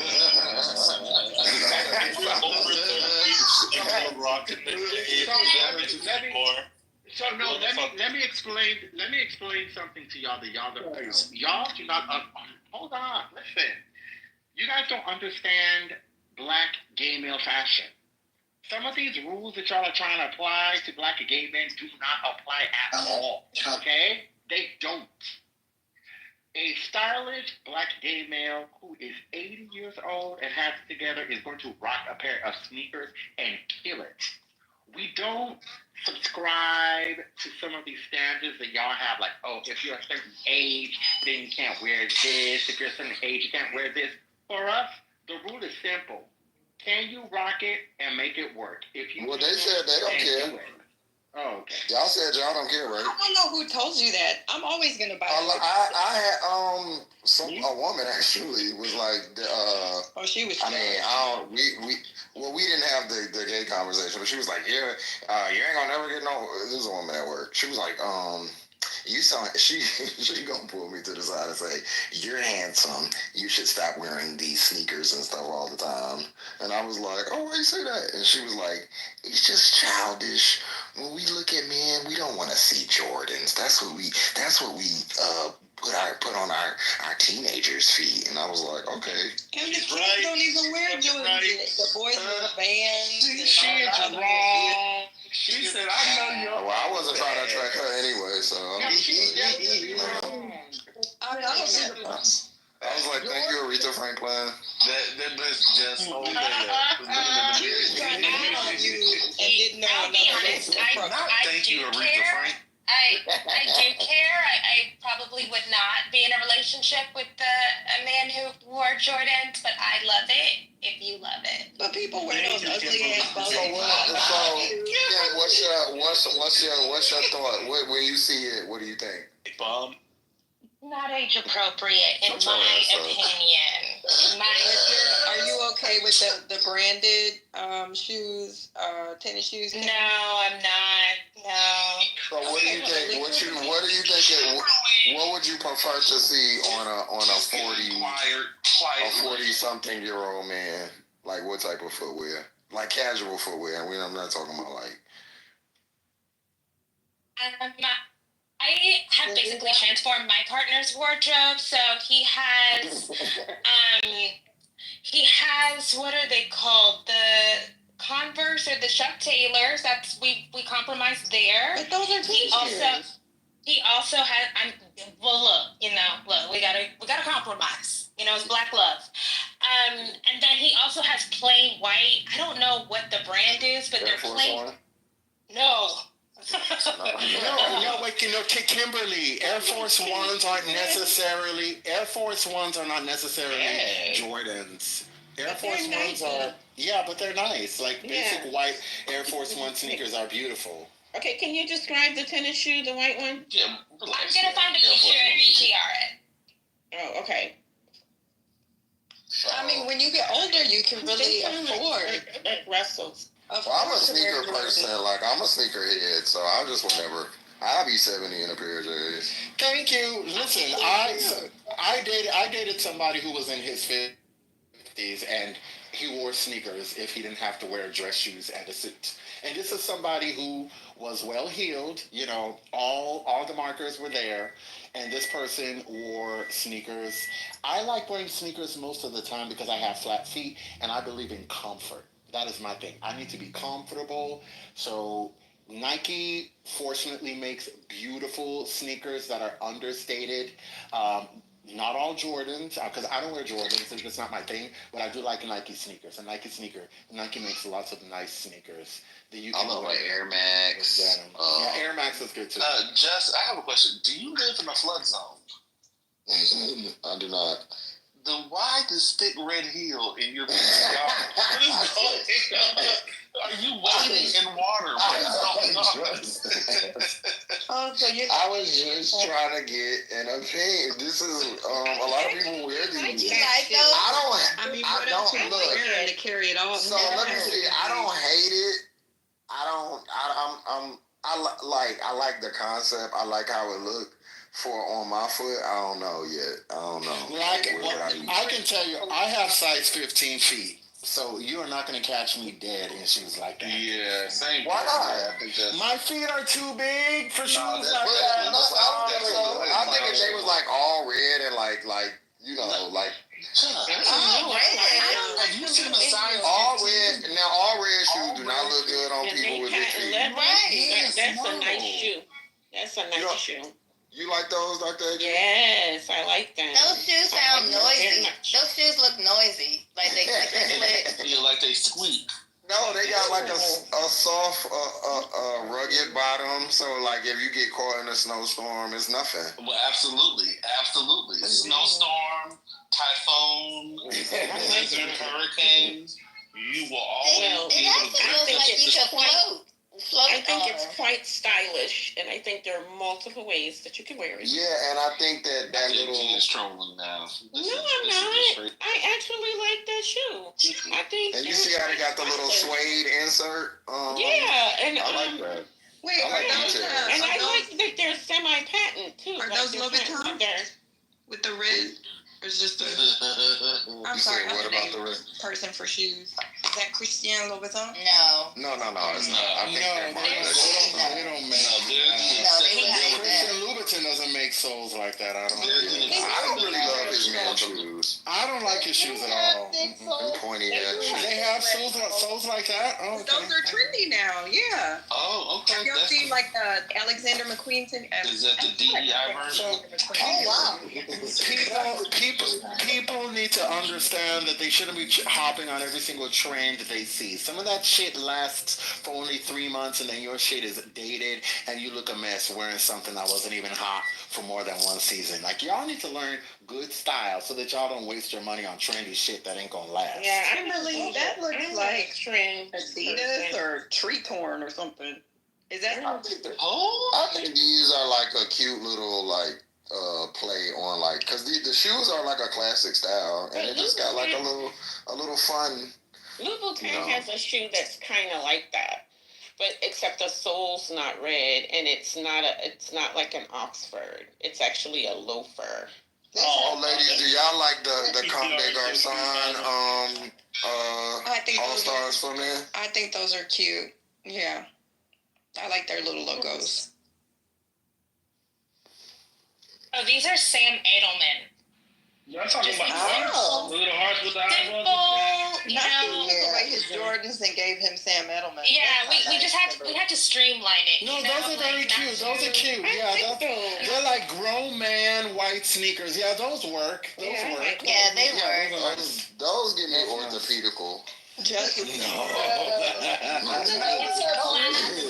thick heel, with that thick red heel. They're very classic. Yeah.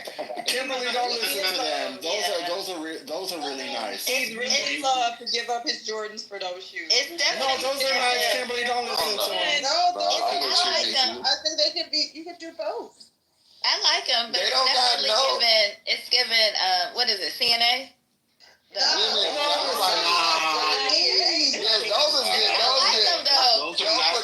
Those look like the Don Lemon 11s. We're not doing kids. Those do not look like kids. Yeah, they do look like kids, but they're on Don Lemons.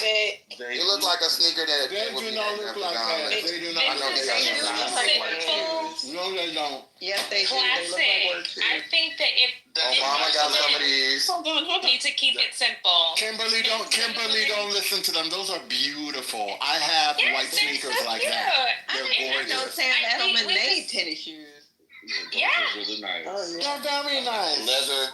I bet the leather is very nice. I bet the inside is very absolutely. Now I Yeah, have played like they're understated. You know, when you put them on, they don't draw too much attention to themselves. They anchor the outfit. They make him look like a man who has carriage. Okay, we're talking about Kimberly. Kimberly wants a man with carriage. Oh my God. Okay, that is the point. Yes, carriage, You are y'all. the supporting character. You're Yes. not that big. I mean, if you're gonna get a Exactly. branded right tennis shoe, That's right. get at least a branded shoe. Why would she need a brand? Why would she need a brand? No, that is I like understated. exactly. That's Yeah, not like that's- logos. That's under the ground Yeah. stated. Yeah, I don't like Not just. I don't like flashy logos. Not just. Yeah, Kimberly is not trying to wear a bunch of labels on her body. Like, y'all need to know her taste. Like, that's not what she's trying to do. No, I get that, but I think those are a little too plain. They're not. For me, because you know, listen, Kim, if you like it and your man, I'm just saying for me.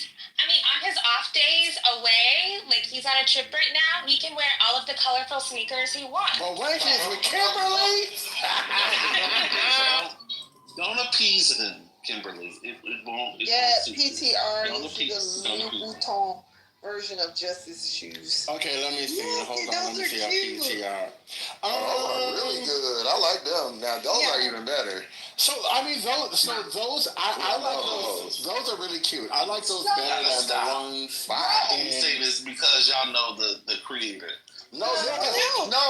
Here's what makes those better. I would never wear them, but I could. No, I would wear those because look, they're plain, but they have it's that red detail at the bottom. I love shit like that. The one in my PTR, I like the red thing, but it's a little too much, and that just got that. You wouldn't even see it unless you like look there or whatever. I like that, and then I like how it has the like kind of like construction. I don't know what the fuck that little. Whatever the shit that is at the bottom. I like that. I mean, I like it. Yeah, it's all season. To each his own. Talk about what Scotty got in his PTR. Let's see what Scotty got. So Scotty got, okay, well, listen, actually, hold on, let me see. We're not doing this. No, hold on, listen, hold on, let's get What's into wrong it. with So, him? Scotty is a gay male in New York, okay? He's got his jeans, he's got a gray top coat, we've got a sweater, I'm seeing a nice scarf. Okay, hold on. You never go with a peacoat. Hold on, Bonnet. I'm trying to break down the outfit. He's got these dark blue jeans, and then to just give a pop of color, he's got some cute red sneakers. Those sneakers are not cheap, lady. Trust me. They are cute. They're not. They're not cheap. No, they're not. Lies. How you gonna tell me? Well, how are they felines? They're red feline tops. They're red felines. Wait, hold on a second. Wait, why retro felines aren't cheap? Just 1 second, Bonnet. When I said Bonnet, when I said cheap, what do you think I meant? Do you think I meant how much you paid for them, or do you think I meant the quality? I'm talking about quality. I'm not talking about how much you paid for them. Quality now? Oh. Yeah, they're cute sneakers. They're not bad. You know, if you Y'all saying you pay a lot, it's good quality. So you listen. Tiffany just said the red shoes don't work. That's the only time red shoes do work. Thank you. Is They when don't know what they're doing. Like, these people when- don't know how to dress. Yeah, is when you have like a more muted or like a darker because it's used for the pop of color. And it's not even red. And It's then like he has the rust, like the rust Scarf. and Like, the red. these people do not know how to dress. Yeah, That's hold what on, it is. yeah, They come don't on. know how to About dress. the color, we're talking about the fit and the style of this red shoe. The That's not style what is this outfit. fine. With the outfit. Go ahead. I think it looks I don't understand what the problem It is really cute. First of all, listen, Scott, I love the coat. The coat is. You don't like the coat? Girl, let me tell you something. First of all, Bonnet. I love a peacoat. Bonnet. Scotty is paid. Scotty don't need to wear money on his body like that. Scotty is paid. Okay. But this looks like very like street style. Like I don't understand what the problem It's is. very street fashion. Yeah, that's what it is. Oh my God.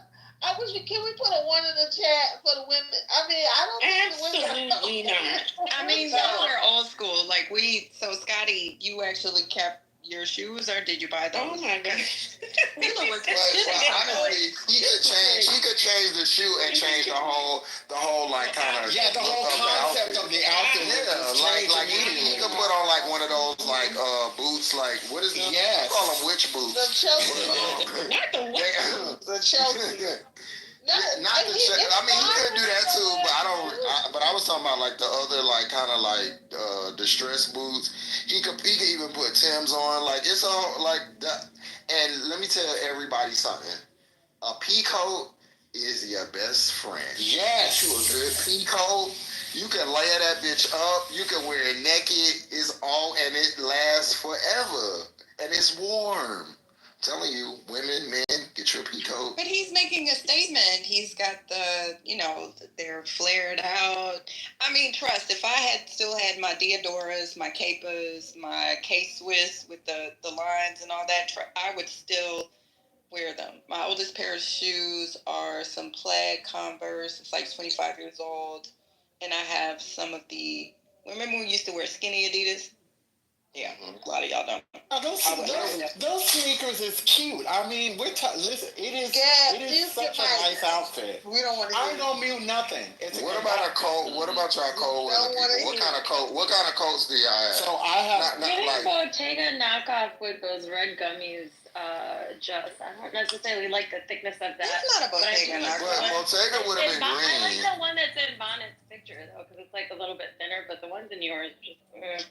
But that's not. You talking about on mine? Yeah, it does give Bottega knockoff. Yeah, but it is giving I think.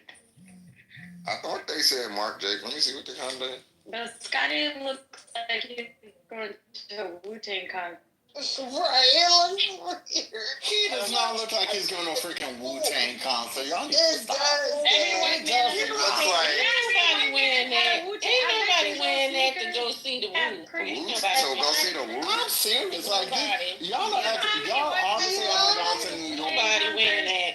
Nobody wearing that to go see the Wu. Y'all being country. 6 of their concerts. That looks like the white men that come to those shows. Sorry. Oh, maybe they don't know the Wu then. Well, maybe those are white men who live in New York. No, white men definitely know the Wu.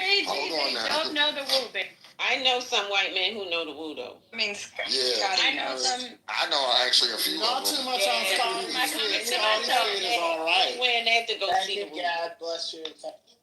They don't know fashion. Have y'all ever lived in New York or a city where you walk like a walkable city? This looks like what you would see. And that's why you're in the Matrix. We can't hear you because you're over here shitting on an outfit that you need to be praising. Why don't you PTR your outfit, Gap? Oh, I'm not trying. I PTR'd some shoes. We were talking about loafers. The loafers in my PTR are my favorite pair of loafers. I own them. They're beautiful, and I love them because I can dress them up. I can dress them down. I like to wear. Yes, I love a good loafer and a really clean, tailored suit, preferably in dark blue. I also agree with you. A pea coat is really nice. I have 3. It's cold out. No, like Scotty's outfit is the kind of outfit you put on when you're in New York. It's cold. You're leaving your house at 10, and you know that you're going to be out until 5 o'clock. You need to be able to take the jacket off, take off the sweater. We're not mad at the vest under it, that sort of thing. No. We don't have a problem with the outfit at all. We talk about these red felines that's on his feet. They're cute. They're classic. They are not. Period. So what type of sneakers you like? There are other It's giving our winters Zoomies at the mall and I got red sneakers. That's what it's giving. You Skylar, don't mind them. And we're grown. We don't wear. It would have been better with a Converse. See, everybody. No, this No, not a a hot freaking top, Converse. a Converse. Oh my God. The combo that goes song, you definitely could have. No, not with this outfit. I like those, but not with this outfit. Those are Only thing that could have been, he could have did another maybe a hot top Adidas or a boot. That's the only. A boot is what I would do if I didn't do the feelers. No, the feelers are fine. I really like the red. I really like the red. This is the difference between style and fashion, I think. Oh, for sure. They don't know style. They don't know style. That's the problem. How many people look at you? You do not. Wear some shoes like that. That's a nostalgic look. It's okay because it's nostalgic. It's a classic look. Like you have all kind of like classic Baby boomers pieces. love them. Yeah, it's like a classic look. Like y'all over here shitting on a classic What look. it is classic. What are we talking about? If you don't see it, It's like a classic piece. It's like essentials. Like my sister is 40. It's not the peacoat. Her classic look was those suede Pumas. Do y'all remember that when all the girlies were wearing the suede Pumas? She still loves them damn shoes, and I never liked them, but that was her shit. So they still. Well, you lost me at K-Swiss anyways. Well, you're not my age. We used to wear Yeah, all I know. kinds. I know. Yeah, leave us to our. Y'all gonna have I'm y'all's gonna weird leave y'all. nostalgic shit. Your kids won't like either. Trust. I can tell y'all something. I wish I had else. kept some of it so I could have sold it as vintage. I mean, we wore Keds when we were in elementary school. Keds was the shit. I don't wear Keds now, but Bro, I gotta move out of Atlanta. These people are like, you should see how it is outside, and it's just a little bit of snow. Is it like Mario Kart out there? Yo, these people are driving 2 miles an hour, not realizing this is what's gonna get you caught out here. Driving like this, no momentum, no nothing. I don't know about the South anymore, because it's clearly climate change is gonna be snowing here for the foreseen future. We gonna get regular snow, and these motherfuckers don't know how to act. There's no food at the store. my PTR is Southern Louisiana. That's like Opelousas. It never fucking snows in Opelousas. This shit is crazy. It snowed in New Orleans. It snowed in New Orleans. Oh yeah, I saw the New Orleans videos. Yeah, my friends are there right now. It's comical. This is definitely. If anybody says this is not climate Y'all have change, more snow than we do in Minnesota. That's So crazy. we have negative 18. Hence my PTR because it's fucking cold. 10 inches.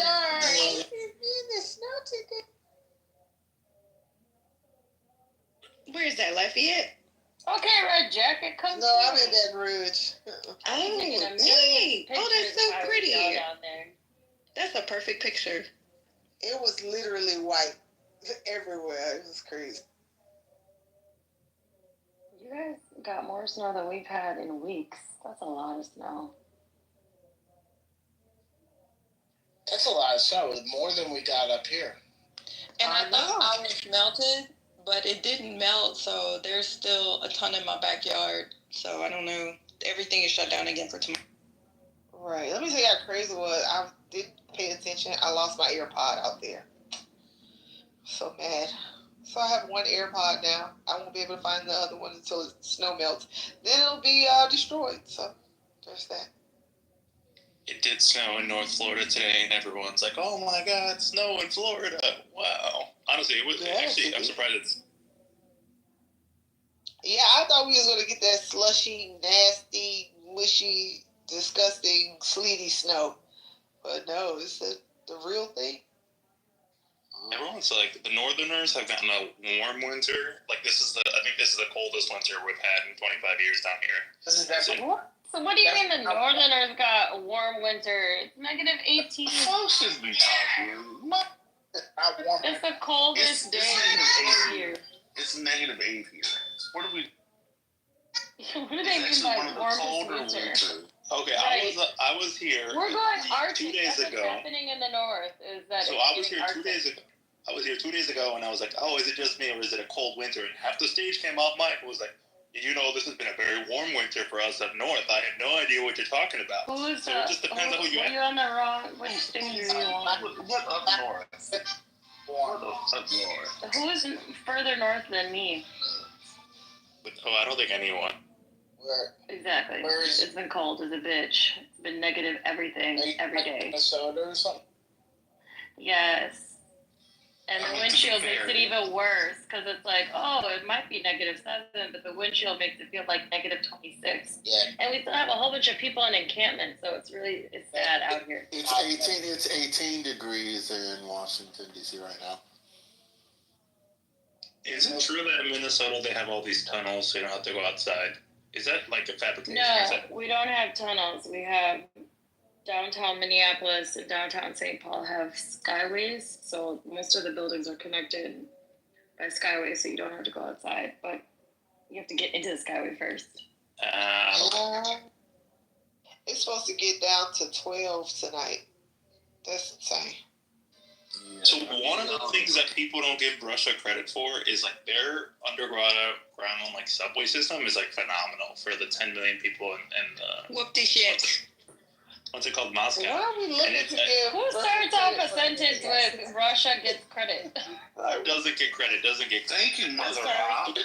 I'm sorry, I was away from my phone and I had to run back. So, Nani, they closed the tunnels at the university? The University of Minnesota, they still have the tunnels. I mean, I wouldn't say like Minnesota has tunnels though. You know, like the skyways have tunnels. Some of the buildings are interconnected. There's some places like that in Wisconsin too, which is smart, but the tunnels in China are cooler than the ones here. I think Wisconsin is a beautiful state without the winter. Like in the summertime, Madison. Yes, without the racist white hippies and Ron Johnson, it's beautiful. Yeah. Oh, I didn't know that part, but isn't Madison very liberal? The rest of the state is Republican. I mean, like every major city. Madison is fake liberal. What are we talking about? It's just a bunch of patchouli-smelling, armpit women, hair-growing racists. I mean, they still kill black people. They still are very, very... I can give you a list of the problems. So, Mother Superior, you have to understand, when white people praise a city for being liberal, you have to dig deeper to find out what the city is about, because white people calling it liberal doesn't necessarily mean that it's liberal enough. Can I interrupt? Did y'all? Oh, sure. Well, you are on time. We were talking about racism, so go ahead, Matt. I hope y'all are doing well. Did you just see that? I just ran across the AP wire that Trump just pardoned the Silk Road guy that was serving life in prison. The Silk Road guy, the guy that founded Silk Road with all that drug trafficking. You gotta give me more context. I have no idea who that is. There was a guy who Ross William Albright was selling like Silk Web, Dark Web Marketplace, who was serving a life prison sentence. He pardoned him. It's a pretty huge deal. Why is it a big huge deal, Matt? Can you elaborate? Because he also was convicted. He was also convicted of paying someone to kill somebody, and they set him up in a sting operation. I don't necessarily agree with it. I'm just saying. Where the victim that he paid faked their death. So it's not just the nefarious things that he allowed to go on the dark web on Silk Road. He was convicted for trying to pay for someone to be murdered. Not to mention all the people who died from the drugs that he was sending across the fucking world. And money laundering. Now that's come on now. Yeah, this is that is like I thought what he did with the Proud Boys and all of that. J6 was bad, but this is diabolical for real. This is really bad. Yeah.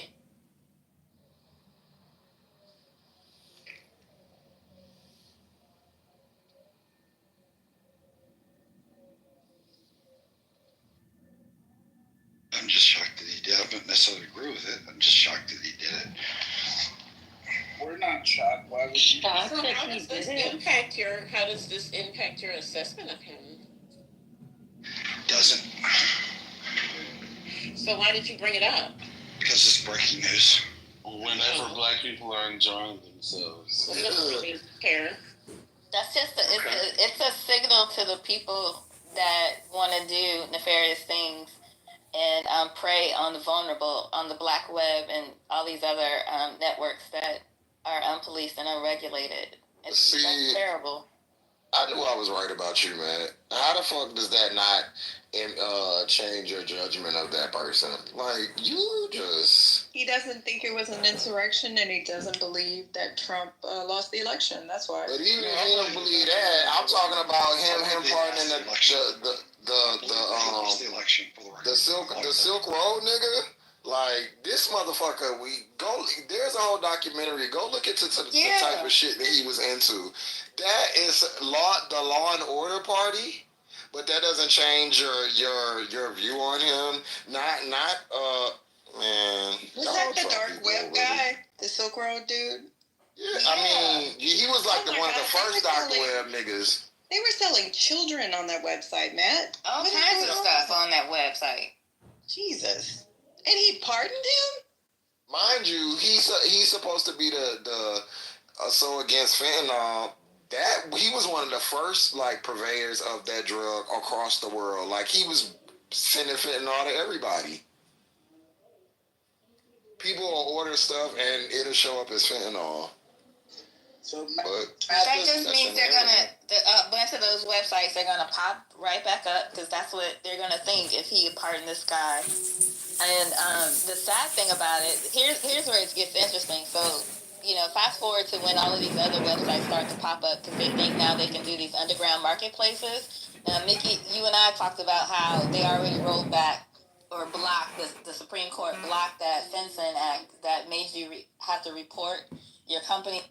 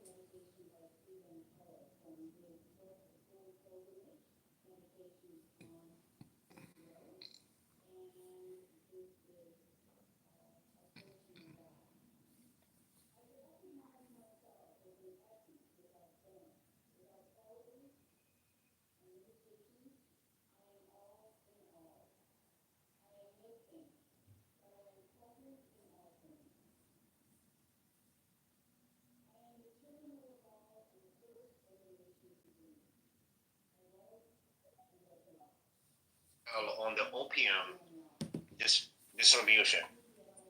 Lebanon actually, back during the Black September organization, it goes all the way back to the 60s, when they first kidnapped the Jewish Olympics team. When that organization got chased by the Israelis, they actually fled. A lot of these Lebanese oligarchs, they fled to South America, and they actually started the cocaine and the marijuana distribution and international, basically, operation. So the OG of the drug dealers is actually goes all the way back to Palestinians and Lebanese. That's a history a lot of people don't actually talk about, or they do not know.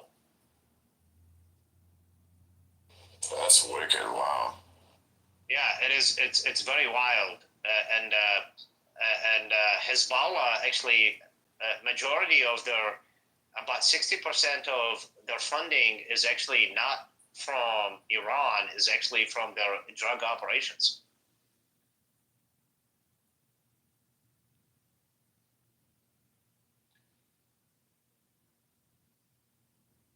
Yeah, but that drug operation was being facilitated by Iran, right? No, actually, it's facilitated by South America because they have generation of Lebanese that fled from Lebanon to South America between Colombia, Cambodia. Israel has more Lebanese than Lebanon itself. Yep. Yeah, and if you go to Brazil or like some of these, even what's his name, Bukele, what's that country? I'm sorry. El Salvador. Yeah, El Salvador. You gotta see like a lot of Arabic last names over there, and the reason why is because majority of these people actually they fled from Lebanon because they were chased because they were part of a terror organization. And just like the Nazis, they fled to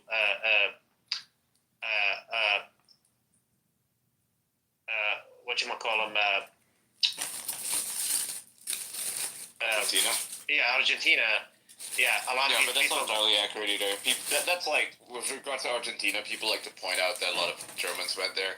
Well, the reasons a lot of Germans went there after World War II isn't just, it's not like there were no Germans there before. In fact, there were. There's a lot of Germans. I know you're not. I know. I'm just like pointing this out to the audience because a lot of people don't know this. They see someone in Argentina who is like German and they assume their grandfather was like a Nazi or something. That's just not true, right? Absolutely. Argentina has always had a very massive German immigration, right? Just like Pennsylvania has a lot of Germans there, right? Because in the 1800s they went there. Same thing in Argentina, and that's why you see a lot of Germans there. Like, for instance, Javier Milei, right? He has, Italian and German ancestry, right? And it's not because his grandfather is a Nazi or something. It's literally, they've always been Germans, and the reasons why Germans went there after World War II is because there's so many Germans there. Why wouldn't they go there, right? It just sort of makes sense. If they can speak the language. Yeah, and they also, like, when these countries received their independence, they wanted foreign capital, a new foreign direct investment. They wanted cash. They wanted settlers, and they invited many nations all around the world to come in. Yep. And so they have roots there. And of course, Ian is 100% correct. If you're a German fleeing from the aftermath of World War II, you'd probably want to go to a place where you can identify with others. So that just makes sense. Yep. Yeah, you're correct. You're correct, Utsaf. Are you guys familiar with the Hawala system? I am. Yeah, I know Hawala. Yeah. So yeah, Hawala. I think her sister was a model on the cover of Vogue, if memory serves. No. That's a joke. I know what. It's the book entry funds transfer system used in the Middle East. Yes, exactly, and it goes actually also in even Western countries. So what they do is, if you guys don't mind, I can explain it to the audience. Well, it's Wise, right? If you use Wise.com, that's Hawala.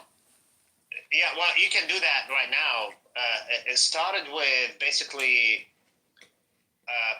you have an underground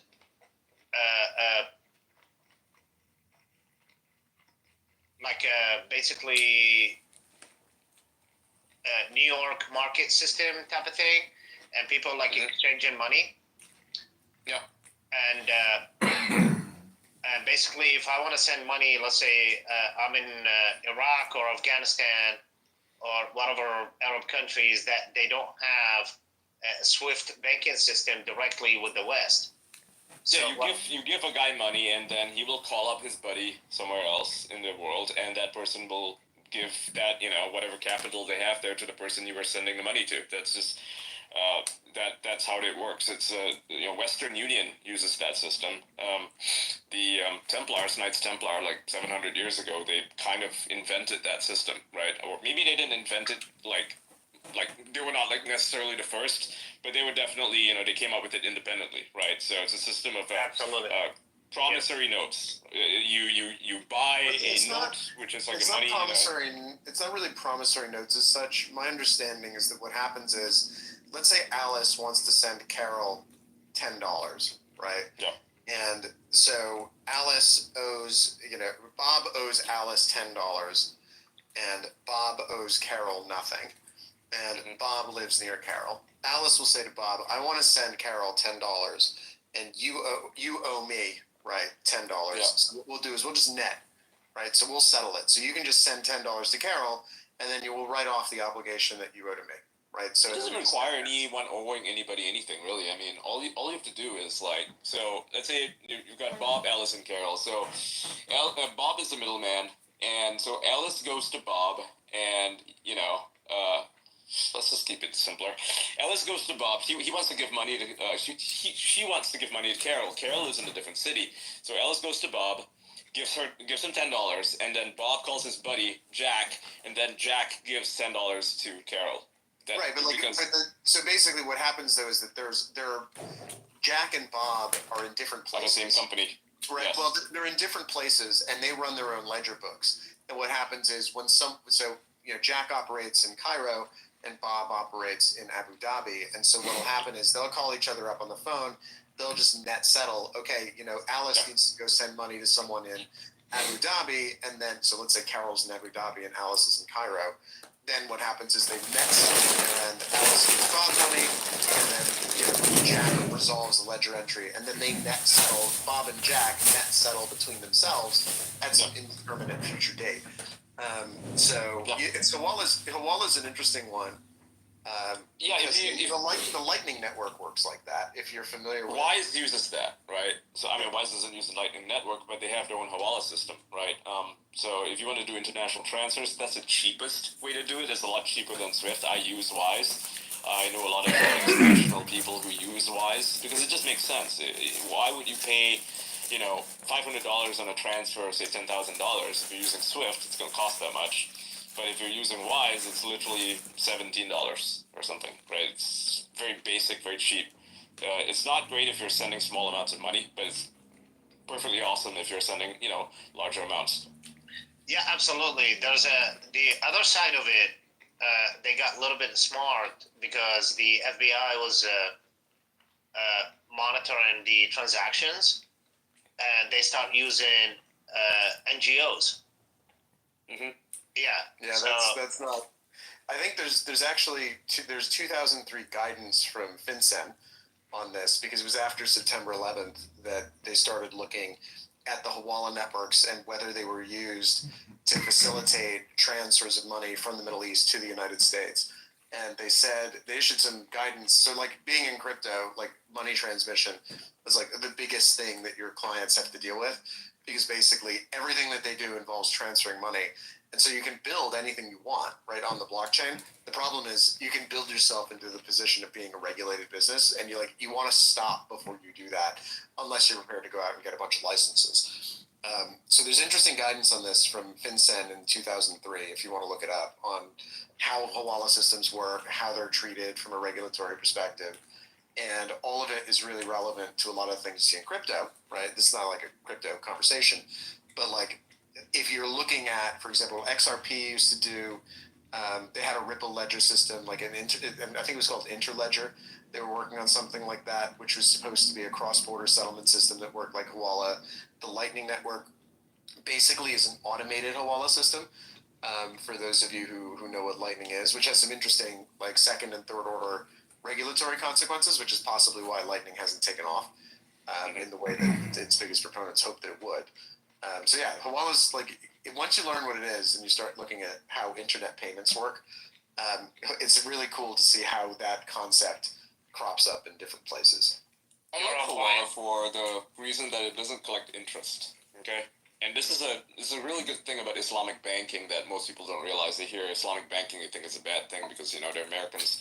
But the reality is that Islamic banking is really good because they don't collect interest and they don't charge you insane amounts of That's not Hawala though. That's I know it's not. I know it's not. I'm just saying in general, Islamic banking systems are actually really good because they don't rip you off.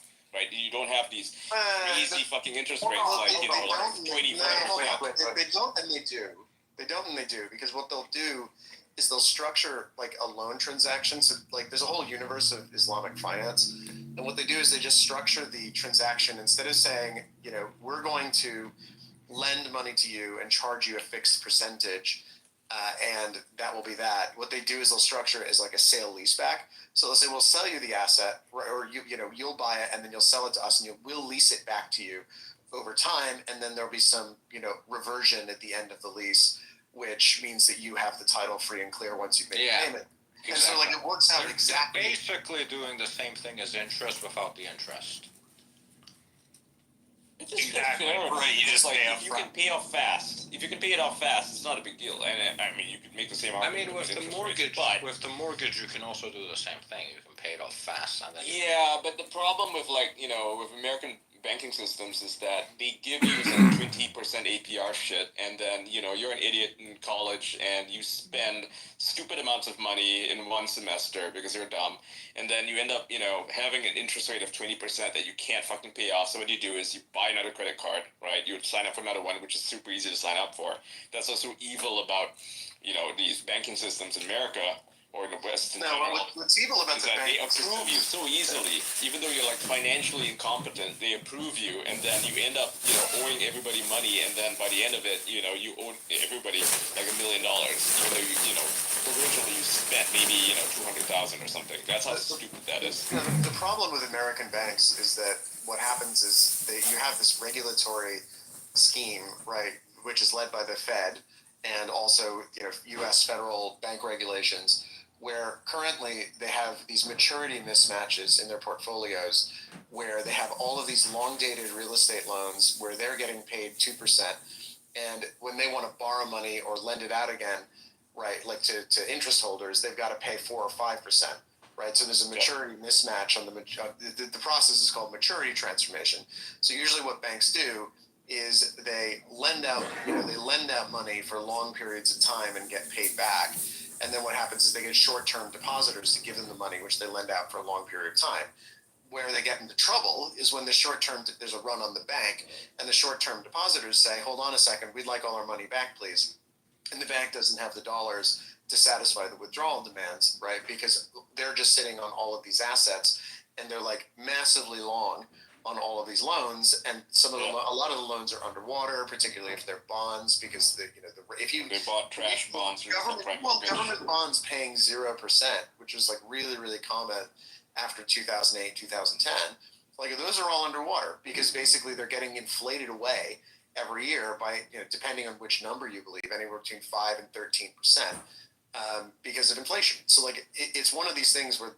And another thing that's screwed, right, with the U.S. banking system is that they're sitting on all of this mortgage debt, right, which from all of these mortgage bonds and mortgage loans that they've made over the years. And the problem is that all of those loans were lent when the federal funds rate was 0.5%, and all of the loans are made between zero, not 0%, but 2 and 3% as your mortgage rate, right, all in. And so a lot of those are 30-year loans. So they're fucked because basically they're sitting on all these underwater assets that if they wanted to, right? If you're sitting on a 30-year mortgage at 2.5%, and if you want to go out to the market and sell that loan, you're not going to get the face value of the note because the note is going to inflate away over time. So the note's underwater, which means that when your depositors come calling and say, hey, I need money out, please, the assets you have on your balance sheet may be insufficient, right, to match the demand from your depositors to get the money out. The only reason the system works is because the Treasury, after SVB collapsed, the Treasury Department said, we will guarantee to infinity any deposit at any American bank, like FDIC, $250,000 guarantee. Wait. You're kind of missing what they actually did. What they did was that they, behind the scenes, allowed these banks to convert these bonds into cash. That's what they did. They allow them to convert them. Is it that they convert them into cash, or is it that they mark them to face value, and don't have to recognize the loss until they go to dispose of them?